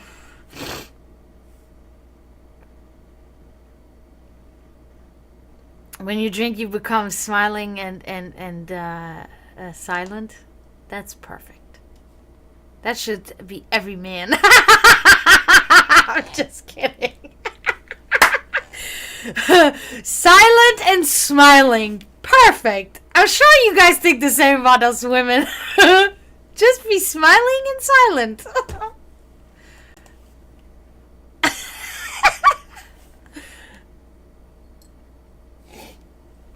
No, I find that so funny because, I mean, I've never seen you. I don't know what you look like, but I have a vision of what you look like in my head. And I see this vision of what you look like, unconfirmable, in my head, sitting on a sofa like this. Just silent and smiling. And I like it. And I like it.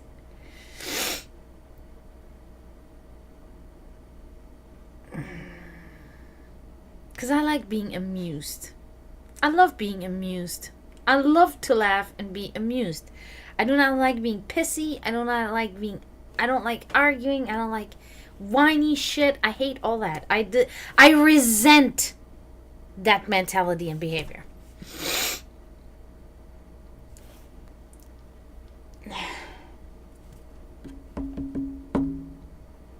I like solutions too. You know, when things are fucking like, help me find a solution. Help me find a solution for the problem. Solutions, problem solving. Like, you know.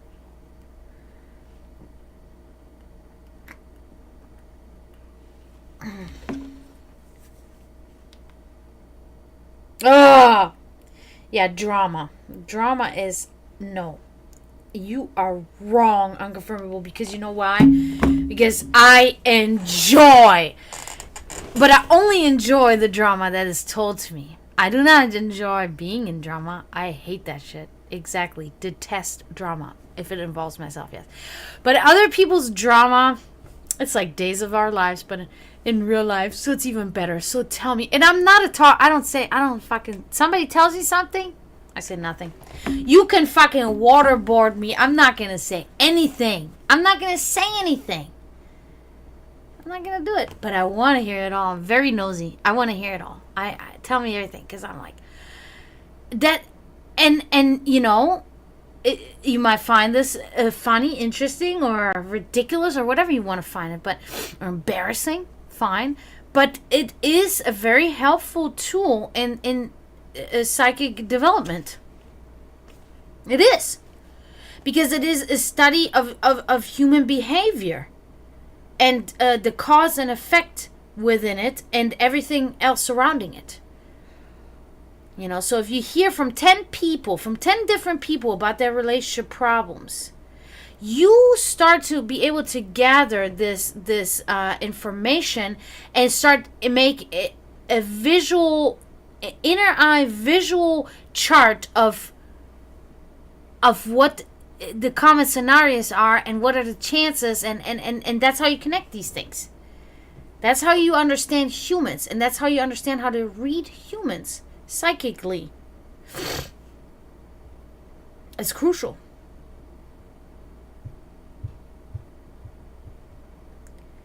What is that? Public freak out? Like what? Public freak out? Oh, like people getting in fights in public. I don't really, no, it's not that. I can't get involved like that because that shit would just, I don't know. It would get annoying. I'm just talking about like in real life when I interact with people,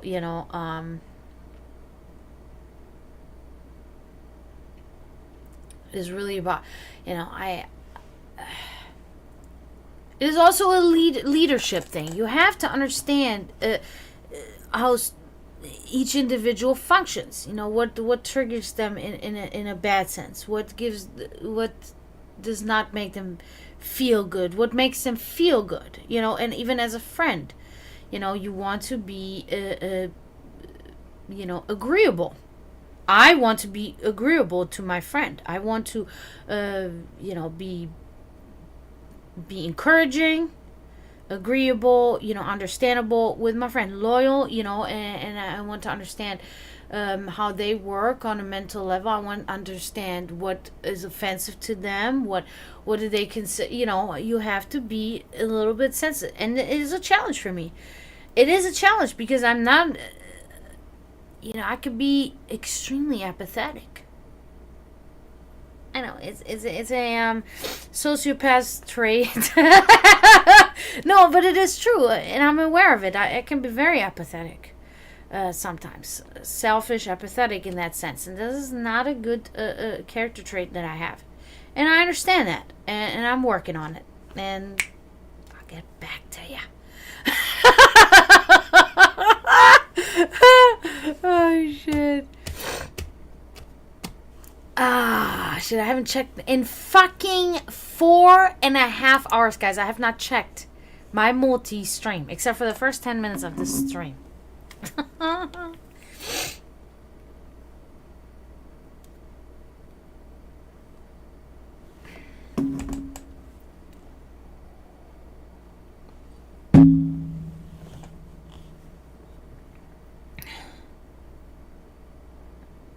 That's good though. That is good because these are all things also very closely related, if not all about energy, right? Energy exchange. There are very educational books on this matter. You should look into that. That means that your intuitive self, your spiritual self, is very in tune with the surrounding, and that is a big reason why you can do that. Now you can hone this skill even more. This is something that almost everybody's, it depends, almost everybody is capable of doing that, but there are a lot of us that are extremely powerful, energetic beings that have an extremely hard time controlling this too. On one side. On the other, complete control and complete harnessing and complete utilization. And on the other hand, complete self-destruct. Yep. It is...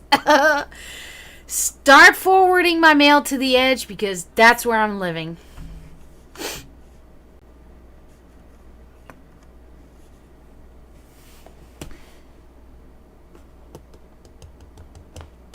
Okay, so now I think... Because this thing has been like just... But I needed it earlier because it looked fucking shitty not having it. Because it's like I had to pretty much fight the sunlight. Welcome back, Lychee.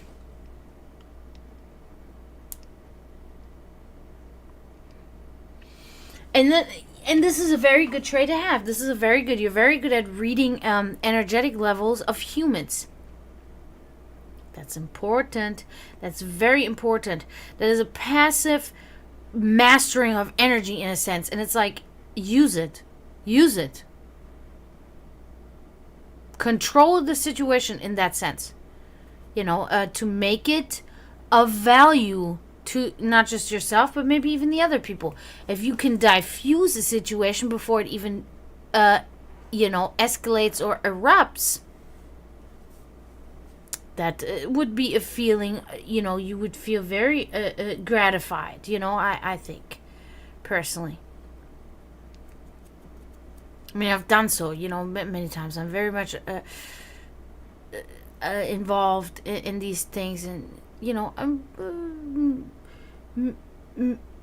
mediocrity educated in that field.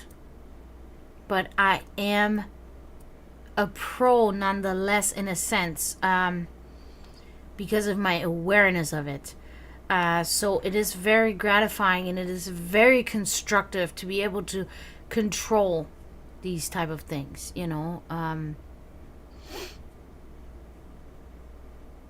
Oh, that sounds so delicious. Because one thing I'm going to tell you right now, I love curry. I haven't had curry in a while. I make myself some curry noodles, and oh man, with some, like, I take some veggie nuggets. They resemble chicken, but they're not chicken. They're veggie. It tastes excellent. You wouldn't really know that they're not chicken. And I cook them. I chop them up, and then I put them in with my noodles and make like a curry chicken noodle, but it's not. It's all vegetable, right? And oh man, and I chop up some fresh garlic, and I chop off some onion. It's perfect, dude. It's perfect.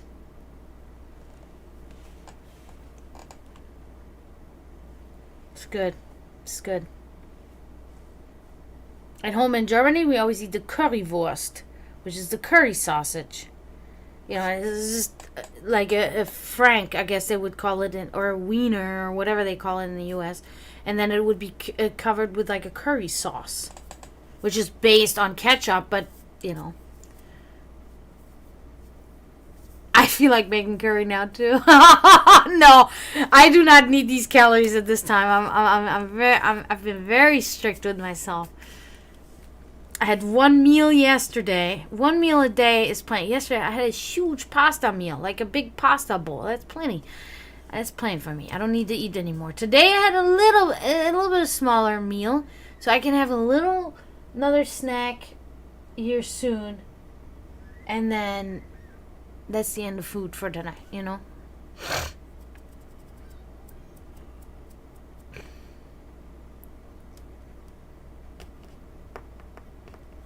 In a few days, you will go on your diet.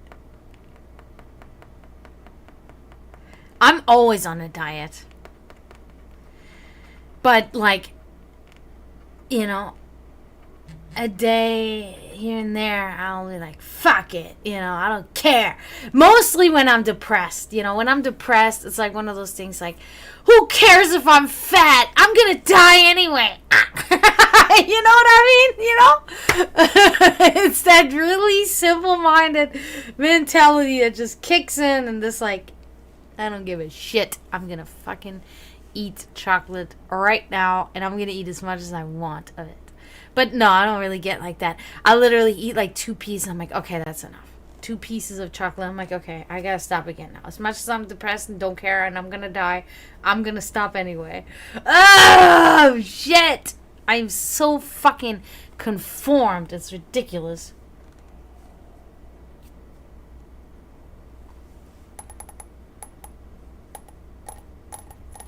And it's true. At least this life, as we know it.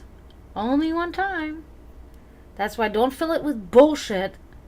Fill it with good stuff. With enjoyment. I do find laughing is the best, right?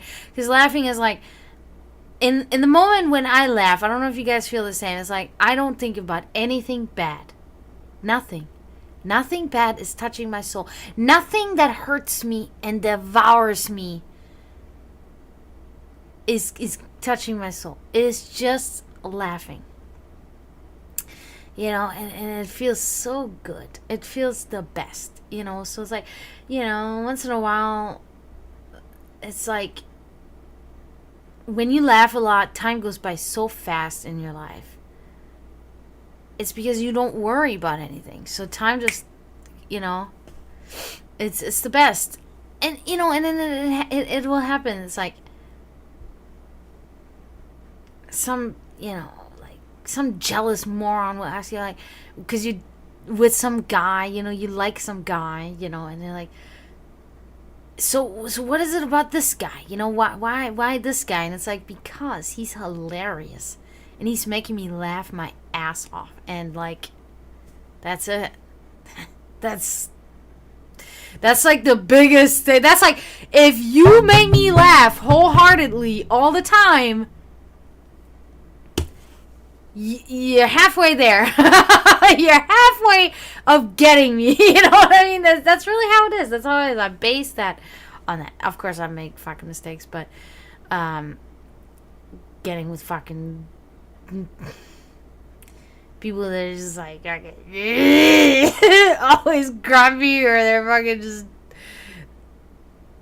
I don't know what I'm doing, but sometimes. But yeah, the laughing is fucking huge.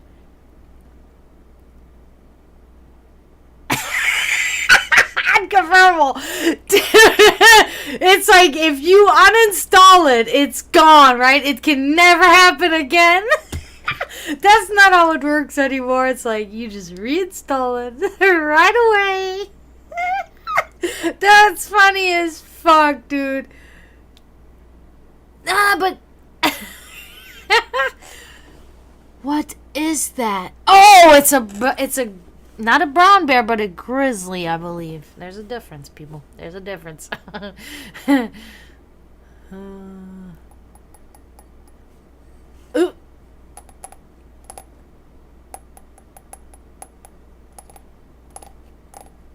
I'm having a blast, guys. I'm happy. Thank you, everybody. Thank you so much.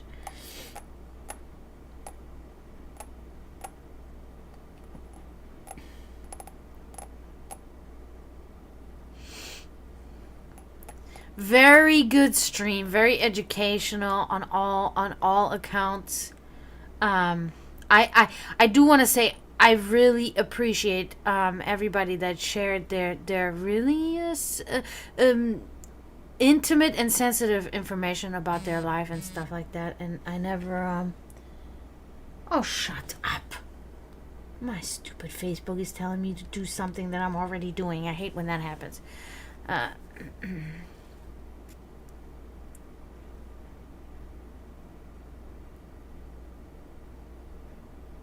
I choose the bear.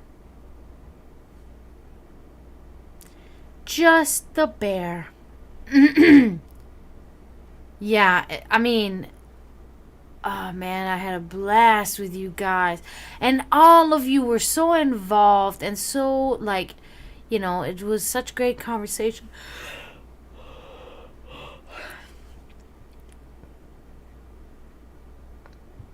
Indeed. It's only 9 o'clock. I feel like feels like it's later than that, but it's not.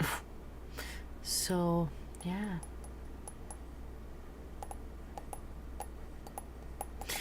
Yeah? That's still only nine hours, but you probably won't go to bed until 4, so it's still only 8 hours. So this is normal, It's not excessive sleep, but,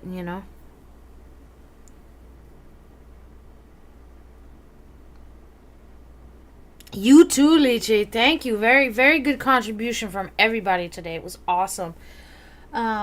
Very awesome. This is exactly what I'm always aiming for with this stream. So when it does happen, and it's not the first time, it does happen, but it hasn't happened in a while. So the fact that it did go down like this today was like, yes. I'm like, I needed that, because recently I was a little bit depressed because it was slow in the stream, and I have so many other things going on in my life that are not really going the way that I need them to, I guess.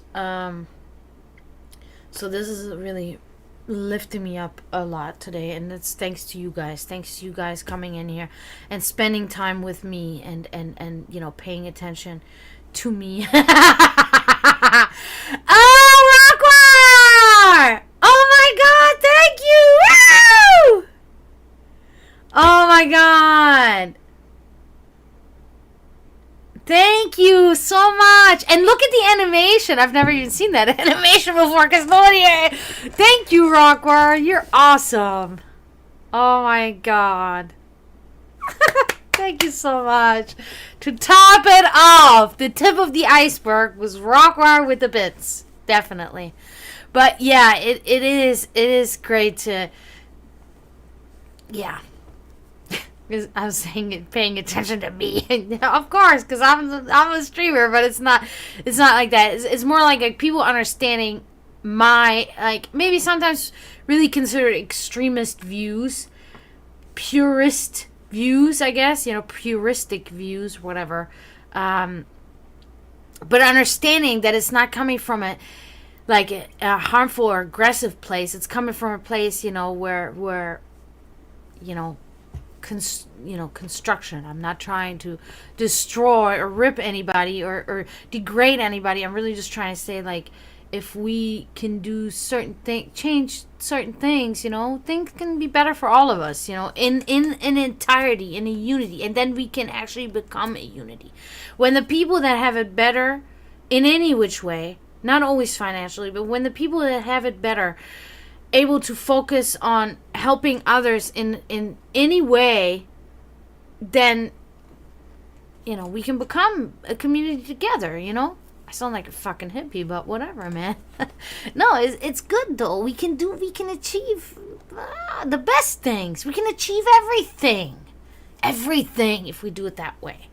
We will be unstoppable if we do it that way. But thank you, Rockwell. Oh my god, you're insane. You're awesome. We have good conversation in the Discord.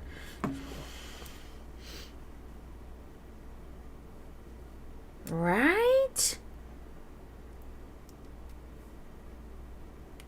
That reminds me. Check. Oh my god. What are you gonna play? What are you playing?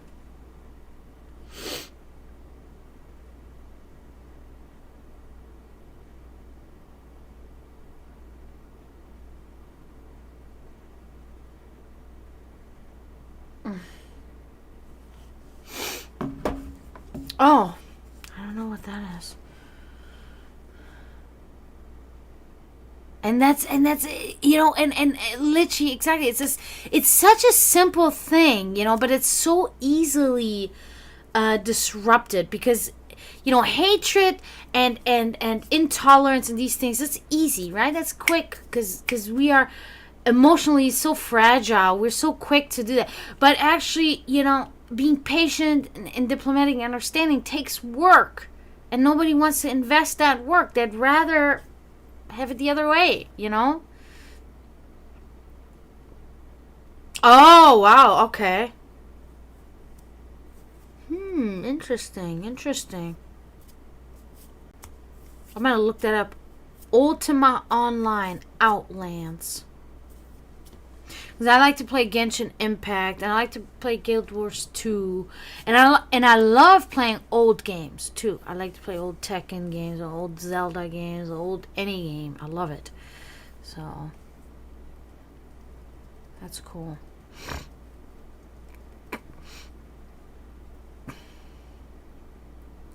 But yeah.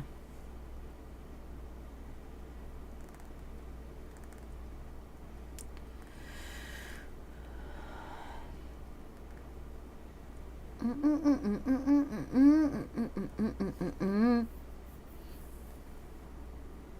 don't know if I should hop off now or I should wait a little bit. I don't know what to do. 'Cause I have been on for a long time. Wait a minute, I'm off tomorrow still. Yeah, maybe I'll hop off for tonight and come back tomorrow because this was a very long stream. Yeah, I like stuff like that. I enjoy that. I very much enjoy that. Yeah. You too, Lychee. Thank you so much for coming. It was awesome. Thank you. Come anytime. I would be stoked to see you. And everybody, I think it is a good point for me to for me to kind of, slide on out, because I need to do some more reading and some more.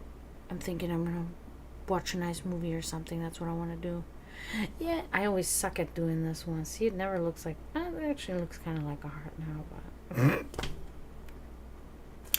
But yeah, thank you.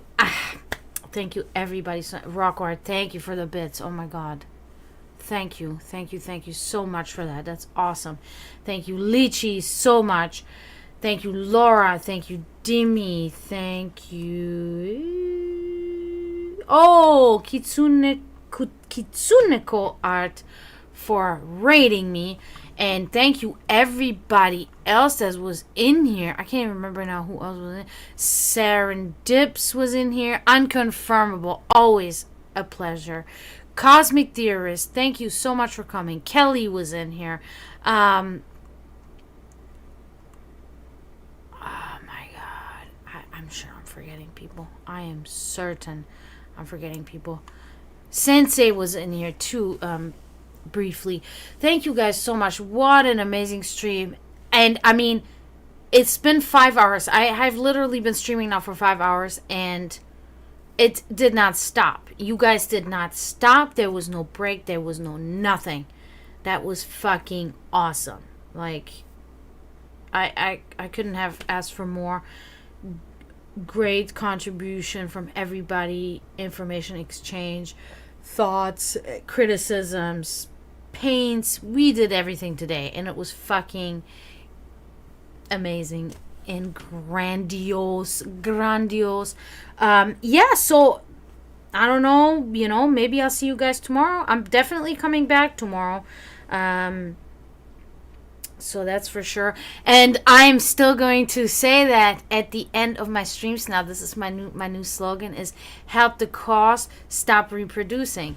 Yep, so that's going to be my encouraging end statement, besides to not forget to mourn those in spiritual turmoil, of course. But yeah, guys, I'm stoked. I'm hoping to see you guys tomorrow. I'll be back tomorrow. Not sure what time, but I will definitely be back. And I appreciate you immensely. This is why I do this. This is why I'm going to continue doing this. And, we can grow. We can get the message out there. We can make change ourselves, take action. In stopping pollution and stopping hatred and bigotry and all of that bullshit. And let's just all discuss the important things, So, thank you guys again. I appreciate you so much. It's so great. So, I hope everybody has a good night. And until next time, help the cause, stop reproducing. Do not forget to mourn those in spiritual turmoil. And I say tschüss, zdravo, and bye.